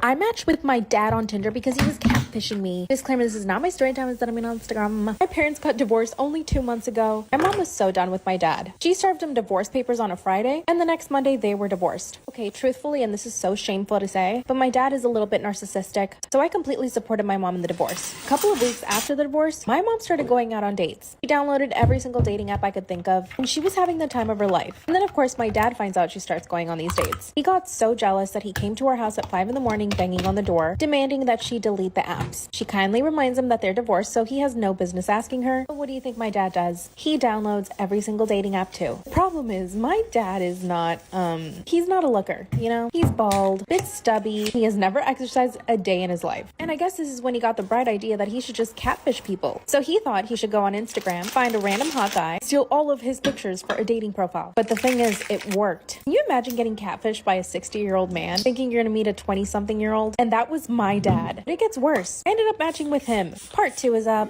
My dad catfished me into going on a date with him. Disclaimer, it's not my story time, I'm filming it on Instagram. So I matched with this really cute guy. He has my literal same interests. Just from looking at his profile, we had so many things in common. Of course, I reached out and he asked me out on a date that very same day. 2 days later, I show up to this beautiful restaurant. It's an outside setting, it's candlelit, beautiful bossa nova music playing. Throughout the sea of people, I see one man sitting by himself. His back was facing to me. But I thought, surely this cannot be my date. He looks frumpy and really slouchy, nothing like the guy that I had been talking to. And as I'm walking towards him, he looks back, and to my horror, it is my father. And that's when he asked me, what are you doing here? I say, what are you doing here? He says, I'm on a date. I said, well, I'm on a date too, with a guy named Larry. And my dad starts cackling. He proceeds to spill the beans about his catfishing ways. So when I asked him why he would want to catfish his own daughter, he said that he actually didn't recognize me from the pictures, that he was messaging so many women, he didn't really take the time to look at my profile. I was so weirded out, but I decided to sit down and question him further. What you are about to hear is a true story. At this point, my dad had catfished 30 women. Part 3 is my dad catfished me into going on a date with him. Disclaimer, is not my story time, it's letting me on Instagram. After he confesses his catfishing ways, he also tells me that he's catfished 30 women. And that the only reason he catfished me by mistake was because he didn't recognize my pictures on the profile, which was weird. But let me remind you, my dad is a narcissist, and to him, this was all funny. But get this, out of the 30 women that he catfished, only 2 of them confronted him about the catfishing. You mean 28 women sat on a date with my dad and either didn't realize that he was catfishing them, or did, but didn't want to say anything? And this is why men like my dad just get away with stuff like this. But it gets worse. he actually went home with 3 of those girls. And apparently one of them is totally obsessed with him. My dad is in his 60s. All these girls are in their early 30s. And as he's telling me all of this, he's just laughing, as if he's not talking to his own daughter. After 20 minutes of listening, I went back home with my mom. And of course, her and I both reported his account. And I've officially cut off my narcissistic dad. It was so weird that he said he didn't recognize my account. Why in the world would he want to go on a date with his own daughter? And to the 3 girls that went home with my 60-year-old dad, are you guys okay? If you ever get catfish, you better walk away immediately. Bye. You know what I just realized? I think I'm the neighborhood whore of my building. Listen, it's an easy role to fill. Oh, and what I mean by that is not that like I'm a fucking whore. My building is very much like a family building. I didn't really realize that before I moved in, but like mainly families live here and like old fucking men. And here my ass is like strutting around in a bikini. And I like just flashed back to a moment where like one of my whores came over and like if I don't fuck with one of my whores, I don't let them in my apartment. Like I have to meet them outside. This is so weird. No, but I'm like, no, you're not coming in my fucking apartment. Like you're gonna meet me outside. Like I have a little we have like a common area downstairs that has like a grill and everything. It's really cute. I'm going to hang out with one of my whores and I know specifically like, oh, I don't want to suck. Like, let's be fucking honest. Like if they come into my apartment, there's a better chance of me like hooking up with them. And if I know I don't want to hook up with this whore, I'm gonna be like, oh no, let's like hang out downstairs. Like it's so nice outside. Now I'm thinking I've done this to like 3 men. And like my neighbors have seen this. Like my neighbors have seen me downstairs in our common area with 3 different fucking men. That's so embarrassing. That's so fucking embarrassing. Here they are, like, I don't know, putting their kids to bed to go to school. My ass is out on the terrace, like laughing and giggling with some random fucking man. Don't get me wrong, like I'm considerate. And I would say 95% of the time, I'm not doing like whore activities. Like I'm really not. I like the building I live in specifically because it is a family building, so it's like quiet. I'm like, oh my God, they have to think I'm a whore. Especially because I wear like my little workout sets and I walk tiny in the morning and I'm half fucking naked at 8 in the morning. I got my titties out. I got my ass out. You know what? I pay enough fucking rent to do that. Oh, and I just realized I'm like blasting Cardi B as I like drive into the parking garage. Like, oh my God, they're definitely like this fucking whore. I'm just a girl in my 20s. I'm just a girl in my 20s. Like I'm living my best fucking life. But it hit me today. I'm like, I am the neighborhood whore. Like they have to think that of me. And you know what? Someone's got to do it. Am I the asshole for not saying anything about the underwear? My 20-year-old daughter and her fiance are currently staying with us. I love my daughter, but she is very difficult and I can't stand her fiance. I gave them a deadline to move out because I can't take this anymore. They got into a massive fight the other day while my wife was out. I guess a pair of my wife's underwear got in with their laundry and she thought he was cheating. I think the fact she immediately jumped to cheating shows how bad their relationship is. She was waving the underwear around, and I recognized them because they had a floral print, but I just let this ridiculous fight go on. My wife came home after about 30 minutes and said they were hers. My wife asked if I didn't realize they were hers, and I accidentally laughed. My daughter burst into tears and won't talk to me. Her fiance said we're fucked and left the house, but my wife thought it was funny.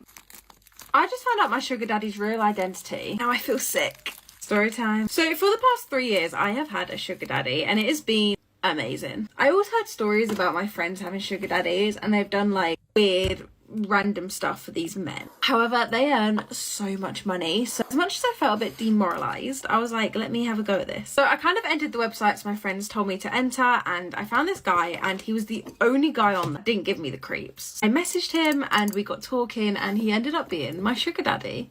And what was so nice about this, and I felt really lucky, is that he never asked me to do anything weird. Yes, I sent a few, you know, but nowhere near what my friends were having to do, basically. Anyway, this went on for like 3 years, as I said. I was honestly having a great time. My sugar daddy said that he wanted to meet up with me, and not in that way. He was asking for something really simple and a bit random. He just wanted me to walk around Target with him. Like he said, we can meet inside the store, it can be during the day. Like he was actually really accommodating. He's offering me a lot of money. Now tell me, when I showed up to Target, I saw my dad.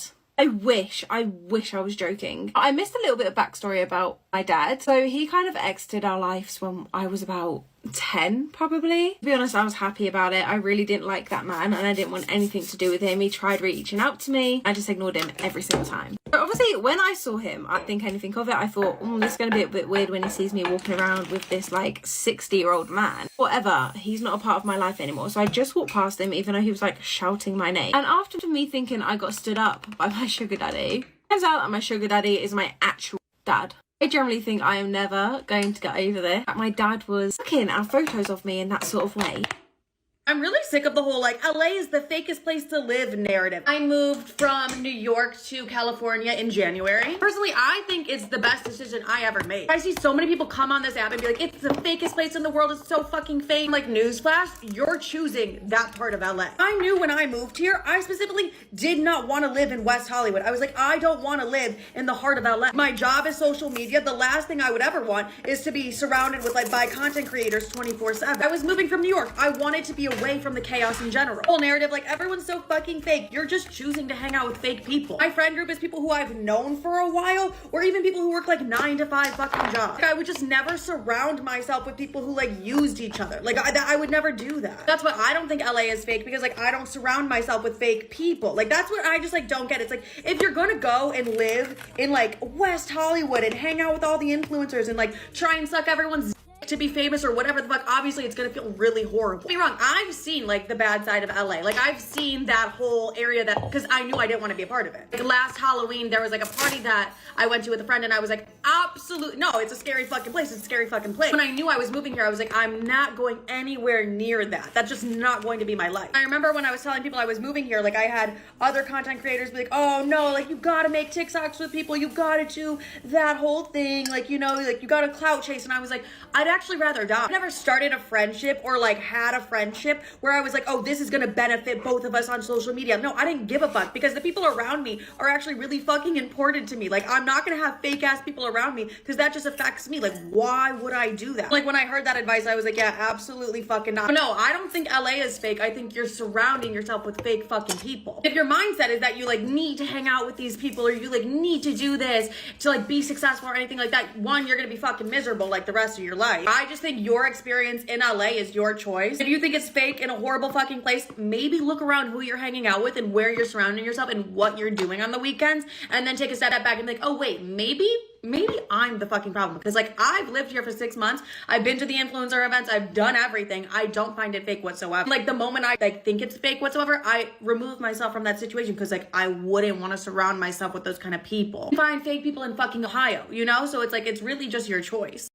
Am I the asshole for stealing money to get a BBL? And the BBL almost killed me. Disclaimer, this is not my story time, it's on Instagram. I'm 27 years old, and my life changed in 2017. I went kind of viral on Instagram after I posted some bikini pictures, and then I got a bunch of male followers. And to be honest, I have 0 talents. I don't know how to cook, not a good actress. I'm really not good at anything other than like posting pictures. So I decided to make Instagram my job. My dream was to be like these other IG baddies. They all had BBLs, expensive cars, and they made so much money. So I decided to get a BBL. The problem is I was totally broke. So I came up with a plan and I didn't tell anybody. I would get my followers to send me about $200 and then I would send them pictures in return. But I would promise private stuff and I never sent it. I would send them like a bikini picture here and there, but these guys couldn't get their money back. So I just started blocking everyone who sent me money. After 3 months, I had 50K. I ran over to a plastic surgeon. I got my BBL, but it was gruesome. For 3 months, the recovery was horrible. I had to wear fajas and get massages. I went on a clean diet. Finally, after 3 months, I had my dream body. And when I started posting my new body, I gained 100,000 new followers. But then after 7 months, I started feeling sick all the time. I was really tired and had all these weird symptoms. And my butt would smell bad too. It was very hard to clean my new butt. That's when my doctor told me I had an infection from the BBL. I had to go on these crazy antibiotics and I gained a bunch of weight. I looked horrible. My butt was astronomical. I was sick for 7 months. Now my body does look good again, but I regret this decision so much. I always have complications and my butt smells bad. Would you do it? My stalker hid in my apartment for months and it turns out it was my landlord. 3 years ago, I was trying to get out of a toxic relationship. My boyfriend was extremely controlling and possessive. He would show up to my job just to make sure that I was actually there. And after 6 months of living together, I'd had enough. I planned everything perfectly. I told my parents to meet me at our apartment at 2 in the morning. I only took my passport and my wallet and left while my ex was sleeping. After that, I had to get a restraining order from him because he kept stalking me. Needless to say, I never thought this would happen to me ever again. Moved in with my parents and trust me, I would have lived with them forever had it not been for the fact that I landed my dream job in a different city. My parents helped me move into this really beautiful beautiful duplex. The day we moved in, we met my landlords. They were a cute couple in their 40s. They looked so kind and sweet. Once I moved in, everything was wonderful. I decorated the apartment exactly how I liked it. My dream job was amazing, and I even started dating again. But I started hearing noises. Sometimes I would hear furniture being moved upstairs. When I would run upstairs, nothing was there. And then I started hearing a man moaning. Things would be moved around when I would come home. One time I found my fridge open, and my underwear would always go missing. I decided to install cameras, and 2 days after that, I heard more moaning. I called the police immediately, and when they showed up, they searched the house. Upstairs, in a guest bedroom full of boxes, they find my landlord. He had set up a mattress, food, and his laptop, even had a bag of clothes. And of course, on his laptop, they found videos of everything. Me with boys in my bedroom doing you know what, me in the shower. This man had cameras everywhere, and his mattress was full of you know what. Thank God he was prosecuted, and his wife blamed me. I got a bigger house and moved my parents in with me.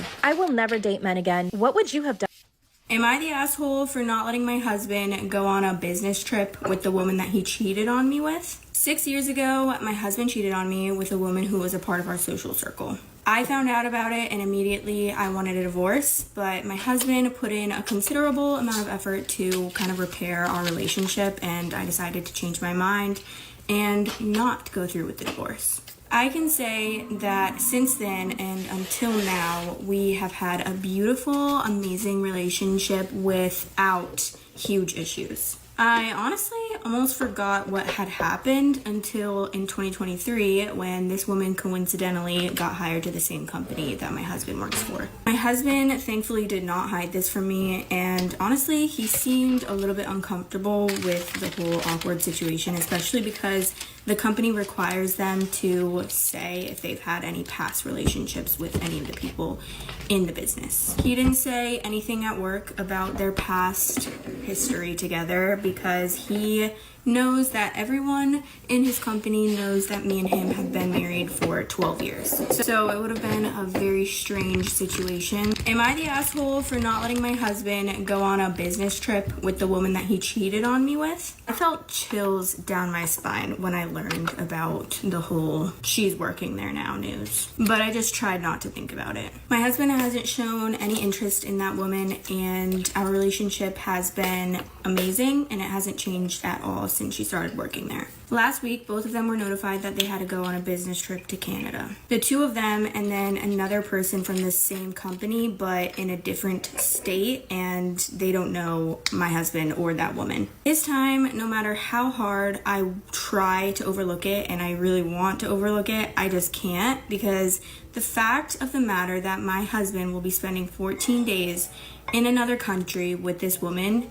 is bothering me so bad. I told him that I don't even want to hear about such a thing, and that if he ends up going on this trip, I will leave him for good. I know I'm putting him in a difficult situation, especially since if he misses the trip, he will face repercussions at his work. I just don't know what to do. I feel bad and guilty, but I also feel justified in feeling this way. So I really want to know, am I the asshole in this situation? I believe my neighbor next door may have been sold or used for citizenship. I have a next door neighbor who moved into the apartment next door to mine in June 2021 and has been a major nuisance. She's schizophrenic and is constantly screaming, banging, smoking, and loitering around the complex, playing her music and singing loudly, or screaming or talking at no one. She looks very unkempt constantly and mentally unwell based on her hygiene. I'm definitely empathetic to those with mental illness, but have had to make a couple reports to her property manager asking if any action can be taken because she lives next door and has made the living situation tense for me and my partner and somewhat difficult to focus while working from home. Every time he said they will talk to her and her husband, and the situation gets very, very marginally better for a small interval, but goes back to being just as bad very swiftly, so we've kind of given up and learned to live with it. Here's the thing with the husband. We were confused what husband the property manager was even referring to, because when they first moved in, we saw a dude maybe once, but then never again for at least months. Eventually I started to notice the guy would come around maybe once every 1 or 2 weeks, get packages, then be gone almost as soon as he arrived. Whenever he was here, the woman was usually quiet and not being disruptive as usual. I saw the guy's name once or twice on packages, and a very close friend and I thought something might definitely be fishy with the situation, so we did some digging on the internet, and here's the deal. He was born in India, and according to Facebook, studied engineering at a couple colleges there, then most recently studied at a university in San Jose, California. So at some point, he immigrated to the US from India. He's listed as single on Facebook, and there's no trace of the wife anywhere on his socials. Strangely, a people search showed that he lives in Sunnyvale, near San Jose, but the apartment where the woman lives next to us in Oakland is about a 60-minute drive north. I recently read a comment on a post about family secrets in which someone mentioned that their uncle sold their schizophrenic aunt, his daughter, to someone outside the country so that they could get citizenship, and everything kind of clicked for me. Their living space is very sparse and empty when I get glances inside, and it seems almost like this man might just be storing her there, but otherwise living, working, and properly dating elsewhere. If my suspicions are correct, it makes me wonder about the legality and morality, of course, of a clearly mentally unsound individual that has been potentially goaded or somehow forced or sold into a marriage like this for the sake of someone else's citizenship. I really can't think of many other scenarios this could be unless I'm missing something. Me and my teacher hid our relationship for 4 years. Story time. So me and my teacher have been dating for 8 years now. This isn't a new relationship. However, because of when we first started dating, obviously we had to keep it a secret for 4 years. But my husband's name is Mark, and me and Mark met in year 8. I so wish he was a part of the school in year 7 so we could say our love story started then. But we're just gonna have to deal with year 8. But Mark definitely made the first move. We actually still argue about this, but I was way too shy and inside of my shell to ever make a move towards a teacher at that point. So he joined our school as a teaching assistant. He was still at university during this time, but he wanted that experience. He is such a hard worker. And as he is a PE teacher, we got to spend a lot of time together because he also took our geography class. So I took him quite a lot. And then obviously as I progressed in the school, in our secret relationship, I chose to take geography just so I could spend a little bit more time with him. Don't get me wrong, during school we definitely slipped up a few times by accident. There's one time when I was in his office, just imagine, and one of the students came in without knocking, so that was a close one. That was a really close one. And it got a point where I started wanting him around my house, but I couldn't tell my parents just yet because I had just left school at this point. We had been together for 4 years and wanted him around my house, so I'd sneak him in, and my dad definitely caught us. I obviously reached an age and a point in our relationship where I was comfortable enough to introduce him to my parents, and still to this day they don't know that we had been going out for so long, so they were totally okay with it. It's just a coincidence that he is or was my teacher. They believed it. They totally believed it. So hopefully they don't see this, because that's a bit awkward. And that's how I kept my teacher a secret, basically, for 4 years throughout school. And literally one of the hardest secrets I've ever had to keep, because we were and are so happy. And I truly do believe that age is just a number. Am I the asshole for not caring about my relationship anymore? I have been with my partner for 6 years. We met in middle school and we have a 1-year-old baby together. And things have drastically changed since then, or maybe my rose-colored glasses have fell off.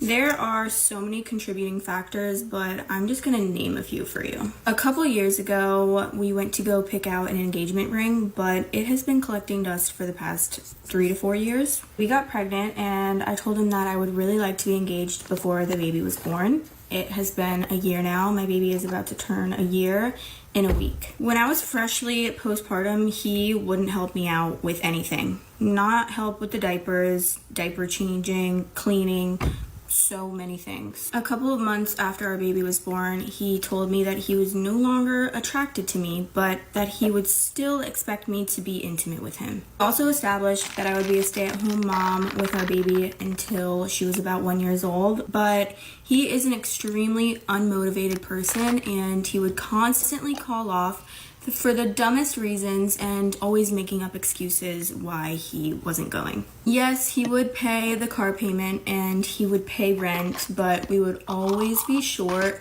and unable to do things. We also live with my in-laws, and my mother-in-law has been the most helpful throughout this whole situation. Am I the asshole for not caring about my relationship anymore? We also live with my in-laws, and my mother-in-law has been the most helpful throughout this whole situation, although sometimes she is a little bit overbearing, but overall I'm very grateful to be in the home. I had a feeling that he was going to get fired from his job, so I went back to work about 3 to 4 months ago, and 2 weeks ago he ended up getting fired from his job because of his attendance, and he has yet to apply to unemployment, and I think he's applied to maybe 2 jobs within the last 2 weeks. I now have to work double shifts, have 2 car payments, 2 car insurances, rent, diapers, food, and whatever else pops up Thankfully, my sister has been seeing me drowning in payments and she's offered to take over one of the car payments. Although my boyfriend wants her to give him the down payment that he put on the car, but I think that we should just cut our losses. I know that this is all so bad and I am honestly spiraling into the deepest parts of the ocean, it feels like. I also have so much resentment for my partner because he sees what's going on and he does nothing to make it better. My mother-in-law thinks that I should find a way to pay for both the car payments and continue to do the motherly duties around the house, but I just really cannot do this anymore and I need some advice. Am I the asshole for demanding my husband to pay me the $1,000 he spent behind my back? My husband, 33, and I, 31, used to have a 2-income home, but in 2020, we've lost our home and one of our incomes, his. We moved into a smaller apartment, had to sell many things, and give up most of our costly habits. My husband has an expensive habit of going to the spa for a weekly massage session. We live in an urban area, so this stuff is ridiculously expensive. A single session is $250, and he has to have it every week, so that would be nearly $1,000 a month. I offered him to have his session at a regular spa, but no. He has to get it from that luxurious spa near the restaurant we used to go to, saying the lady who gives the massage is an expert and he's used to her. Problem is, I'm the only income earner and I'm struggling to make ends meet. I'm also pregnant and need to save money to prepare a nursery. I told him to cut his sessions, but he refused. I told him I won't be paying for them anymore, and he said he'd get the money himself. Yesterday I checked and saw that he's been using my credit card for his sessions for a whole month and has maxed out completely. I found that out when I went shopping for baby essentials and the cashier said I had no money. I had to return everything, then went home and went off on him. I told him he maxed my card out and he made me look like an idiot at the store. He said he didn't tell me because he knew I'd have an issue with it.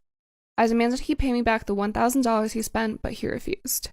I yelled at him, calling him irresponsible, and he got upset and called me selfish and to stop playing victim, and that this is affecting us both since he's going to be a parent too, and it's stressful for him, and I keep dismissing his own needs as a human. I went upstairs and he went out. He started giving me silent, but I kept demanding the money back. He said I shouldn't expect it back since we're married, and that my money is technically his, and I should stop using his unemployment against him.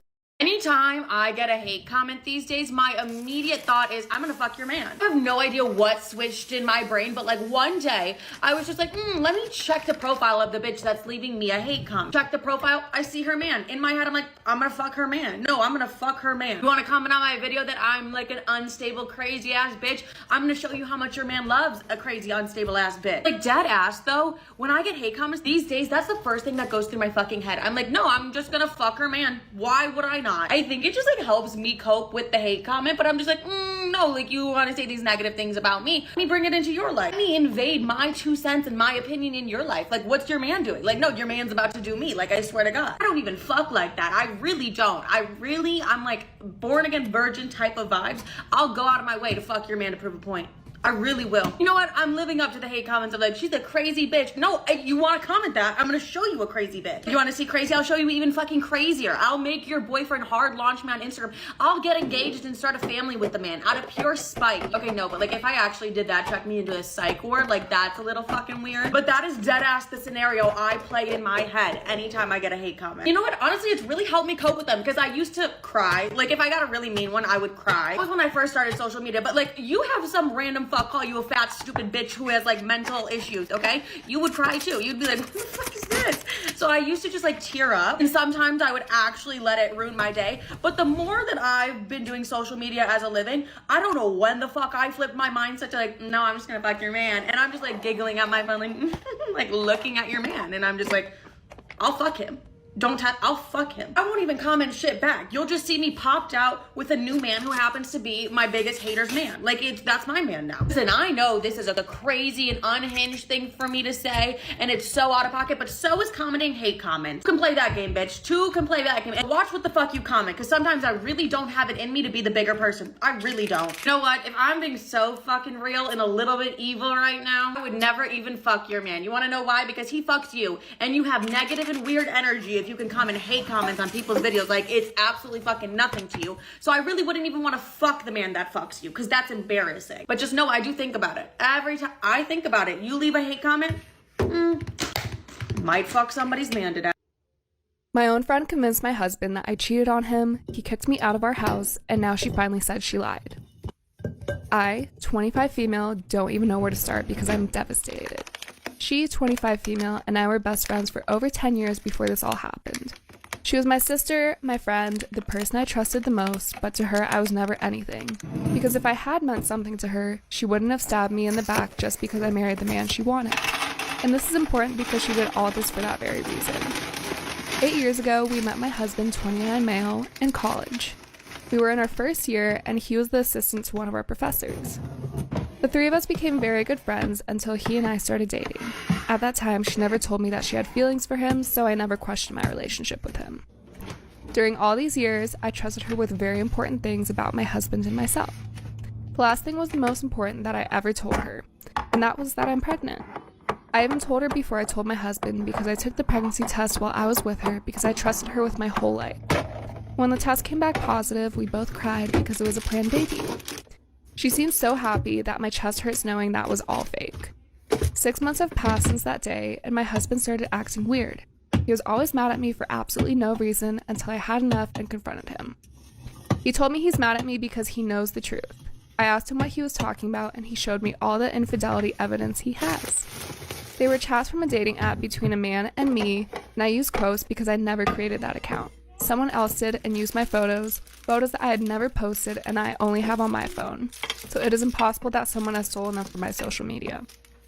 In those chats, I told this man that I was pregnant and that I didn't know if it was his or my husband's. In those chats, I even talked to that man about recent sexual encounters while I was pregnant and things that no husband or wife wants to read about their partner. I told my husband that everything was fake and that I wanted to know where he got those screenshots, and he told me that they were screenshots off my old phone, a phone that I supposedly used to talk to other men. He told me that my best friend told him everything because she couldn't look at him in the eye without knowing the truth. Apparently she knew about my infidelities and told him to look for evidence on my old phone, and he did, and that's why he was acting weird the last few weeks. Of course, I told him that my friend is lying, and she probably used my phone without me knowing to do that I never created my account, and that I never slept with another man other than him in my whole life. But he didn't believe me. We had a fight, and we called her to confront her, but all she said was that she was sorry, but that she no longer wanted to keep lying to one friend to save the other's ass.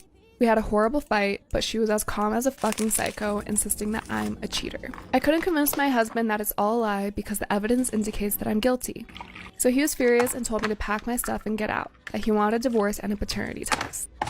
I, 40 female, decided to divorce my husband, 42 male, during his father's funeral. Am I wrong? Here's the context. I work full-time and my husband works part-time. I earn 3 times more than him. My husband's father recently passed away. Leading to my father-in-law's death, he was struggling with a lot of health issues. This meant that my husband gave money to his family every month, which was 20% of his salary, sometimes more. He has siblings, yes, but all of them are struggling financially. I pay for almost everything at home. His share is for the weekly food supply, which is about 40% of his salary. We live a simple life. I try to save as much money as possible. I've been telling him that he really needs a full-time job to earn more. The catch is that he needs to pass a test to get a full-time job because of his current qualification. I had previously paid for a short course to help him prepare for this test, but he wasn't into it. As you can guess, he failed the test when he took it. When his father died, he had to ask me for money for the funeral expenses because he had very little saved. I had to shell out a month's worth of salary to cover the amount that he needed. He thought it was okay since the money was there. He knew how much savings I had. I just suddenly realized that I'm tired and sick of it. I felt used and abused. After I gave him money for my savings, I thought about the trips that I could have gone on with that money. All the time, I decided to skimp and not splurge on things I wanted for myself just so I could save money. Am I selfish for thinking this way? After the funeral, I served him divorce papers. He was so emotionally devastated, but I was just done. I feel guilty though, but I don't think he deserves another chance after I've given him several in the past. Am I the asshole for asking my girlfriend to cut back on her messy hobby? My girlfriend collects rocks and bones, not crystals or anything. She doesn't think they have any magic powers. They're just normal rocks. She's not into astrology or any witch stuff. She sometimes tells me about the rocks and what type of rock they are, and it's usually chert, which seems to just be a normal rock. She's really outdoorsy and she travels a lot for work. And when she gets back from a project, she has a pocket full of new rocks. The bones are usually deer bones that she finds out in the woods, and she doesn't have as many of them. The skulls are cool, but also kind of creepy, and most of them don't even have antlers or anything impressive like that. Her favorite bones are shoulder blades and those spinal bones. If we go on a hike, she'll sometimes stop randomly because she's found a cool of the different trips she's taken, even though they all look the same. And she said that they're beautiful and make her happy. She also likes to pick some of them up and carry them around with her during the day. I calmly explained that we were running out of space for her rocks, and maybe she could take photos of pretty views she has to remind her of her trip. And she got really mad and said that it wasn't the same, and I couldn't tell her what to do with her apartment, even though we both live here, so it's my apartment too.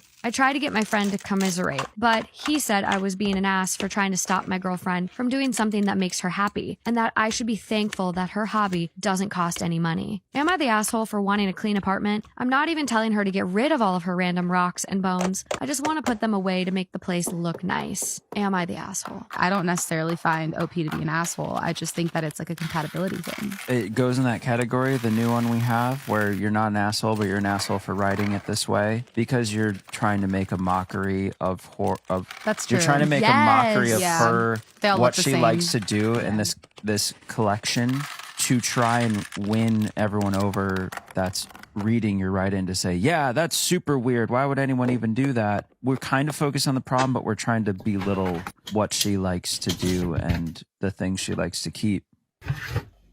My husband's pregnant mistress begged me to leave him, and now we're in a bit of a situation. If you haven't seen the previous part of the story time, go watch that first and then come back here because you need the backstory on this. Since this woman literally barged into our lives and told us that my husband was the father of her unborn child, we obviously been very stressed trying to figure out what was going on. And the number one thing that we wanted was a paternity test because this woman has a boyfriend. She has a full boyfriend. So how do we know that it's not his? It seemed like every other day I was messaging this woman trying to coordinate a way that we could do this paternity test, and she just kept blowing me off. She would respond to things about, potential custody agreements or what we want to do long term for the baby, but anything about this paternity test, she was just really shady about, and something was just not sitting right with me. And already, as I'm getting these feelings that something is off, I receive a text from an anonymous number that completely turns everything upside down. This text message came from somebody who was claiming they were a close friend of my husband's mistress and claimed that not only was my husband not the father of her baby, that she didn't think this woman was actually pregnant. She told me that this woman has been obsessed with my husband for over 2 years when my husband had no idea she even existed, and that she had made comments that she would do whatever it took to make my husband hers. What, girl, don't you have a boyfriend? This is weird. And then, attached to this text message from the anonymous sender was a photo of my husband's mistress drinking a beer. She said that it was taken 2 nights before, and I can confirm that it was recent because her nails were the exact same color as when I had seen her. And listen, I know that it is not cold hard evidence that this woman isn't pregnant, but I don't know. Things are starting to add up and look like something weird is going on. So now it's time I go into super sleuth mode. Because I thought paternity was our biggest issue here, but apparently we gotta take a step back and figure out if this woman's even pregnant. So now I have to figure out how to outsmart this woman and beat her at her own game. But to be honest with you, I have no idea how one even goes about trying to prove that someone's not pregnant. But if it is true that this woman really is obsessed with my husband and that he is her weakness, maybe I need to utilize him in this plan. My New Year's Eve ended in the biggest betrayal of my life. Story time. Now, me and my boyfriend Steve had been together for about 2 years, and this year had been pretty difficult for the both of us. So this New Year's Eve was supposed to be like a fresh start for us, a new way to kick off a new year. I had planned this whole beautiful dinner, coordinating outfit, a rooftop party with an amazing city view. Think about your Pinterest board. That's how perfect this night was supposed to be. Steve was super up for everything. What do I want to use on my face? Until that afternoon, I get a text from him saying, hi, something's come up. We'll bring it back down again, Steve, because we have plans. Says, can I just meet you at the party instead of getting ready with you? weird. I thought maybe he's just running late or he's got something planned. Spoiler alert, he didn't. Billy pops when I tell you, I turned up at this party looking like a literal goddess. Hair done, dress sparkling, heels 6 inches high. Meanwhile, Stevie boy, strolling in 30 minutes late. Looking like this motherfucker had just rolled out of bed. There was no flowers. There was no apology. He just walks up to me and goes, "Hi, you made it." "What do you mean I made it? You're the one that's late." "Yeah, whatever. New Year's Eve, don't let it ruin the vibe." Interest forward back. Things are all going beautifully. There's champagne flowing, people dancing, laughing. Then around 11:30, Steve disappears. We're talking full-blown Houdini act. I'm walking around this massive rooftop, screaming his name, texting him, and I'm just getting no response at all. Then I find him with her. Who is her, you ask? Well, there is always her. This girl, we'll call her Amy, was someone that Steve worked with. She'd been at a couple of work events that I'd also been to and gave me the weirdest vibe, but just laugh it off, tell me that I'm paranoid. Well, a paranoid little me just caught them having a very, very cozy conversation together. You know, the kind of conversation where you're standing a little bit too close to each other, having a conversation like the rest of the world don't bloody exist. So I just walk straight up to them both. Steve looks at me and goes, "Oh, hi, babe. Amy was just telling me about her plans for next year." Was she? Was one of them to jump off the roof? These plans involve touching your arm every 5 seconds? I really, really didn't want to cause a scene. I'm not really enjoying how this makeup is looking right now. Remember, I need to play it cool. That didn't last very long. Because then Amy says to me, "It's so sweet of you to be so understanding that me and Steve need to be working together so closely." Excuse me now. I turned to Steve, who has got the guiltiest look on his little face. Then it hit me. This little thing that was going on wasn't just a work thing. But here's the situation. When I confronted him about this and asked if anything had gone further, I didn't want to tell you at the time and ruin your night, but Amy and I actually kissed at the Christmas party. Then you decided it was a good idea to bring her here. Use your brain, babe. By this time, it is 11:59. 10, 9, the fireworks are going off. I'm stood there in the middle of this bar thinking I had planned a great night for myself and my boyfriend, only to find out that he is a massive idiot. So when the clock struck midnight, I did what any self-respecting girl would do. I grabbed the mic and said to everyone, "Happy New Year, especially you, Steve. May your boxers continue to have skids in them. You continue to pick your nose and wipe it on the wall. You and Amy have a very happy life together." The whole crowd is looking at me like... To which I then grabbed the nearest glass of champagne, threw it at both of them, and had security kick them out. So what do you think? Did I take this a little bit too far? Or should I have thrown their phones off the top of the balcony? Am I the asshole for being rude to my stepdaughter and banning her from eating with the family? I have 2 stepdaughters, Scarlett 18 and Ava 16. Scarlett is an amazing singer. She's been in some kind of voice lessons since she was 10 and just graduated from one of the best performing arts schools in the state, where she went on a full scholarship since 6th grade. She has a YouTube channel where she sings and she's starting to make money from and was accepted into some very prestigious music schools. Additionally, she has been working paid gigs for the last 2 years and makes at least $500 to $1,000 per week, more in the summers. She's even been the opening artist at a few concerts. I'm not trying to brag, I'm just saying she's an objectively good singer. Ava, on the other hand, is not a good singer. She likes to believe she is, and she might become one if she actually stuck with voice lessons or choir classes, but she always quits after 1 to 2 weeks because they're bullying her, quote unquote. Aww. And then in parentheses, giving constructive feedback. I've seen the notes her classmates and teachers give her. Ava also likes to sing very loudly and or at bad times. For example, if she feels that we're too quiet at the dinner table, she starts to loudly sing. It doesn't sound good, and I honestly don't know how she doesn't hear it. If you ask her to stop, she keeps going. And if you're blunt and say to stop, that she doesn't sound good, / we don't want to hear it, she keeps going and gets even louder just to annoy you. Oh no. If we're in the car and don't let her choose the songs, she'll loudly sing whatever she wants, not what's playing, to annoy us and responds the same way to us telling her to stop. The only person she listens to is her dad. A few weeks ago, we were trying to eat and she was singing again. I told her to stop and she refused, so I took her plate and told her from now on she is no longer allowed to eat at my table. She can eat in her room, the backyard, her car, the garage, wherever she wants, as long as we can't hear her from the dining room. The backyard? And this will continue continue until she can behave appropriately at the table. My husband and I argued about it, but he's not home for dinner, so there's not much he can do about it. Today, she was eating lunch with us and started singing again. I told her to stop, and she didn't listen, so I again took her plate and told her to eat somewhere where we can't hear her if she doesn't want to act appropriately. Ava argued that she's a better singer than Scarlett, and that Scarlett sings all the time. I was done with her bullshit. I asked her how many times someone other than her dad has actually asked her to sing, not even paying her to be there. Just ask her to sing, or how many performing arts schools she's gotten accepted to. She's applied to many. She started to cry, and my husband wants me to apologize for being rude to her and is insisting I allow her to eat with the family again. Am I the asshole? Is it annoying? Absolutely. Oh, yeah. Would it drive me up a wall? 100%. Yes. But at the same time, if Scarlett is sitting there singing at the table too, then Ava should be able to sing. Yes. Even if she's bad. Yeah. There's so many like parents that have to lie to their kids, telling their kids that their art or blah blah blah is beautiful and great and it actually sucks. That also kind of comes with being a parent and building your kid up, not tearing them down.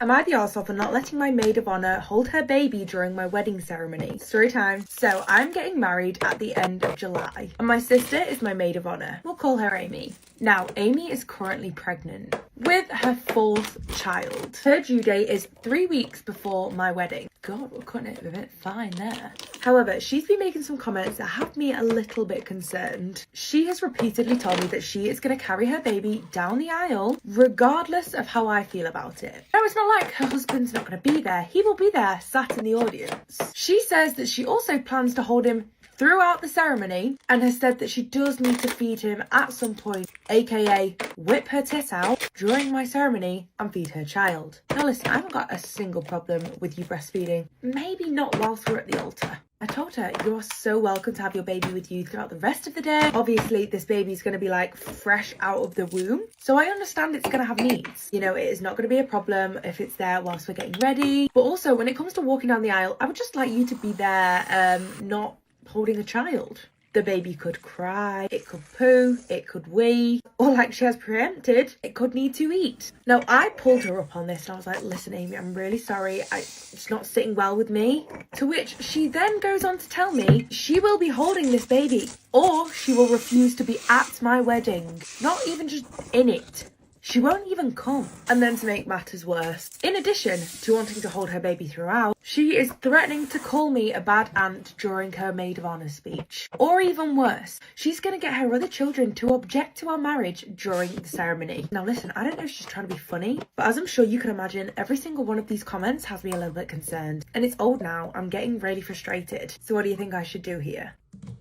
Am I the asshole for declining being a bridesmaid? So, my friend of 10 years recently got engaged. She already asked me a while ago if I would be her bridesmaid when she gets married. This was at least a year before she got engaged. Once she got engaged, she messaged me and told me approximately when she's thinking of getting married and the location. Unfortunately, the wedding date coincides with when I think I may be heavily pregnant or I may have a newborn baby. My partner and I want to start a family straight after we get married. Her wedding location is also about 7 hours away in another country, so it would require some serious travel. As soon as she messaged me, I rang her. She lives about 2 hours away and my schedule is hectic at the moment as I'm planning my own wedding, so I didn't have time to tell her face to face, which in hindsight would have been better. I called and told her that although I would love to be a bridesmaid, I am more than likely going to be pregnant or have a newborn baby at the time of her wedding, so I don't think I can commit to being a bridesmaid as I may have to back out of the wedding at short notice. She took this news very badly.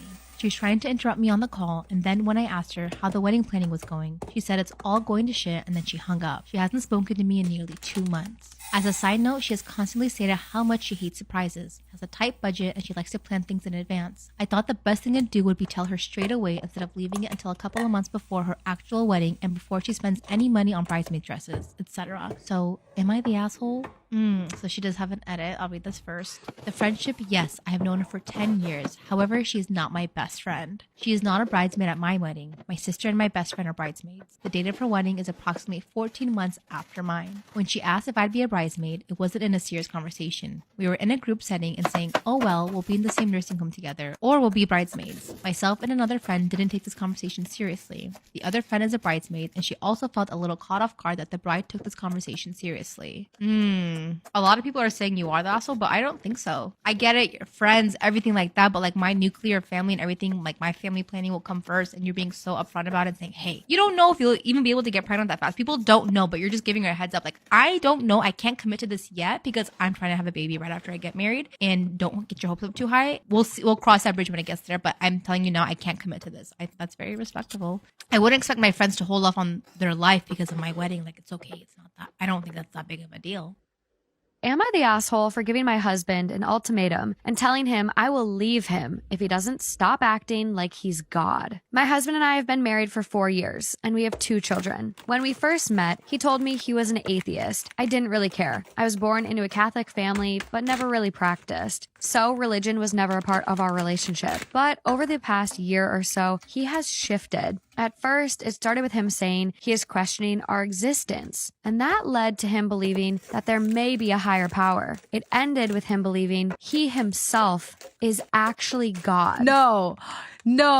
Oh, I thought this was like one of my exes who just acted like he had a God complex. Wow.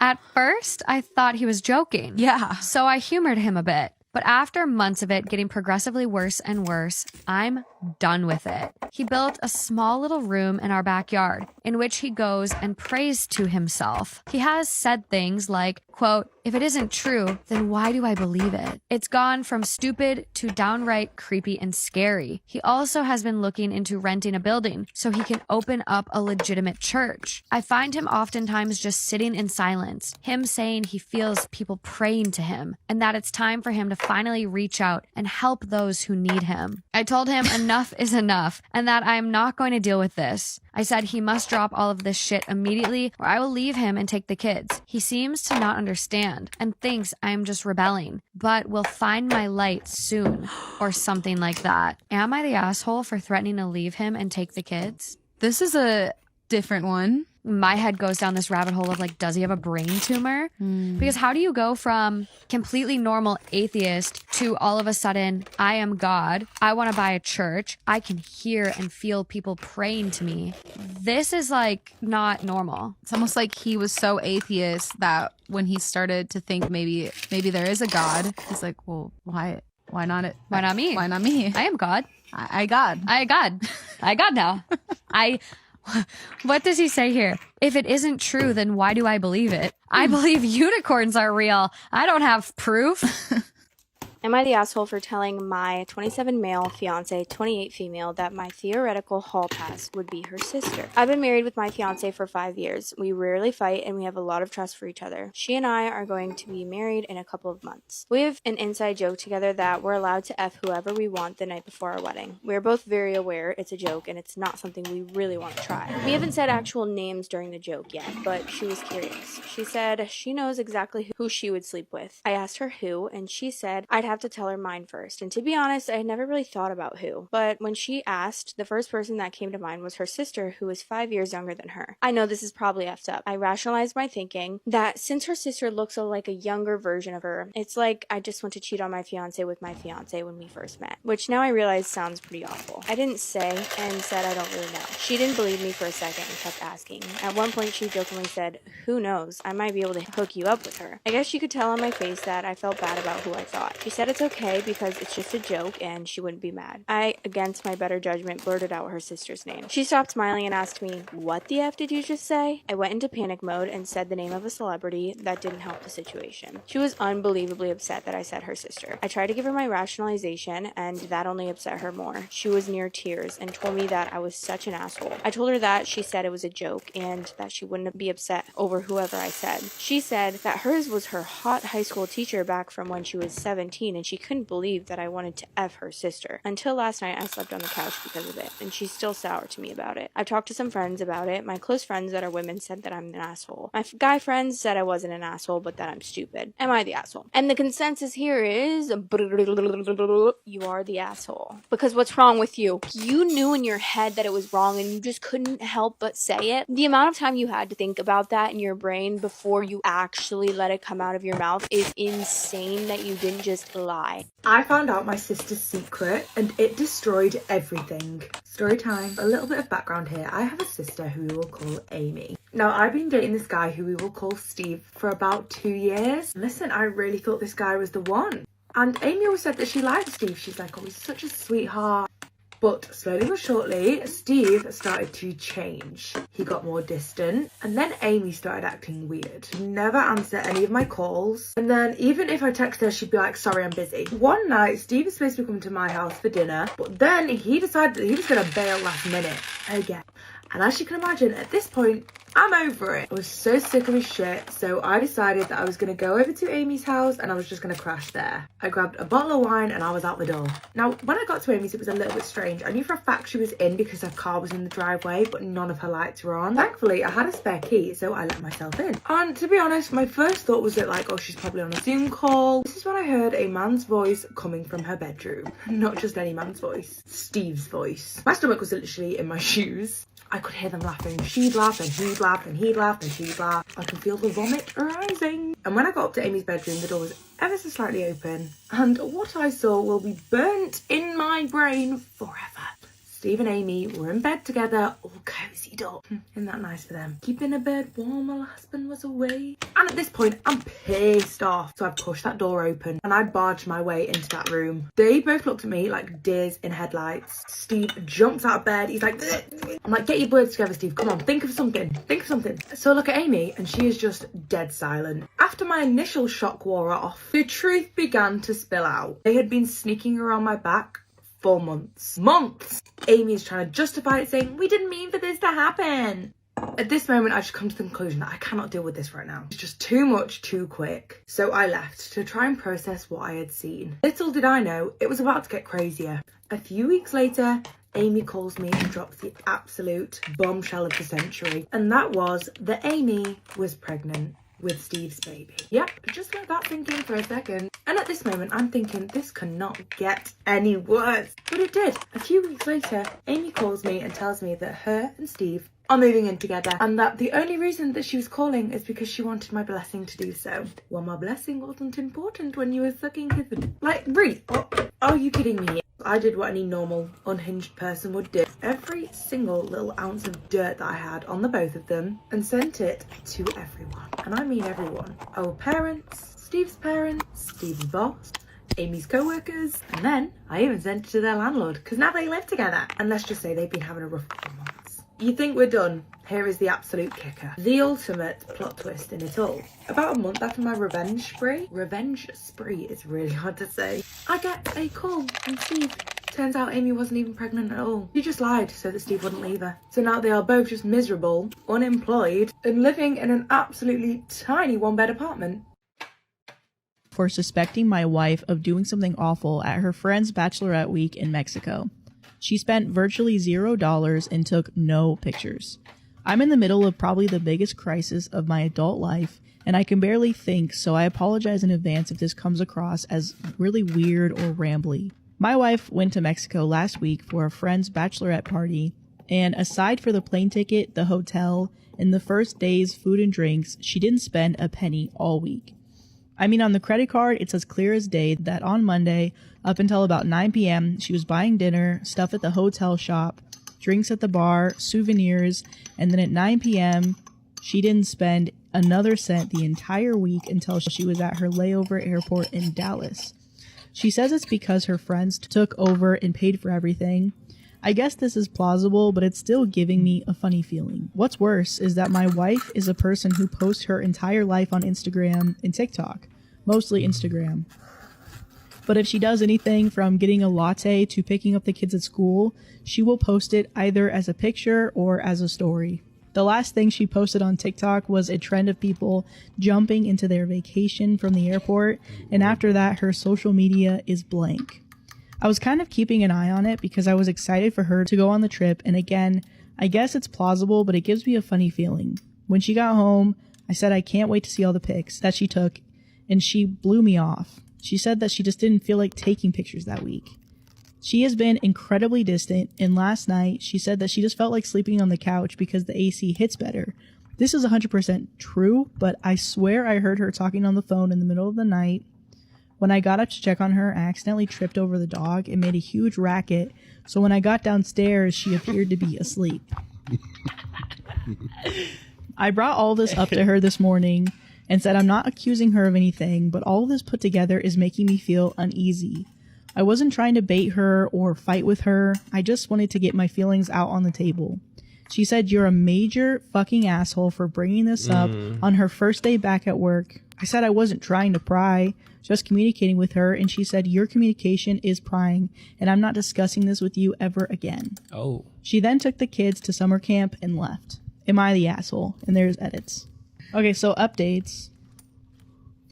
So I realized that her text probably synced to her iPad, so I just checked. It took me a while to figure out the passcode, but I did. But there was an iMessage at 9:15 that night that she got to the resort from a number with no contact info that said, "Okay, I'll meet you in the lobby."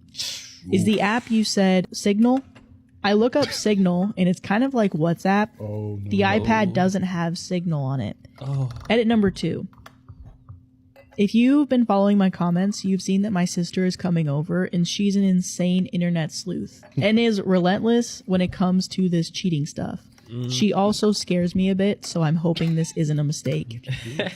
I'm going to probably stop responding for a while so we can talk and she can do her own thing. I'm numb, but she can do this. Thanks for everyone in the nice comments and the reality check. It's not looking good. And then there's a final update. It's pretty quick. She cheated. Oh, of course you know that. Easiest thing. That was a given.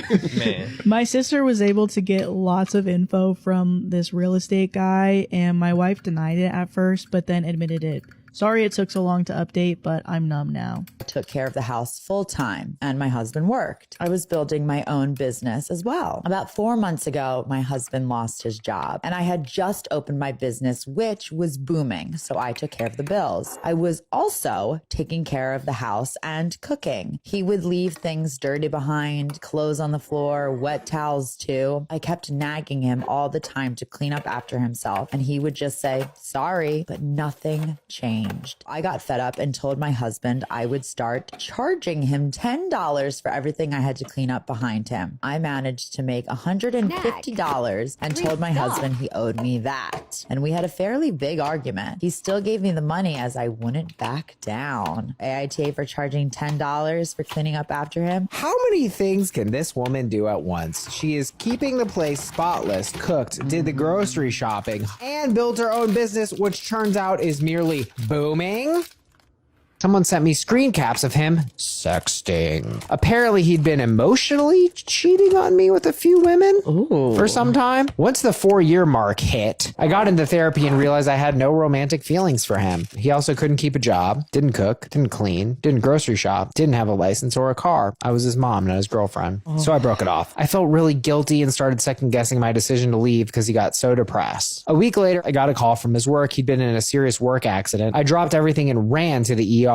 When I got there, his family made it clear I wasn't welcome. I had to fight to even be able to see or talk to him, but I stayed. It was determined his leg needed to be amputated. I cannot fathom the losses he had. While he was drugged up, he told me he didn't want me there. I drove back home. He told me that I should have fought to be there for him, even if he and his family told me they didn't want me there. AITA. Isn't that inappropriate for me to stay? If you guys are asking me to leave, that would be so inappropriate. Right, she would have looked insane.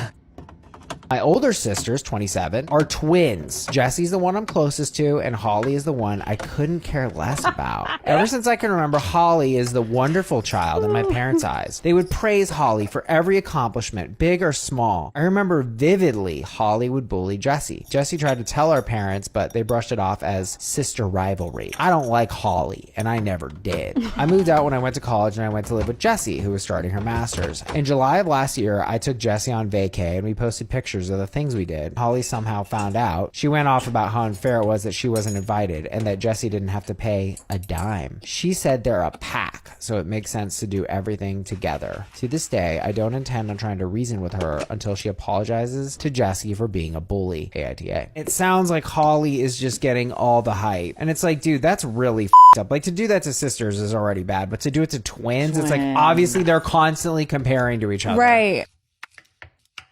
I, 27M, have 9 siblings, a biological twin brother, and 8 adopted siblings. When our parents had us, my mom also had a hysterectomy. They weren't ready to stop with us, and they were at a very comfortable place financially, so they decided to foster and adopt. Our relatives were always against adoption. We cut all of them out. We started to reconnect with them after my mom's brother passed, and we had somewhat of a relationship. I got married to my beautiful wife 2 weeks ago. My parents and my siblings were at the front table with my in-laws. I put the extended family tables a little far from us. They complained and asked, why don't we have the front tables? We are much closer to you as blood, you know. This boiled my blood. I kicked all of them out immediately. AITA, you're telling me that 8 of my siblings, you're closer to me when you literally wouldn't talk to me because of them? All the way off, and then I would just have a glass of champagne and dance the night away, honey. My daughter just contacted me after 17 years asking if I want to meet my granddaughter.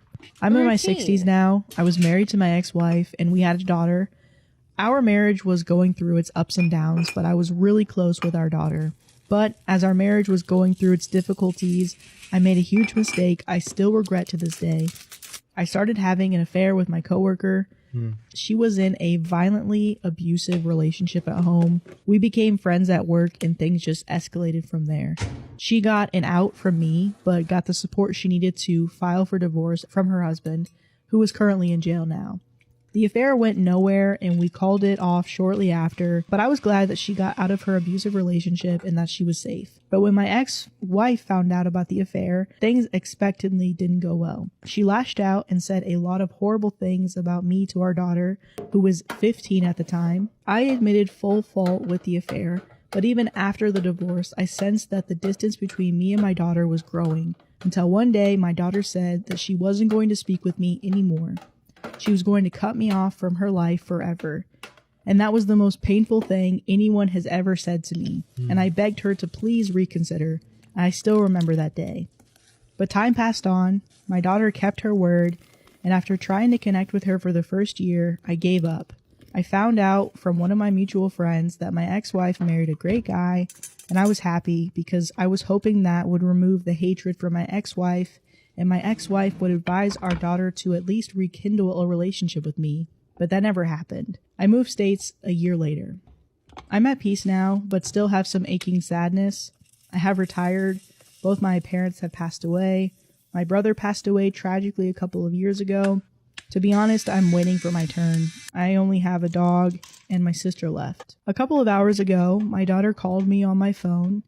I haven't spoken to her in 17 years, but I instantly recognized her voice. But I didn't feel anything. No happiness, no sadness, just indifference. She was crying a lot on the call, and we got caught up on life. She's married, and she has a daughter who's now 12. She apologized for cutting off contact, and she says her mom asked her to reconnect with me, as her mom felt guilty about how everything played out. She said she really wanted me to meet her daughter, and her daughter was constantly asking about granddaddy, but I wasn't feeling anything. After we caught up on everything in her life, I told her I don't care about her or her daughter and to never contact me again, and then I hung up. Was I the asshole? So, update. Look, I was extremely drunk last night. The words which came out of my mouth weren't the best, and my comments on my post weren't great either. Seeing how everyone said I was the asshole, I decided to call my daughter again an hour ago. I didn't really expect her to pick up the call, but she picked up immediately. I apologized for last night, and she said there was no need to apologize. I then sent her a link to the Reddit post on messages, and I told her I know I was the asshole, and thousands said so too. She again said that I wasn't the asshole, and she started crying again. I told her she's free to come to my house anytime over the next 4 months, because after that I will be leaving the country with my sister and our dog. Our parents left us a nice farmhouse in their home country, and we'll be spending the rest of our lives there. I sent her my address on messages, and my daughter said she'd come with her husband and daughter by the end of next week. She asked if she was welcome to stay there for multiple days, and I told her that she could stay there for however long she wanted, as our house was spacious enough. Filing for divorce because my husband over-tightens all the jar lids. His over-tightening jar lids has been an issue since we were just visiting at my house when we were dating. First, it started with things that he used, and then over time, it became every damn glass jar with a metal lid. He tightened them so much that I couldn't open them without assistance. It wasn't a huge deal if he was there, but if I was alone, it was so annoying. More times than I can count, I've opened a new jar of something because I couldn't get the jar open. It's been a reoccurring cycle for over the past 5 years. It's just a thing that would escalate until I had a major meltdown and freaked out, screaming, frustrated, and seemingly crazy because it's just a lid. Then it would get better for a while, and then it would slowly become an issue again. Just getting worse and worse until I reach a breaking point again. Sometimes I'd literally feel insane for being upset over jar lids. He initially claimed that he did it to keep food fresh. After many arguments about it and my insistence that I don't believe it keeps anything fresh, even if it does make things last longer, I don't care if it means I can't eat my freaking food when I want. I'll just replace things that go bad because they're closed normally. Then the excuse was that it's a habit. So about a month ago, my husband had a family emergency and had to travel out of state for 10 days. First day he's gone, I discover a jar that I can't open. I was annoyed and was going to the store to buy new pickles when the neighbor said hi and to let him know if I needed anything. While soon-to-be ex is out of town, I said here and got the jar, which he opened. The next day I saw him outside and asked him to open another jar. He offered to come in to open all the jars, and I agreed, and he came in, he went to the fridge and opened all of the jars except for 2, which he even couldn't open. I thanked him profusely and told him I'd bake him some of his favorite cookies later in the week. He laughed and said it's no big deal, and after confirming that I wouldn't be upset if the remaining 2 jars were destroyed in his attempt to open them, he took them home to his garage to open them one way or another. He said that he heard me screaming about over-tightened jar lids a few times over the years, and he's really pondered if I was crazy or if my husband was really over-tightening the jar lids. Nail polish. He said, you know this was intentional. It was every jar, and I'm sure he doesn't regularly use hot pepper paste or mango puree or any of your other fancy cooking stuff. Then he held up 2 jars he couldn't open and said, I don't know why he's doing it, but it wasn't an accident. And he left. I locked the door, and I sat on my kitchen floor and cried. Then I felt hot and lightheaded. I vomited in the trash can. My chest hurt. It crossed my mind that I might be having a heart attack. I thought about calling an ambulance, but I sat back down on the kitchen floor and instead okay with just dying if it was a heart attack. Later that day, the neighbor came back with the open jar of hot fudge and apologized that he couldn't save the figs. He said he broke the jar trying to get it open. He also apologized for what he said about my husband doing it on purpose. I assured him it was okay. I couldn't sleep that night. Tossed and turned all night. I call out of work. By 10 a.m. I realized that I couldn't stay married anymore, and I made an appointment with a lawyer for the next day. There are literally no other issues, no cheating, no abuse. We have a good sex life, both have good jobs, nice house, no financial issues. He was absolutely blindsided when he came home, and I told him I wanted a divorce. He still won't admit that he tightened the lids on purpose. He suggested we go to marriage counseling, but I refused. There is no point. I just literally can't get past the goddamn jar lids. I still feel a little bit crazy about that. I have no idea why he would tighten every jar lid so tightly that I couldn't open it. He's given me no reason. He still won't even admit that he did it on purpose, but the hot pepper paste is in the back of the fridge. I use it only when I make Indian food. It's behind other things. He's never used it. It's nothing you could put in food without cooking it. The pepper paste could not have been an accident. It couldn't have. Maybe he put mango puree on his toast or his oatmeal, but the pepper paste could not have been an accident. That's what my life comes down to. I'm getting a divorce because the lid to my hot pepper paste was over tight. If it had been every jar except that one, I could try. I could have a sliver of doubt. I could do something else. I just can't get past the hot pepper paste. Most of our friends and family either think I'm crazy. What do you think? Hoarding my wife for bringing me snacks in the hospital. I am 32 and male. About 2 years ago, I was diagnosed with binge eating disorder. To put it simply, I eat compulsively, even when not hungry. My BMI is 43, putting me in the class 3 obesity range. Since my diagnosis, I have not improved whatsoever. Therapy and support groups have a positive effect on my mentality, but even after 2 hours, I'll be in line at a drive-thru. It has affected my health, my mental health, my finances, and of course, my wife. My wife is 37. She is average size and eventually agreed that I might need actual medical intervention. After a lot of deliberation, we packed up and temporarily moved states so I could participate in an inpatient program as a part of a research study. Apparently, intervention programs for BED can be pretty hit or miss, and so this one is a new take on them, being 6 months instead of the typical 30 to 90 days. I'm currently at the end of my first month, and everything is going very well. I've made a lot of friends in the program as well. At the end of the 1 month mark, visitation opened up and my wife could now visit me. Obviously, she jumped at the chance and came to visit me 2 days ago. We headed over to my room where she took her backpack off and pulled out jalapeno chips and colas, two of my most common binge items. At first, I freaked out, but then she explained that I deserved a break and went into detail about how much trouble she went through to smuggle them through. I immediately shouted for a nurse who forcefully removed the products from her hand and then escorted her out of the building with a full team. My wife has now been completely banned from the premises, and she's furious at me. The nurses and doctors have expressed nothing but gratitude and told me that had I indulged, I would have instantly been removed from the program. One thing that my wife said that made me think she had a point was instead of telling her to put the snacks away and take them home, I went for the nuclear option of calling other people. I know that her bringing me snacks was objectively wrong, but was my reaction over the top? So for not making my wife choose between me and her affair partner. As soon as I found out, I moved on and filed for divorce. Counseling is not on the table. An open relationship is out. I'm not interested in having anything to do with her again. She tried saying that if I asked her, she would have chose me. Gross. I don't want her. Some of our friends think I should have fought for our marriage. I offer to sleep with them or their wives to see how they feel about the situation then. No one has taken me up on my kind and Christian offer. I'm paying my half of the lease on the apartment. There are 4 months left. In the meantime, I'm going to work and spending my time off at an all-inclusive resort.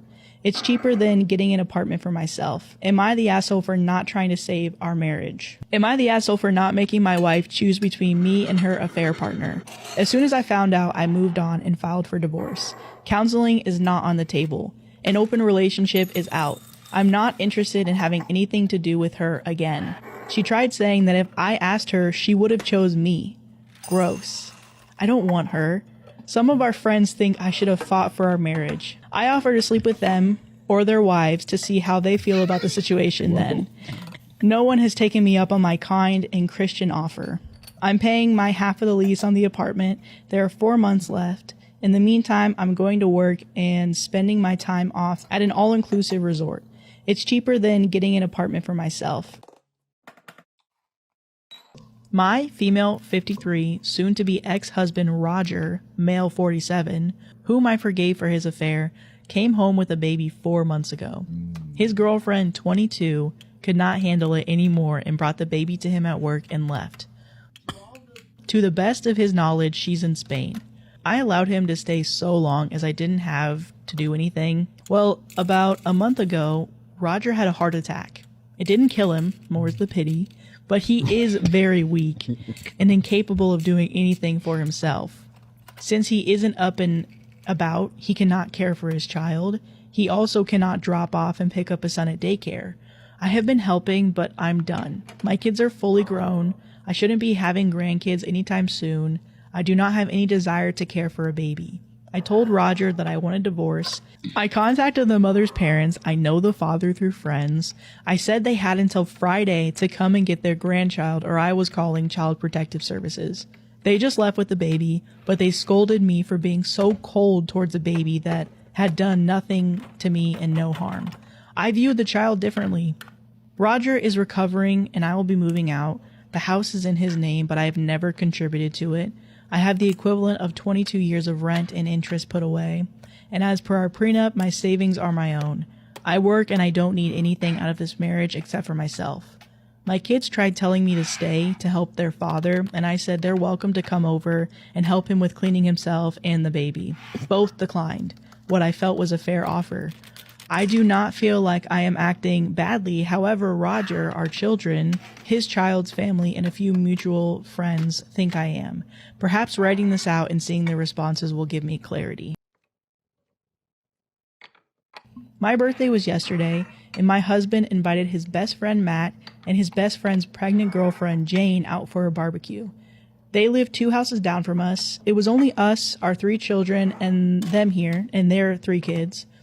I spent about $90 on hamburgers and hot dogs. Matt also showed up with 2 pounds of hamburger. While the guys cooked, I went swimming with all the kids in our pond. Jane sat near the guys on her phone. Around 5:30ish, the guys called the kids up for food. Me and my middle child, 9, weren't hungry yet, so we kept swimming. We spent a good 40 plus extra minutes in the pond on our tubes. I wasn't paying any attention to anything that was going on near the grill. Around 6:15ish is when my husband said that he was going to make a store run for beer. So I tell my son that we should probably go eat now. My husband and Matt are gone by the time we get up to the grill, so is Jane. Well, we get up to the grill and all the food is gone. Literally everything.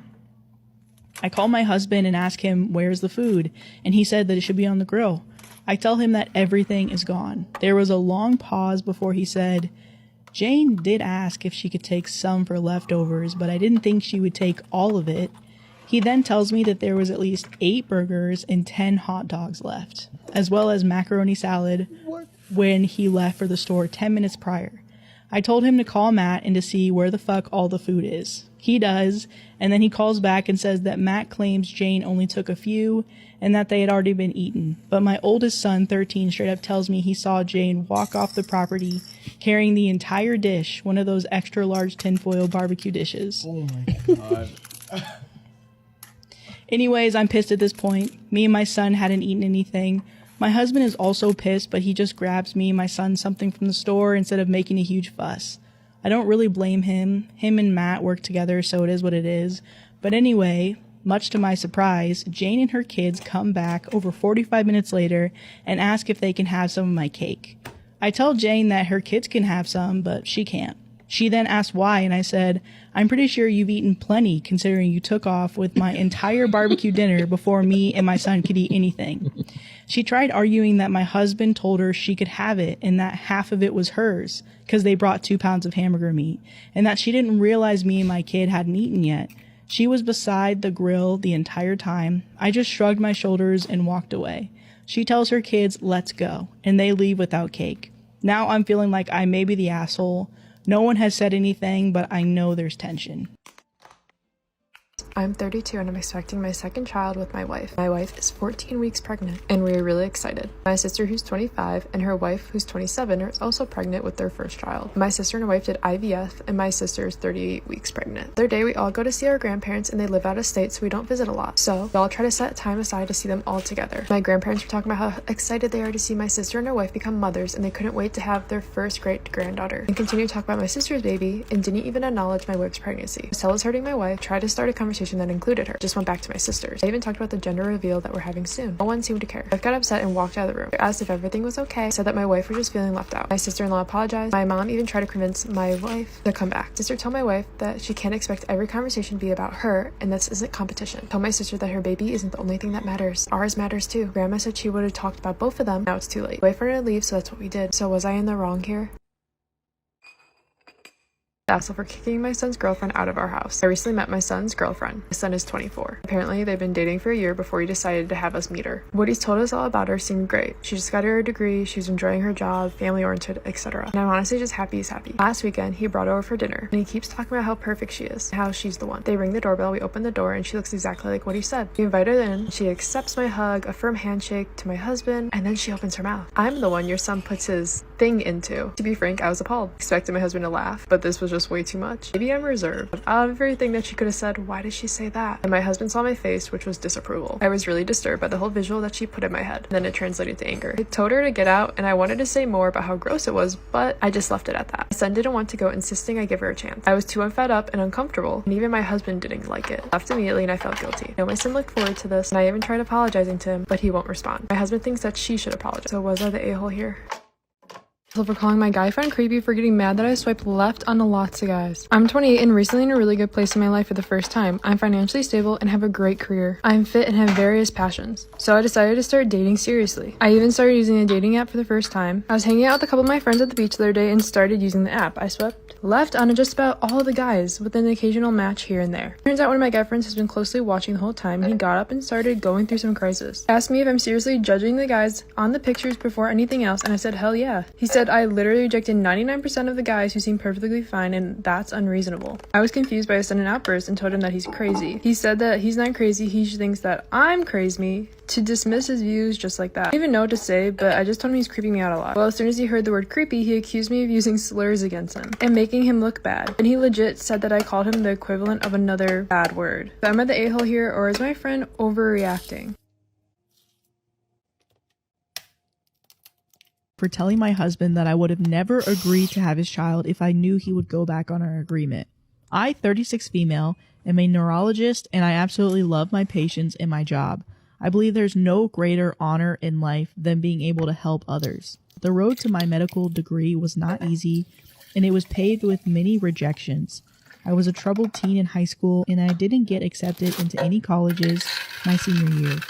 I had to work my way up, starting with remedial classes at my local community college, and when I finally got into medical school at 26, I was absolutely thrilled. I met my husband, 37 male, in my third year of medical school. We've been married for 4 years now. My husband works in marketing, and I make 3 times his salary. From the beginning of our relationship, I was very upfront that I was unsure about having biological children.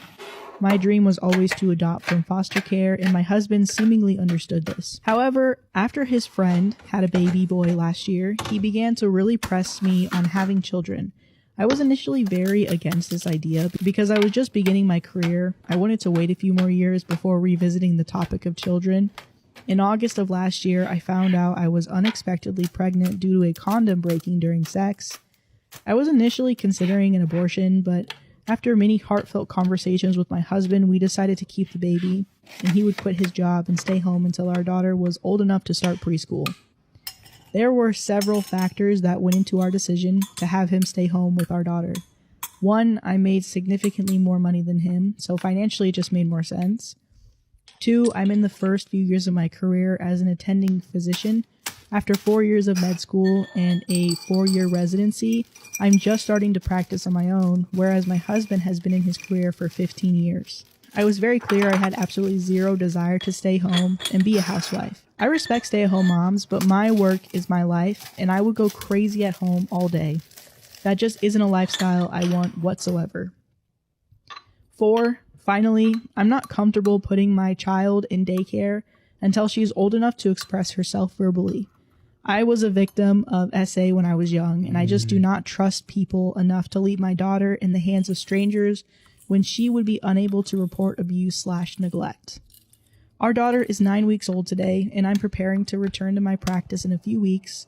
This weekend, I left my husband alone with our daughter while I attended a medical conference out of state. The conference was amazing, but when I returned home, my husband began acting weird. Today, when our daughter was napping, I pressed him to tell me what was wrong. He absolutely broke down and said that he doesn't think he can do this. He expressed how trapped, alone, and overwhelmed he felt all weekend. He now wants me to extend my maternity leave and is talking about trying to get his job back. This made me freak out, and I asked, well, what will we do with our daughter now? And he responded by suggesting that I leave my practice and work from home. I said absolutely not, and he suggested daycare. At this point, I just lost my shit and I screamed, if I knew you were going to go back on your promise to take care of our daughter, I would have never had your child. I know I completely overreacted, and I would never trade our daughter for anything. I love her so much, but I'm so upset with my husband, and I'm not sure how to move forward at this point. I, 32 female, was at a water park this last weekend with my husband, 32 male, and my daughter. We were in one of the pools practicing swimming and keeping to ourselves. There was a group of teen boys there, and while I was working with my daughter on swimming, one of them came up behind me, and I felt a tug on the strings of my top, untying it.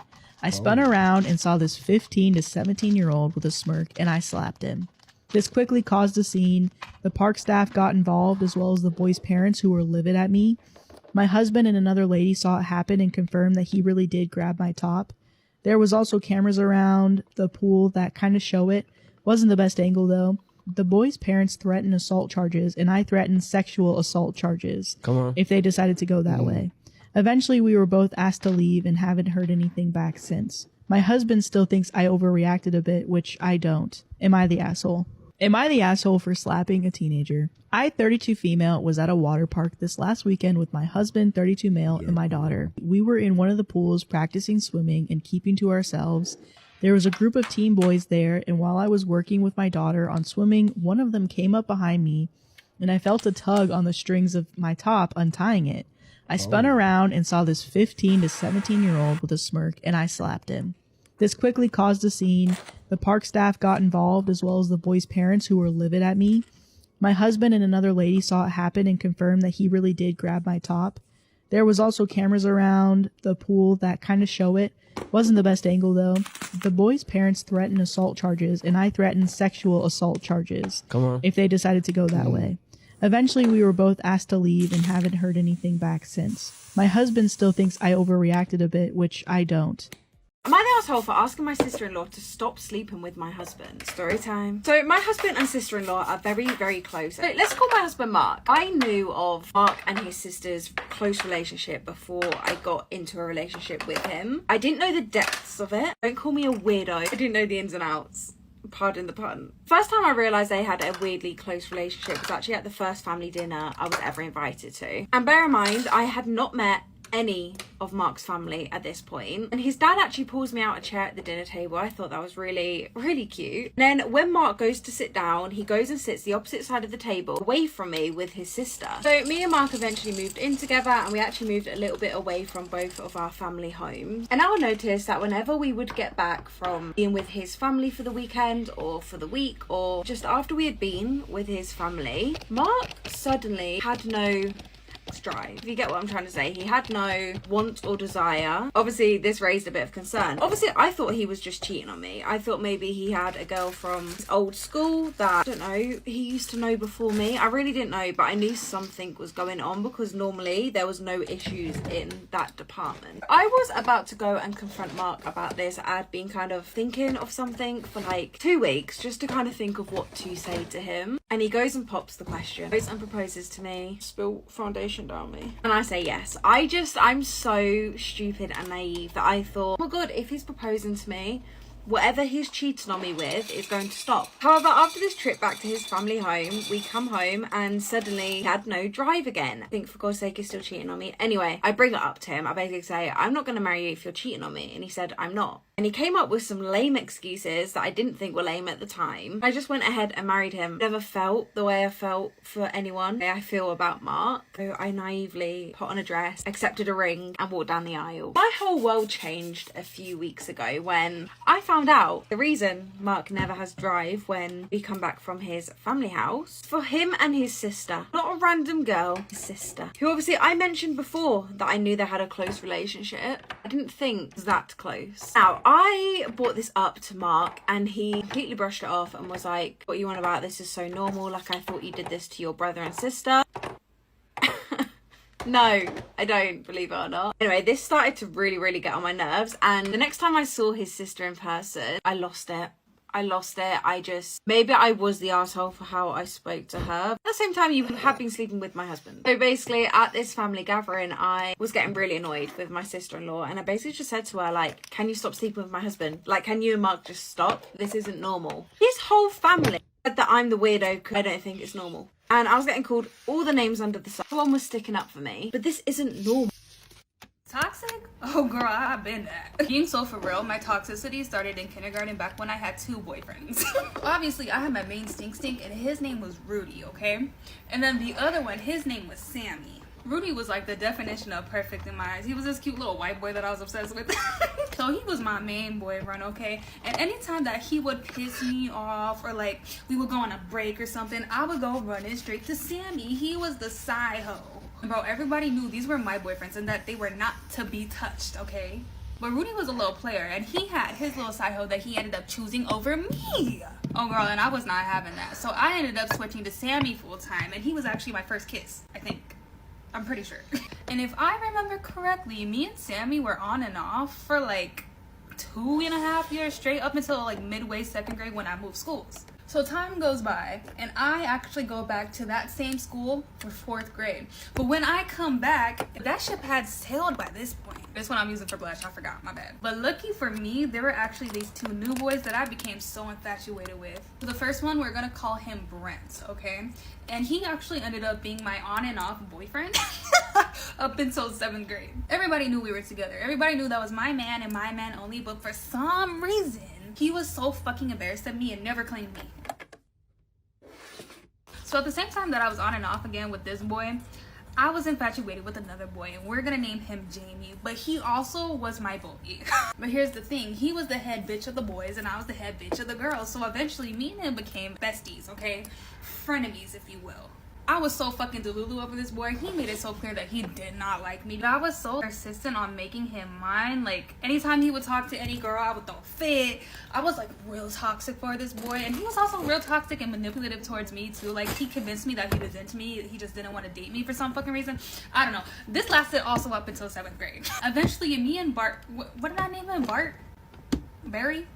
Whatever the fuck. We're gonna rename him Bart. Me and Bart started fizzling out, okay? Like, that relationship, it wasn't done. We were so on and off here and there, but it wasn't as prominent in my life as me and Jamie were. So once like 6th and 7th grade hit, me and Jamie are having fights every other fucking week. And when I say fights, I mean like not physical, but we were like going at it real bad. He was the type of motherfucker that would get mad at me if I made friends with other guys or if I got a boyfriend, and he would like tell me that he felt like I was replacing him and make me feel bad about just like having other friends. And honestly, it got to the point where every other week we were breaking off our friendship up until I got really obsessive and really clingy.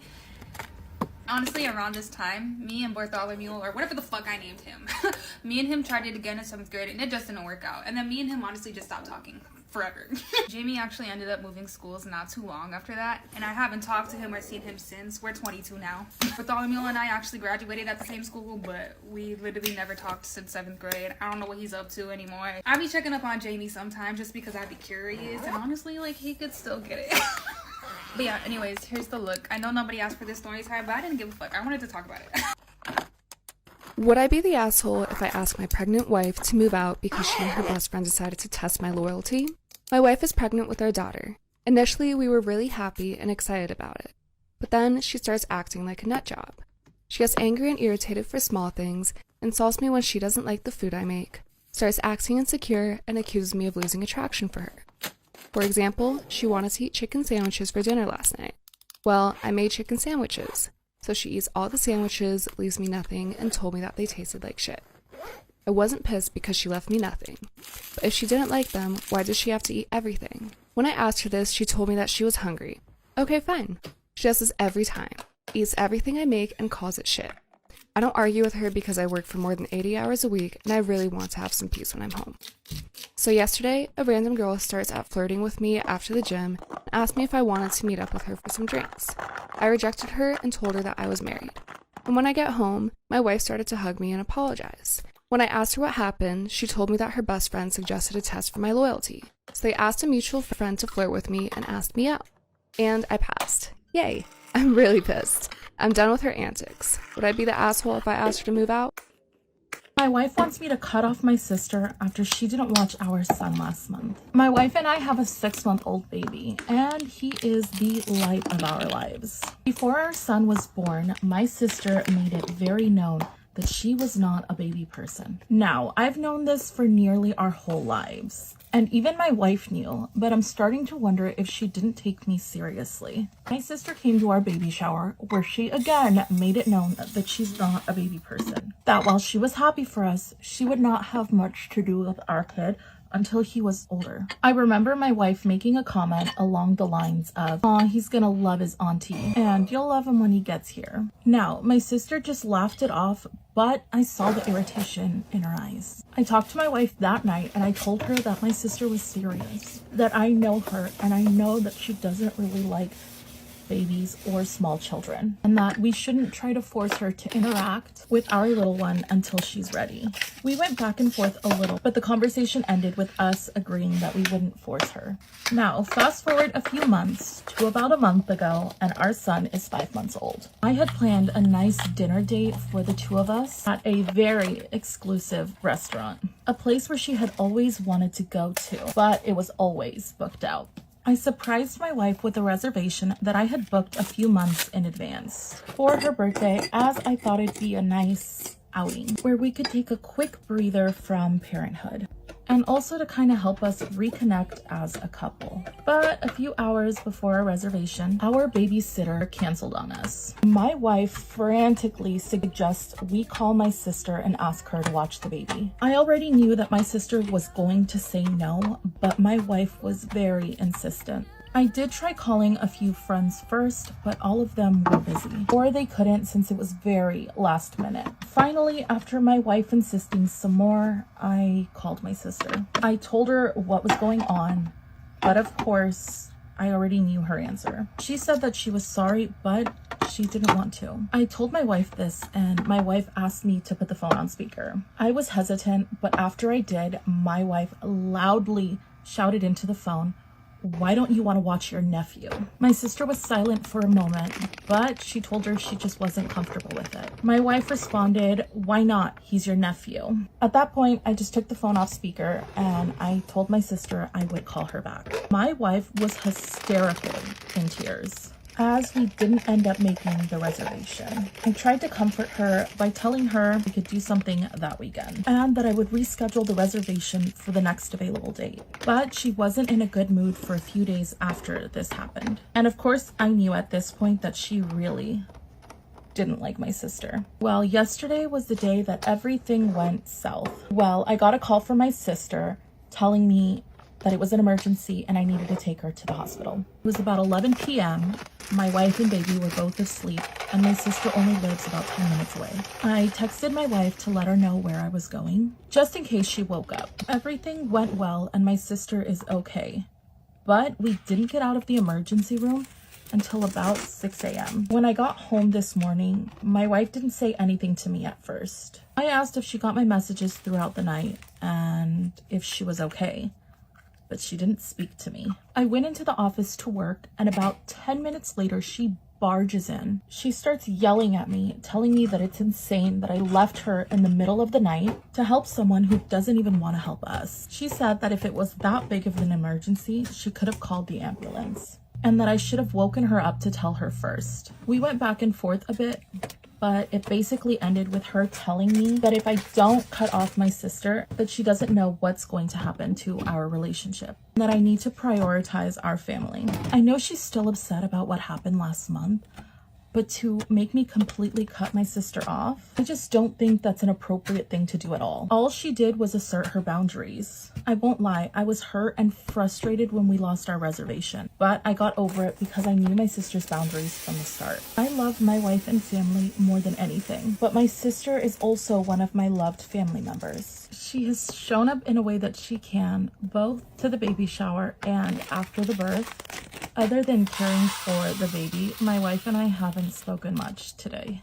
But I don't want to continue things like this. She's still dealing with postpartum hormones, so I understand she may be on edge and feeling protective of the baby. But I feel like we should address this sooner rather than later. So what do I do? Sad and disappointed on my 25th birthday, despite my boyfriend planning the whole thing. I feel guilty for being ungrateful. I feel absolutely terrible about this. I recognize it may seem entitled and ungrateful. I've scheduled a therapy session to discuss this issue, but I wanted to put my thoughts down here. My boyfriend and I have been together for 7 years, and he's a kind and considerate person. However, he's not the best at giving gifts and sometimes misses certain things. I recently turned 25, and I've expressed to him how important this milestone was to me. I've always been big on celebrating others' birthdays, and I usually go all out with gifts and celebrations. I didn't expect the same in return, but I didn't want to plan my own 25th birthday. My boyfriend agreed that I shouldn't have to plan it and offered to surprise me. I told him I didn't want anything big or fancy. I just want to spend time with my loved ones and feel loved by them that day. I didn't care if we all just went to a local soup dumpling place and had dinner and that was it. As long as my loved ones were all together celebrating my milestone age. Now some background on me. The last few months I've been undergoing therapy because I have an awful tendency of comparing myself to this one particular girl who caused me emotional trauma. I was jealous of her travels, of her boyfriend putting her on a pedestal, of her big friend group that used to be my boyfriend's friend group until she got everyone to hate him, of the cute birthday parties her friends and family would throw for her, and recently of her getting engaged. I've been trying to sort through this issue to always compare, but it kept coming back in the weeks leading to my birthday. I'd randomly break down over realizing I don't have people in my life who go through the same effort to plan things for her except my boyfriend. He's the one person who ever really put effort into making me happy and feel loved. But every now and then I'm reminded of my lack of community and I can't help but feel sad about it. I have my family and I do have friends, but none have really made an effort. More on that later. I've expressed these feelings to my boyfriend. We've talked about how nice it would be for this birthday to be different for me to not feel alone and instead feel loved by my family and friends. He agreed and would sometimes even hint that I am more loved than I know and that maybe I don't hear about plans because they're keeping it a secret for my birthday. He even alluded to reaching out to people himself so I could have a separate hangout with friends or family without me having to plan it. So I built this expectation in my head that either my family or my friends were planning something for my birthday. Keep in mind, I wasn't hoping for a party or a celebration or anything extravagant. I was just really thinking they'd plan a simple dinner, nothing fancy, just somewhere I can casually eat with my loved ones. And the great thing about that surprise was that I wouldn't have to be the one to plan it, that my loved ones would have taken the initiative to be there and spend more time with me. My birthday comes around and my boyfriend really did plan a whole day. He got me roses, he took us to a mall we frequent and we rode the Ferris wheel that overlooked the city skyline. He took me to an exhibit we found out was in our area. We walked around a museum, then he took me to the nicest restaurant I've ever eaten at and got me a custom ice cream cake with my favorite flavor of ice cream. It was a great day and I appreciated so much all the effort he put. Now comes the part where I was ungrateful and honestly a little hurtful to him. After that whole day, I kept thanking him for everything he did. But underneath me thanking him, it kept getting to my head that he was the only one who did anything. My family would have forgotten had I not reminded them. My family celebration was a last-minute dinner they asked me to plan, primarily focused on my sister's baby. Most of my friends forgot or asked me to plan something. I realized no one had anything planned. I mistakenly expected some sort of surprise and ended up with self-inflicted disappointment. So as I kept thanking my boyfriend, that gratitude turned into sadness because I realized he really is the only person who would make the effort. No one else did or would, and that was a really lonely feeling. He could sense my mood was shifting, so after we talked about it, I could tell I hurt him. His takeaway from everything I felt was that he wasn't enough for me, and despite him putting 100% of his effort in. This is where we established I needed therapy. Because when he said he put in 100% of effort, in my mind, I wish he had done more or done things differently. Because he planned a whole day for me, but what I thought was that he planned the wrong things. I felt guilty for thinking it. I was clear with what I wanted, which was just time with my family and friends that I didn't have to coordinate myself. I wanted to not feel alone or be reminded of my insecurities when celebrating my milestone. He had all of these big things planned. I love that he made the effort at all, and I love that he did make me feel special, but I feel like he got it wrong. It turns out he didn't reach out to anyone. He was just expecting they do something themselves, despite me telling him multiple times in the past they wouldn't do that. I thought he'd help plan something for me that actually addressed the one thing I told him I really wanted. He gave me all of those other experiences, and as much as they did make me happy, I wouldn't have minded not doing any of it. I wouldn't have minded a cheaper, less eventful day as long as it had my loved ones in it. I feel horrible. I feel ungrateful for not appreciating what he did. At the same time, I feel frustrated that he missed the mark. He really does try. He just doesn't always do it right. And when I don't love the mistaken effort, it hurts everyone involved. I've told him multiple times I don't like roses. My favorite flowers are daisies. The mall he took us to is a mall we go to regularly. It's nothing special. The Ferris wheel was nice, but we've both talked before about what a waste of money it is to spend $30 a person on a partial view of the skyline. The exhibit he took me to was something I told him multiple times that I had been to already. He says he didn't know I'd already seen it. The museum was a kids' museum. The restaurant was nice. I wasn't lying about that. But like I said, I didn't need a fancy restaurant. He tries, but I also feel like he doesn't listen to me, and I feel awful for feeling frustrated because I'm now getting upset over the one person who even did anything at all for me. Everything I'm feeling is so conflicted, and I know the root of it is my own insecurities and inability to deal with many of those issues. We're not talking right now. We agreed to talk once I speak with my therapist, but I just overall feel horrible about everything. Oh my God. Honestly, I feel that you are pointing the finger at the wrong person. Your family and friends are to blame here. It is not your boyfriend's responsibility to round them up and do all of these things that you wanted. They should also want to put their hand out and celebrate you. And if they don't, take that as a hint. Get better friends. Sorry, you can't change your family, but that was a lot. I feel like you also don't know what you want, but you just feel a certain type of way and you're trying to figure out that feeling. My husband took our IVF treatment money and gave it to his friend. To start off, I want to say that my husband, 36 male, has an old friend, 33 male, that he's known since high school. They're inseparable and spend the entire week together. Like, they're really, really close. My husband and I struggle with fertility issues for years. We recently started a new method, IVF, in hopes to get at least one child together. Note that I saved for the majority of treatment while my husband only paid $2,000 to $3,000. We saved up for another round after the huge disappointment and heartbreak from failing the first time. This time, I'd put all the money, including Dad's inheritance. My husband didn't pay a cent. Last week, I found out that he secretly pulled out $7,000. We had $11,000 in total. I was completely and utterly shocked. I confronted him, and he casually reminded me how many times his best friend complained about his old junk car, and he decided to lend him $7,000 to buy a decent car. His argument was that his friend would have done the same thing for him. I was beyond livid. I asked if he really thought that this was okay, and he said I shouldn't worry and guaranteed his friend will pay us back in time.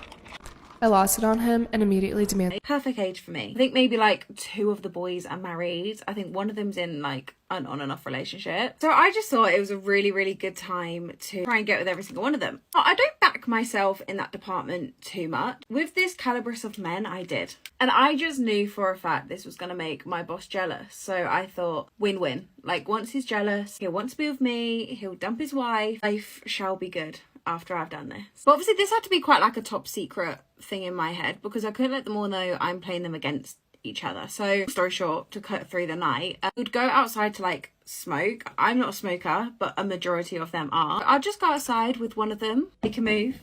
I would always make sure to invite my boss, basically. And as he was bringing like our drinks out behind us or whatever, I'd make a move so he was walking in as I was making the move. Does that make sense? I got through basically everyone in the office at this point, and I thought I was making my boss jealous because he was looking at me. However, it woke up the next morning to an email. This behaviour cannot be tolerated. Unfortunately, we're going to have to let you go.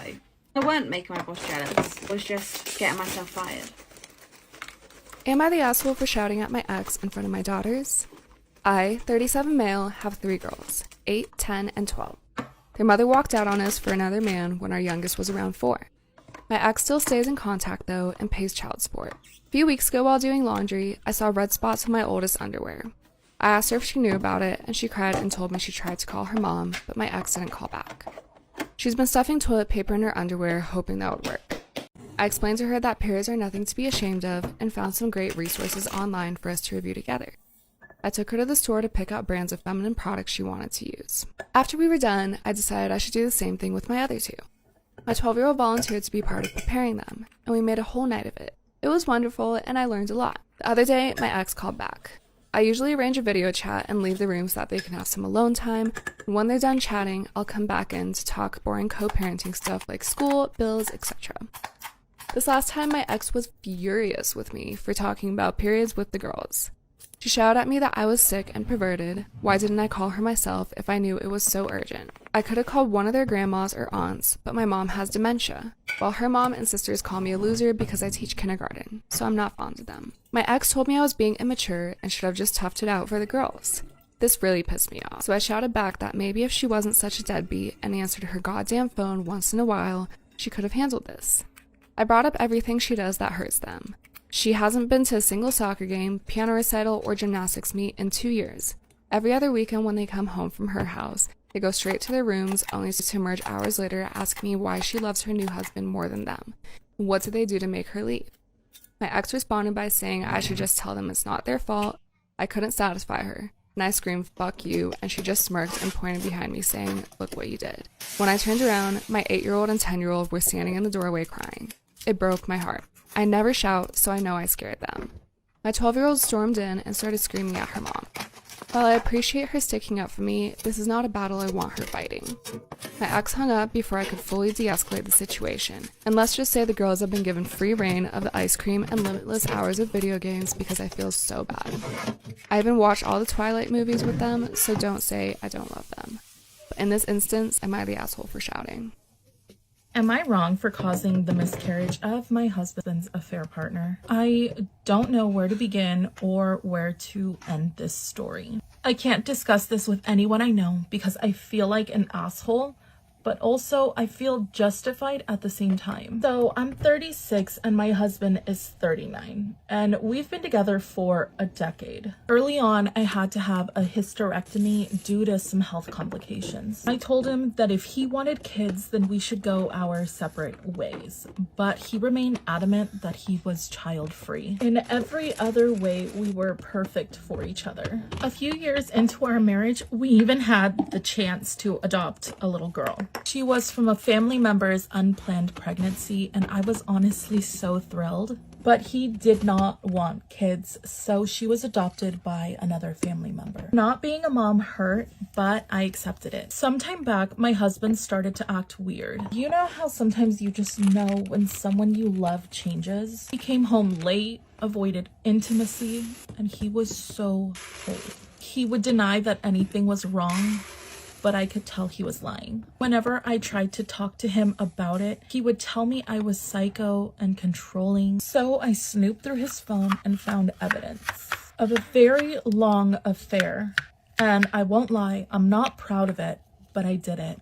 I really needed that peace of mind. Now, his mistress, she's about 26, 27. Well, he introduced me to her as his cousin, and she's about 2 months pregnant right now.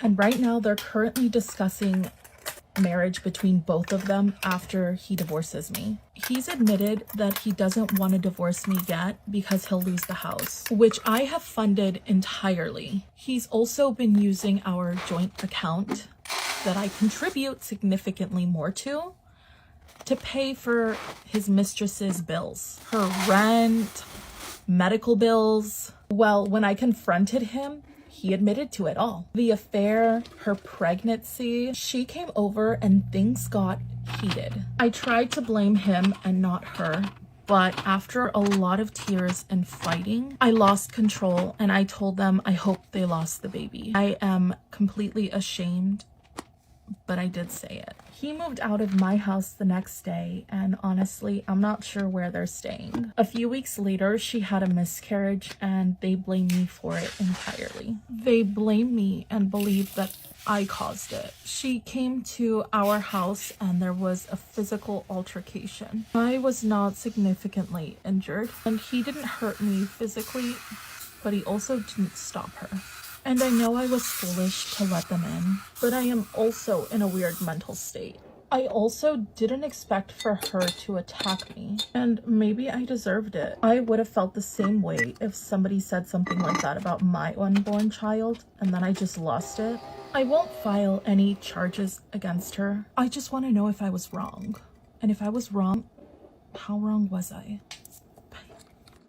I've fallen in love with my mum's brother. Story time. So me and the whole of my family have always been really, really close. I've always felt super, super lucky because I know not a lot of families have this. We generally are just one big happy family. I'm really not sure which way to look at it, whether my mum had me super young or my grandma had my uncle super late. What I do know is that me and, let's call him Mark, because it's going to make this story very complicated. Me and Mark are very, very similar in age. But my mum and her brother Mark were never too close growing up because of their big age difference. He was a little wild, a little bit crazy, and kind of just went against the grain. So whenever I would think of my uncle Mark, one, I would think of him purely because he was basically in the same school year as me. But Mark was also super, super adventurous and basically just never here. He definitely fulfilled the kind of role of the uncle uncle who would be kidless at the family gathering, and because we were so close in age, I found this attractive. I found him and his whole demeanour just my type. And there was always this really harmless notion that in another life, me and Mark are soulmates. And obviously this was always a joke, and me and Mark both thought so, until last Christmas, obviously we had a family Christmas party, and me and him kissed. I don't think either of us saw it coming. And to be honest, this was kind of a conversation that neither of us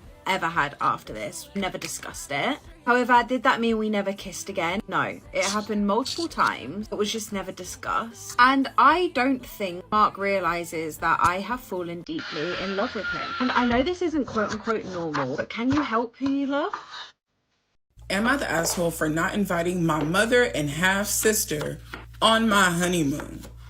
I, 20 male, just got married a few weeks ago to my lovely husband, 21 male.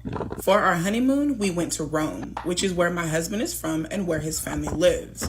We're going to move there together at some point in the near future, so we spent most of our trip looking at apartments, that sort of thing. We stayed at his family's house for the entire trip. It was fine because I actually adore my in-laws. However, my half-sister found a post that I made on Instagram, in which one of the videos you can clearly hear me call my mother-in-law Mama. My half-sister, 26 female, freaked. She sent the post to my mother, who immediately got pissed and started sending me increasingly paranoid and accusatory texts about me replacing her. For reference, neither my half-sister nor my mother were invited to my wedding. They both made their opinions about my sexuality very clear. My husband and I didn't want that kind of negativity at our wedding. But since I've gotten back, my mother has completely cut me out of her life and has given me the cold shoulder. She took back my spare key to her house from my roommate while I was gone, so I have no way of getting in my parents' house anymore. Anytime I try to talk to her, she gives me some passive-aggressive comment about how I should have invited her to Italy with us. Then you would have had your real mama there to call mama. Are you kidding me? My question is, why do we fucking care? Why, if your mother loved you, she would be happy. She would be over the fucking moon that your husband's mother has accepted you with open arms. Then she doesn't have to worry about someone else's mother disrespecting her son. Your mom don't fucking care. Your mom is selfish as fuck. What a way to try to make something that's not about you all about you. She and my half-sister keep making snide remarks about how if they were invited, they would have done this and that and appreciated the trip so much more than I did, instead of just wasting my time looking at houses. Which, in all fairness, is true. Most people would see that as kind of a boring trip, but still. My husband insists that they were both out of line, and I get his point, but I still feel a bit bad. I mean, I can't deny that I did refer to another woman as my mom, but I don't feel like that gave her and my half-sister the right to try to guilt trip me about not inviting them on my honeymoon. Am I the asshole? Them not coming on your honeymoon is the least of the fucking worries because they weren't invited to the wedding. So what the fuck made them think that they were entitled to a free trip to Rome for your honeymoon is completely just fucking mind-blowing because these bitches are insane. These people, your mother and your half-sister, do not deserve to be a part of your life. Why do you feel bad over two people who weren't even a part of your special day because of how they view you as the way you are? You're bad. You feel bad because they're upset at you for not inviting them on your honeymoon, a trip that is for you and your husband. A honeymoon is for newlyweds. If it was something that everybody could go on, it wouldn't be fucking special. This is just gonna make cutting your mom off so much fucking easier. I know it hurts and it's hard, but this is gonna make it so much easier. For someone who wants to make disrespectful comments, don't come around. Someone who don't want to talk to you, want to give you the fucking cold shoulder over something you chose to do to celebrate your marriage that she was against in the fucking first place, their goddamn opinions don't fucking matter. Cut her the fuck off. Ignore her. Let her be mad by her fucking self. You've done nothing wrong. You have done nothing wrong. This was your honeymoon. So you took the opportunity to check out apartments for a place in a separate country you are planning to move to. That's smart as fuck to me. Because anybody else would have went to Rome and did as the Romans did and had all this motherfucking fun just to have to go back and look for apartments later on. You guys were smart. Don't let anybody make you feel bad for enjoying yourself. You called your husband's mother mama because she made you feel comfortable. That's a gift. Not everybody gets that from their mother-in-law. Do not allow your selfish ass mom and your punk ass half sister to make you feel bad about something you know you enjoy. Enjoy it. Fuck them.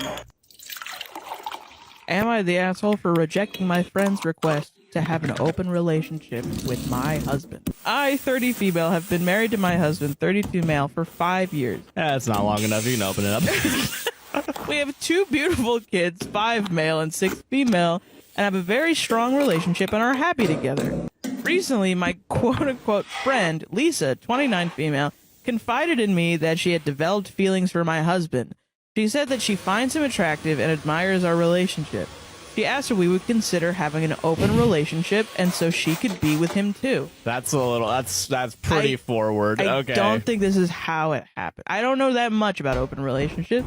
Yeah, but I don't think having the woman that wants to sleep with your husband spur it on is usually how it goes. How it starts. I think usually the couple decides and then they date people. Yeah. I don't think it's the outside coming in like, yo, I want to fuck your husband. You want to, Can I fuck your husband? Yeah. Please? I was shocked and told her no, explaining that my husband and I are committed to each other and that we are not interested in an open relationship. Asshole, didn't even discuss it with the husband. I feel like if this ended here and nothing else happened, it would be like, okay, she made a faux pas. Yeah, it was a little... You know what? This was, it's a little crazy. It's a little crazy. And maybe you distance yourself from Lisa. I think it's quote unquote reasonable for someone to be like, I think your husband's attractive. I think it went a little left turn there afterwards. Just but, a little bit, but I think that would be not that bad. Yeah. Lisa got upset and accused me of being selfish and closed-minded. She argued that modern relationships should be flexible and that I was denying her happiness. But dude, there's a loneliness epidemic. There's a yearning epidemic. There's a yearning epidemic, and it's all Lisa yearning for your husband. She's coming to get you. What the fuck? What do you mean selfish and closed-minded? Well, isn't the point of modern relationships in this argument that people should be allowed to do what they want, but that also includes monogamous respecting people's relationship. Since then, Lisa has been distant and has been spreading rumors in our friend group suggesting that I am overly possessive and controlling. That's not cool. This is fucked up. What the fuck? This has caused a lot of tension, and some of our mutual friends are now taking sides. My husband is supportive of my decision, but I feel guilty for the drama it has caused. So am I the asshole for rejecting my friend's request to have an open relationship with my husband? Edit. Oh, okay. This has attracted a lot more attention very fast than I thought it would. I've read most of your comments, and I think tomorrow I will talk to the whole friend group about it, and I'll update after. Update 1. After reading some of your comments, I decided to bring the group out for coffee and told them all what Lisa said and the real story. I also showed them the Reddit post. After showing them, there were 2 girls that were still on Lisa's side. So I took some advice from the comments and said, let Lisa fuck your husband, then you can be on her side. After that, everyone was on my side, thankfully. Lisa wasn't happy at all, and she started ranting about how it quote-unquote wasn't fair, and she just wanted to experiment something new. And it wasn't even that bad of a request. You're making it such a big deal, which I didn't get. Me and the rest of the group have officially cut contact with Lisa, just hoping she doesn't try to reach out. We'll update if something happens. Also, just clarifying that Lisa also asked my husband for an open marriage. He also rejected, saying even if I would never want to go out with you. Oh, burn. That's cold. I'm thinking of cutting off the ladies that were on Lisa's side for so long, but I'm not sure if they heard a different story or not, so should I? Am I the asshole for going back on my word to help support my husband's affair baby? So I found out that my husband, who is 44 years old, was cheating on me with a girl he found on Tinder who is 25 years old. He made her think that he was a rich guy, but he actually works for my father. And when I found out, I obviously asked for a divorce, but then I found out that the girl was pregnant. She told me that she didn't know that he was married and blah, blah, blah, and I believed her, and I felt bad for her because I knew that she was broke and she didn't really have any money. I have 2 children, and so I thought, well, the baby is going to be my children's sibling, so I would take care of the baby. But then I stumbled upon all of the texts between them, and she actually did know very early on that he was married, and she even stalked me on social media. He told her from the very start that he was married and that he only wanted fun, but she wanted more, and that's how I ended up finding out. I'm about to go on a first date with my best friend's dad because I pretended to be my mum. Story time. So a few months back, I decided it would just be a really funny joke on my best friend to pretend to be my mum for a bit. My best friend lies so much. Like, she's just one of them girls where she doesn't mean any harm, but she lies about everything. Like, she'll go to the shops one day and lie about seeing like Brad Pitt on her way. Very innocent lies, and she never lies about anything big. These little lies do annoy me. So me and my other two best friends decided to put a little plan together to get back at her and just try and catch her out a little. So I set up a Facebook account, as my mum isn't currently on Facebook, and I put my mum's name, her profile picture, her date of birth, like it was literally my mum. And the plan of this was, this is my best friend, let's just call her Natalie. So to message Natalie's dad, ever Natalie tells her something, so then we can kind of catch her out. So for example, she said about seeing Brad Pitt, we would ask her dad. So we created the Facebook, and then let's call Natalie's dad Mark. And Mark accepted the friend request like straight away. We were like, whoa. And then we were just waiting for Natty to start lying again. It weren't going to be a long time. So we didn't want to make it too bait. So in this time of waiting for Natalie to lie, I decided to message Mark and just try and get the conversation going so he didn't get suspicious either. The last thing I wanted is for my mum to find out about all of this. And I really did sense Mark flirting on Facebook Messenger. I kind of liked it. Okay, the time finally comes. Like, this is probably the longest Natty has ever not lied for. It was about a week and a half. Basically said how she went on a date with this guy who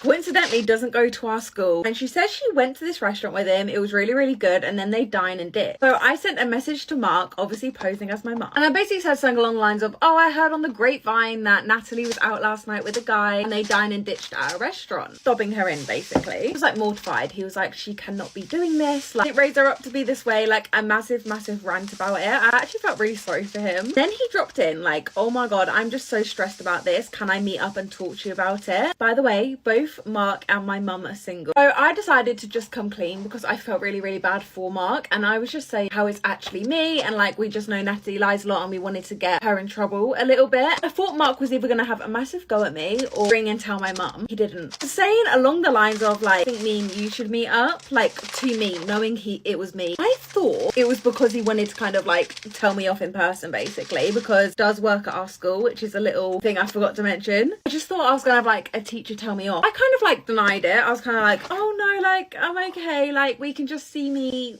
in school, like you don't need to tell me off outside of it. That's when I received a Facebook video call from him where I just froze. I was like, do I answer this? So I decided to answer it, and he was so flirty on this FaceTime. He's basically saying how he still wanted to go out with me, but he didn't obviously want it in writing because it's quite illegal. Would he still want to go on a date with me? We would have to travel quite far, but he would pick me up, and I agreed. And he is quite literally coming in about 20 minutes and nobody knows. I'm so excited. Help for an old guy. I'm a widower who is approaching 80. My wife died about a year and a half ago. We were married for over 50 years, and I miss her very much. I live in a large retirement community, and I've recently received a note from a woman who lives here who told me she is done with me. I barely know this woman. We have had dinner twice. Once I was assigned to a table where she was sitting, and once she asked me to have dinner with her. I accepted. I suspect now that was a mistake. I'm not ready for a new relationship, and frankly, I doubt I ever will be. I think about my late wife every day. Sometimes I think about her every hour. I do not believe that I'm depressed. I can carry on with my daily life pretty well, actually. I keep busy. I have family in the area, and I see them often. I manage my own affairs, and I have other friends. I just do not want to deal with a female companion. I've been thinking of answering her note as politely as possible, explaining my situation, but I do not want to give her any hint that I'm trying to start a relationship. I just want to say I'm sorry if I offended her, but I meant no harm. It is just that I intended to go through life single from now on. Should I do this, or should I just ignore the letter and hope she goes away? I ran away with my brother's wife, and now I regret it. Disclaimer, this is not my story, this is an anonymous submission. Jessica, 26 female, and I, 27 male, were childhood friends. We grew up in diapers together. We lived next door to each other, and our moms were pregnant with us around the same time. Growing up, our parents always joked about us ending up together, but we laughed it off. In my head, she was always like my little sister, so there was no way I could feel that way towards her. Plus, she knew everything embarrassing about me. About 6 months ago, Jessica announced her engagement to my brother Victor, 30 male, at our family dinner. This took everyone in our family by surprise because no one even knew that they were seeing each other, most especially me. Vic asked me to be his best man during the congratulations, and even though I felt slightly off, I accepted. They wanted a quick wedding, so everything needed to be done in about 4 or 5 months. During the planning, Jess and I did the majority of the decision-making together. Victor traveled a lot for his job, so as his best man and just his best friend, I was asked to step up. During all of this, I found myself seeing what my life could be like with her. And I know now that this was all romanticized, like when we used to play make-believe as kids. About a week before the wedding, Jess let it slip that she was pregnant, and it all made so much sense to me. Like, I finally understood why they decided to marry so quickly. And I don't know what possessed me to do so, but I just told her to run away with me, that we could raise the baby together because I loved her. Part 2. I ran away with my brother's wife, and now I regret it. Disclaimer, this is not my story, this is an anonymous submission. I told her we could tell everyone that the baby was mine, and it would make the most sense because Vic wasn't even here for the important moments, like choosing a caterer or flower arrangements. And I'm not saying I enjoyed this by any means, but I got to see what the future for us would look like. She didn't say anything. She just walked away and left me standing there. The next morning, she was on my doorstep crying. Apparently, her and Victor got into a fight about him not being involved enough in the wedding planning.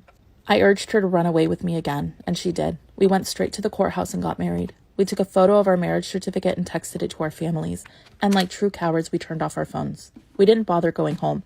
We booked a hotel in the city and stayed there the weekend. On our way back, we decided to stop at our mom's house. I knew the hit to the face was coming, and I didn't try to stop it because I know I deserved it. I just told him I was sorry for hurting him, but I could never be sorry for marrying Jess because I loved her.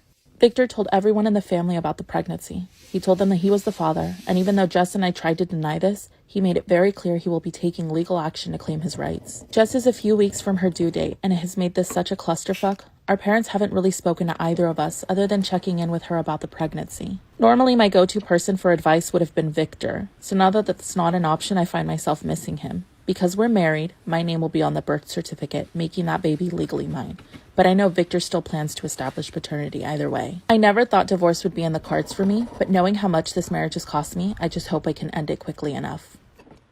My mother-in-law is trying to get custody of my kids, claiming they're technically hers. Story time. Let's call my husband Mark. So me and Mark have been married, or were married, for 16 years. I know this sounds like such a long time to be married. However, both of us got married when we were 18. Don't get me wrong, it is still a long time to be married. However, we are still pretty young. Don't age me too quick. There was no religious reason why we got married so quick. We did just kind of love each other, and it could have been a stupid decision, but it gave me 16 years were the best years of my life. And I generally couldn't have any more love for him. So because we got married so young, we did have kids very young as well. So I got pregnant by the age of 20. This is the best brightening serum. It keeps me young. That's my secret. We were so happy with our little girl. We were just on top of the world, to be honest. Like, all of our friends were out partying and drinking and going to uni, and we really didn't feel like we missed out on anything. We both started working really young. We were about 15 when we got our first like full-time job. We did have money. We weren't living off benefits. Mark is and was a super hard worker. I was able to work from home so I could kind of manage mum life, wife life, and have my own career. Yeah, I think we've just been really lucky, and we do both totally see this. So let's get on to my mother-in-law, who we'll call Natalie. Me and Natalie have always gotten on-ish. As good as you and your mother-in-law can kind of get on when she's a very obsessive woman. Never let me and Mark be, and she always put her 2 cents in, and right at the beginning I got it because we were so young. However, at least after the age of 30 and 6 kids down, kind of expect her to move back a bit. Luckily, this really kind of didn't affect me and Mark, and we kind of just took her for who she was. About 15 years into the marriage, me and Mark just kind of started seeing a few cracks. We kind of like friend zoned each other, not really being intimate, and I don't know, it really wasn't on bad terms at all. We both kind of had a really grown up conversation and realised we just weren't each other's person anymore, which is totally okay. Everyone was okay with this except Natalie. And you may be thinking, what does it have to do with her? I don't know. That's the answer to your question. I truly don't know. She could not in any circumstance understand why we were getting a divorce. Even though both of us were happy and tried to explain it to her multiple times, we couldn't get her head around it. And she started turning very hostile to me. She tried to tell Mark I was cheating on him. That's why. Couldn't see that it kind of just fizzled out. And it's probably because she's so unhappy in her own marriage. Mark luckily didn't believe anything she was telling him. See, when me and Mark were settling the divorce, we didn't get really anybody involved, any lawyers or anything, because we were both just so happy to have half and half custody. They were going to do a week at mine and then a week at his because we lived like 10 minutes apart, our new houses were. So we were going to co-parent and be completely okay with co-parenting. parenting. And obviously we did get this in writing, however we didn't need to go to court or anything like that. Anyway, when we were signing these documents, I have no idea how Natalie got into the building, but she walked into our lawyer's office and she basically said that Mark should be having way more of the custody, and if he doesn't want it, she wants half custody. I was so confused, and so was Mark. Apparently she did not run this by him at all, and she was trying to say, this is so crazy, how them kids are technically hers, 6 of them, because she made Mark. And I couldn't make sense of this. I was like, what are you on? I've generally never heard anything like this before, and I kind of looked towards the lawyer like, what are we gonna do here? And he was saying she does have grounds to flag complaint in the agreement, so now I've got to have a lawyer against her in a way. Today I fucked up by removing my girlfriend's tattoos in Photoshop and realizing I'm not as attracted to her as I thought, and now I'm terrified for the future. Me and my girlfriend exchange notes frequently. They never leave our phones or computers, and we trust each other on that. I like to mess around in Photoshop as a hobby, and oftentimes I use my girlfriend's notes for practice. Change the lighting, remove and add things in the background. Sometimes I edit her into a Playboy cover for a laugh. A few days ago, I bought a new laptop as my old one died some time ago. I installed Photoshop on it yesterday and wanted to mess around with it. I found some tutorials online about Photoshop tattoo removal and decided to give it a try. Seeing as I had no work the next day, I also decided to get high. I gathered some pics of my girlfriend and went to work.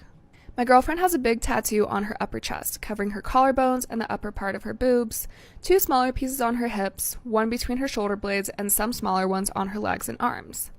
When we met, she already had all the major ones, and she did 2 more while with me. It has never bothered me. I thought her tattoos are cool.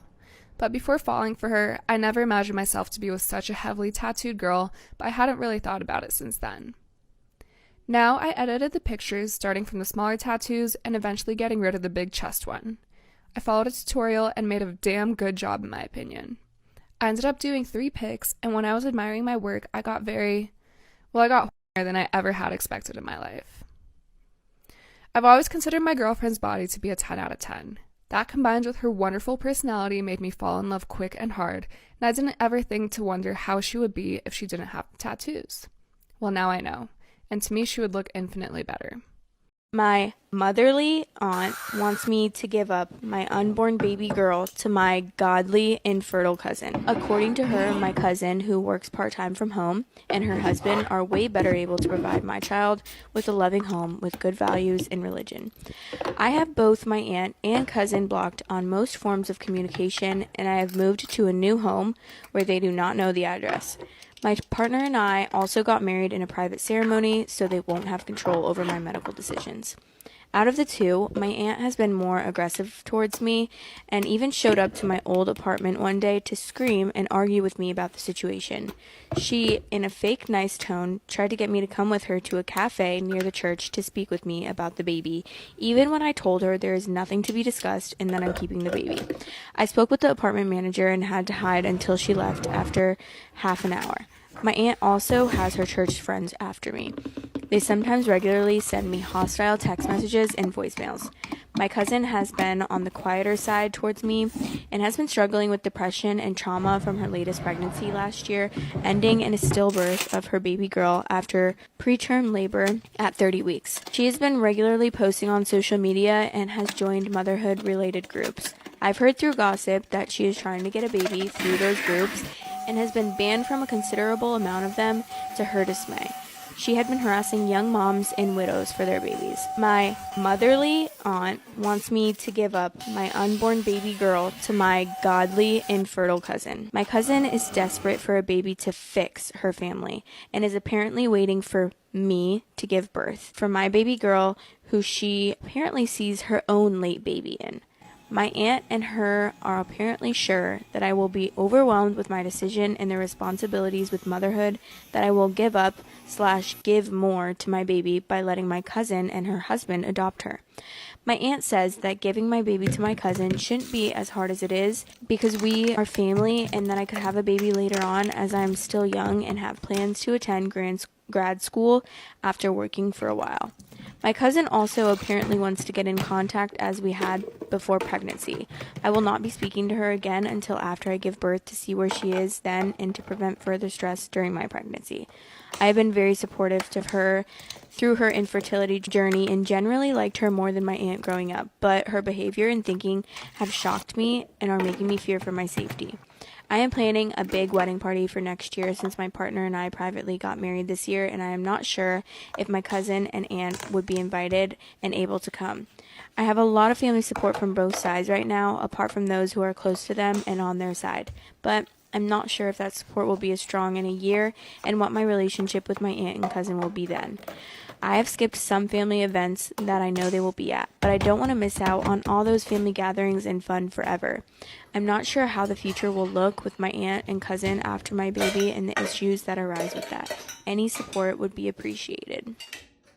I just gave birth to my husband and his girl best friend, baby. Story time. So me and my husband Mark tied the knot about 3 years ago. However, this was not a simple transaction. When me and Mark met, it really was a match made in heaven. Obviously, when you first start dating, you get introduced to the friends, to the family, like to the circle. And oh my god, I was so nervous. We had been dating for about 5 or 6 months. And it was finally time for Mark to take me home to his family. I was so nervous. So the nerves were nerving. And I heard a knock on the door when we were literally about to leave. I opened it thinking it's probably just like an Amazon delivery or whatever. See this girl just standing at my boyfriend's dorm room. And I was like, oh, are you okay? Like, can I help you? Because I've never seen or heard of this girl ever before. And me and my husband were hooking up for a while before we decided to make it a dating thing. And this woman introduced herself. Let's just call her Natalie. She was like, hi, I'm Natalie. Nice to meet you, Chloe. And I think, who is this woman? And this is when I was first introduced to the miraculous Natalie. So she is Mark's best friend. They've known each other since reception. They've grown up together. God, she could never date Mark. Like a brother to her, you know? All of them excuses. So suspicious of this straight away. I was like, no way. My boyfriend is gonna be one of them boys as a girl best friend. So I had to kind of take this as it is. She's literally been a part of every single stage of mine and Mark's relationship. She was involved in the proposal, was involved in our like 1, 2 and 3 year anniversary, was obviously involved in the wedding. Surprise. One thing about me and Mark is we are very fertile. In a few months of us dating, we ended up getting pregnant and we generally were not trying. Since then we have had 3 amazing children. We can safely say that department is working and it's done and it's checked off. But for Natalie, this is something she's always really struggled with.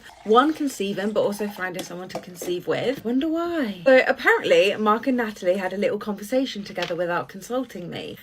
And Natalie basically asked if Mark would help conceive this child. God.